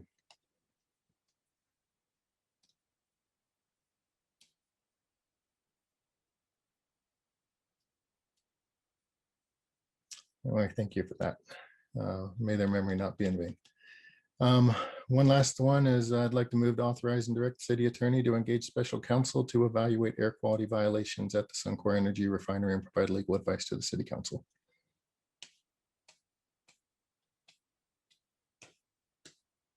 Councilmember Noble. You're on mute. I'll second that. Thank you. I have a motion to authorize and direct the city attorney to engage special counsel to evaluate air quality violations at the Suncor Energy Refinery and provide legal advice to the city council. Is there any discussion? Councilmember Grimes. Yeah, I just want to say I won't be supporting this motion tonight. I think that we have put some wheels in motion to start this conversation already, and I think that this is a jump too far at this point. And yeah, will not be supporting the motion. Any other discussion? Seeing none, Mr. Gibson, would you please do a roll call vote? Councilmember Madera, Yes. Councilmember Alan Thomas, Yes. Councilmember Noble, Yes. Councilmember Wardiola, Yes. Councilmember Hurst, Yes. Councilmember Grimes, No. Councilmember Smith, Yes. Mayor Pro Tem Frank, Mayor Huseman, Yes. passes 7-1. Thanks, sir.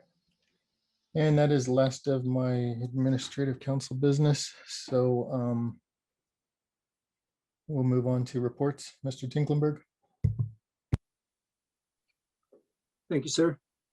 Try to make this quick. One thing I can tell you about Chambers is that IT is working on expanding the system so people can download an app that will allow their phone to pick up the hearing, the system in the chambers, so that via Bluetooth they can link to their either hearing aids or earbuds that would be paired with the phone. That would be to assist any of those that have difficulty with hearing. And then The Diversity and Inclusion Commission held its first meeting, and that went well. They plan to meet the last Wednesday of each month, in case you're ever interested in dropping in on them. They're going to be gathering and analyzing community demographic data, and also engaging with nonprofit and business community to develop a community-driven resource network. They're also drafting a charter and further reviewing the resolution that City Council passed so that they understand their mission and purpose that you've outlined for them. And also researching diversity and inclusion initiatives that were utilized in other communities. Then also City Clerk's office will be offering training to employees so that we have a consistent standard for formatting and level of information and attachment details so that there's consistency among boards and commissions along with City Council. So hopefully that will help in terms of everyone understanding what's being proposed and that type of thing. Also, in terms of city attorney compensation, I will send out to you the city attorney's current salary and results of a recent salary survey so that you can use that in your executive session later tonight. And then in terms of community development, planning staff is working on land development code quarterly cleanup that will be brought to you within 90 days to address a number of different items. Again, just try to keep that current and fresh. And then comprehensive plan, there's a virtual community workshop this Thursday, March 18. And 2 o'clock is for Spanish speakers, and at 6 o'clock it's for English speakers. Community relations is working on a communication that's going to go out for the fact that we'll be keeping city facilities closed tomorrow. And I'll talk about that a little bit more in terms of snow removal here in just a moment. There was extensive information from economic development included in the city manager update last week, so please refer to that. And then the budget report, I had mentioned that that was going to be coming out to you mid-January. We anticipate that, or mid-March, I'm sorry, the January and February report will be sent to you later this week. So that will be available for your consideration. And then Parks, Recreation, Golf, our water attorney is continuing to work on additional city-owned water rights. And we have a water engineer looking at the best way to obtain or retrieve that water from underground. And then also we were able to hire the community navigator, and she will start working on April 5. The woman's name is Sarah, and she has prior experience working on housing intake and homelessness, and she knows Adams County. So very fortunate to be able to find someone of her caliber and knowledge. And then Public Works, we had discussed the infra grant application that CDOT is proposing for later this week, and staff articulated the city's position to CDOT. And in response, Director Liu called the mayor to discuss that. Snow plowing. So the snow plowing crews worked all day yesterday and through the night during the blizzard. And unfortunately, their work was hampered by vehicles that were stuck and abandoned. And so this morning they began removing those vehicles out of the streets and so that they could open up those streets to be used again. So during the day today, they worked on priority 1 and 2 streets. And as they started finishing up priority 2 streets, then they began working on priority 3 streets. Because of the vehicles that became stuck, particularly on 96th Avenue, we hosted 12 people at the Bison Ridge Recreation Center overnight, so that they had a warm shelter. There was a party from state of Maryland who weren't familiar with the area, and they got horribly stuck on 96th Avenue trying to get to the airport or a hotel near the airport. So they were transported to the recreation center so that they would be safe. Now, Tomorrow, there's additional snow possible along with fog. And so we're recommending that everyone stay at home if at all possible. If a person has to drive somewhere, then please stay back from the snowplows and give them room to maneuver. Plus, we still have a lot of residential streets that are very tough to get through. So particularly sedans are prone to get hung up on the snow and get stuck. So, and then this evening, Republic informed us that they will not be picking up residential trash tomorrow. They intend to return to normal service on Wednesday. So Wednesday through Friday will be the normal routes. What they will do is they will basically pick up double the amount on next Monday and Tuesday. And so they will pick up extra. They're doing a robocall in the morning to get the word out to everyone that they have phone numbers for at least. And then just finally, good progress on talks with Adams 14 regarding the educational use of the site on the Mile High Greyhound Park. We have HOK architects firm to look at the layout and massing for the commercial area as well as the educational area. And then also Del West wants to speed up the market rate apartments, but they've asked for some additional assistance. And as we gather information, we'll be bringing that to the URA board. That's the extent of my report, but happy to answer any questions.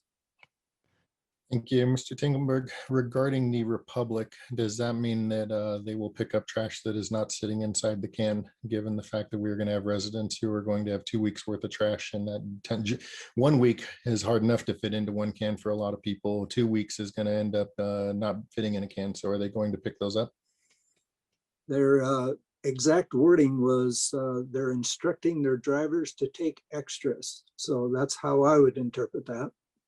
Okay. If we could make sure that is going to include items that are not placed within a can, and make sure our communication is extra clear to the residents that have been affected with Monday and Tuesday pickup, so they're aware of that. Sure. And getting that out as quickly as possible. I don't know that people really were under the impression that Wednesday pickup, normal Wednesday pickup, is going to occur tomorrow. So I think that's going to be a challenge for some people. They were probably under the impression that there was a delay out there. And typically on delays, you don't put your trash out. For me, normally a Friday, I don't put it out till Saturday on a delay. So I think we're going to run into some problems with people not knowing fully when their pickup is supposed to take place. Yeah, the Wednesday pickup should occur on Wednesday. Yeah, unfortunately, we're 11:15 at night, and I'm not too sure that everybody who has a normal Wednesday pickup is aware to put their garbage can out tonight. Luckily, it's Monday. What's that? But luckily, it's Monday. Hey, thank you. All right, it's late. Sorry about that. Okay, good deal. So we have time to get that word out. Yes.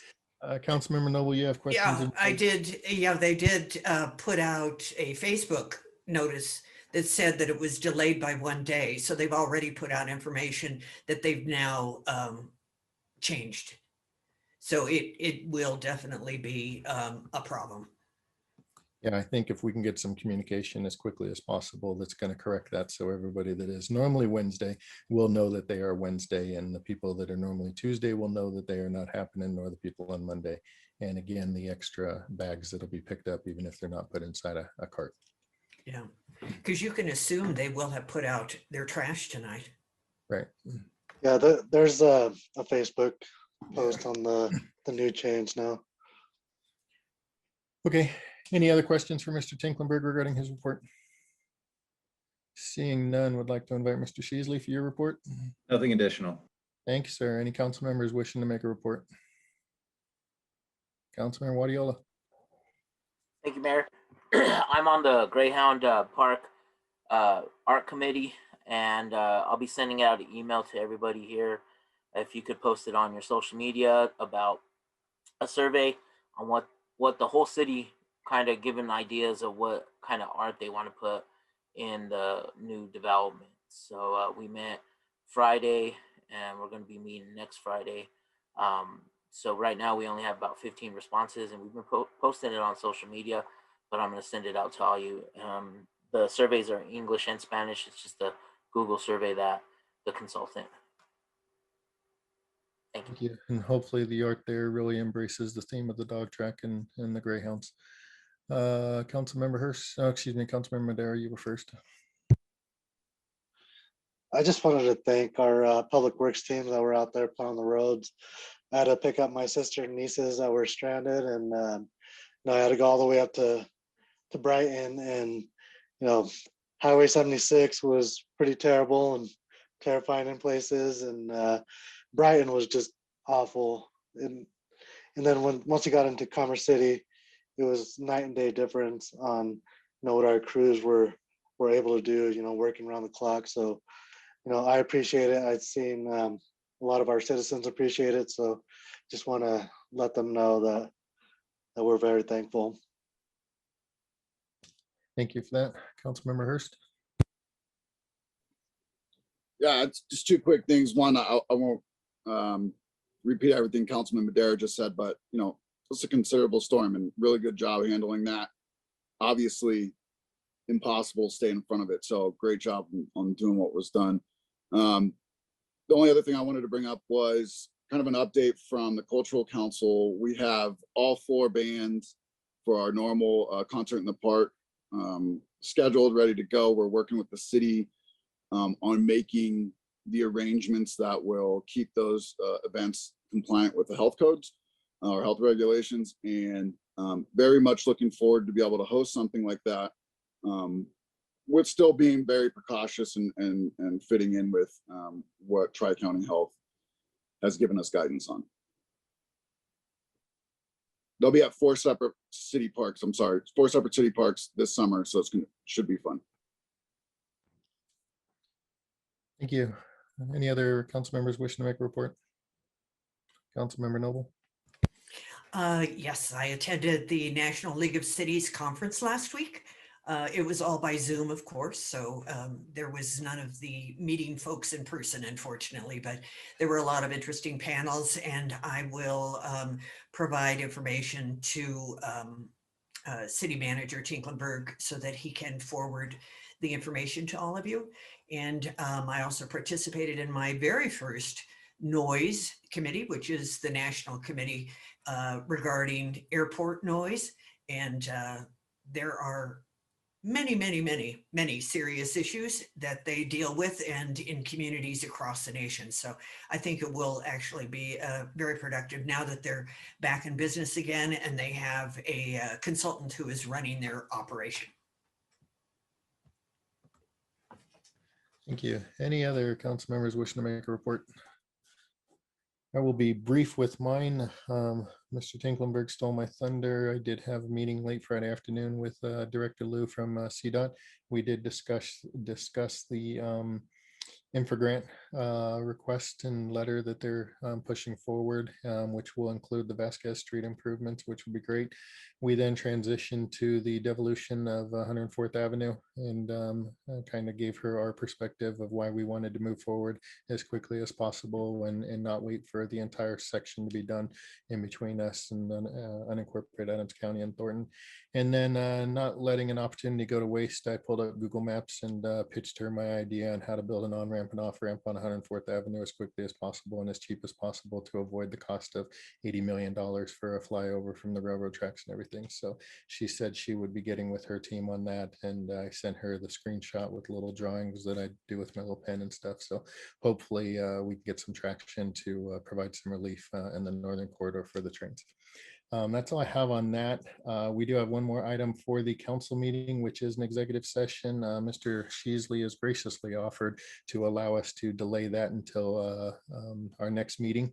So if council wishes to do that, I'm going to need 1 or 2 motions. One is going to be a motion to either extend this meeting another 30 minutes, or the other motion is going to be to amend the agenda and push that executive session off to the first meeting in April. So I need one of those 2 motions. Councilmember Grimes. I move to extend the meeting 30 minutes. Okay, I have a motion to extend the meeting by 30 minutes. Is there any discussion? I do want to say, though, we are going to, if we do extend the meeting, we are going to adjourn this council meeting. We are going to go into an NIGID meeting and then reconvene the city council meeting in order to go into that executive session. So have a motion to extend the meeting by 30 minutes. Councilmember Madera. I mean, if you really want to torture the guy and have him stay up and have his evaluation at midnight, I think it'd be better off, going over this with clear heads and really taking the time to give a thoughtful feedback. And so I'd rather do it in another meeting instead of doing it at midnight. I do currently have a motion to extend the meeting by 30 minutes. Is there a second to extend the meeting by 30 minutes? I do not see a second, so that motion fails. Does anybody wish to put out another motion? Councilmember Madera. I move to postpone the evaluation or the executive session till the next meeting on April 1st. Councilmember Guardiola. Or Second that motion. I have a motion and a second to amend the agenda to postpone the executive session to discuss the evaluation of City Attorney Robert Sheasley until the first meeting in April. Is there any discussion? Councilmember Hurst. Can we not do that at study session next week? Sorry, quick question. Next week's study session has all the items that got pushed from last week's study session. Perfect, thank you. I was just wondering if that was possible. Councilmember Alan Thomas. Yes, thank you. I just wanted to go along the same lines as Councilmember Madera, I think in respect for him as well. It's been late and plus he's been working all day like most of us as well. So I'm glad, I think we should wait as well. Thank you. Thank you. Mr. Tinklenberg.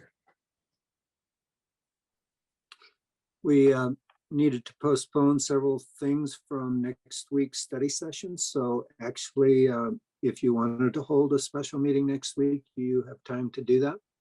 Great. Then can I get an amendment to your motion, Councilmember Madera, to postpone it to a special meeting that I will call on March 22nd? So moved.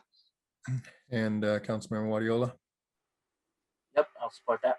All right, so now we have a motion and a second to amend the agenda to push the executive session for the purpose of the evaluation of City Attorney Robert Sheasley to March 22nd to a special meeting that I will call. Is there any discussion, Mr. Tinklenberg?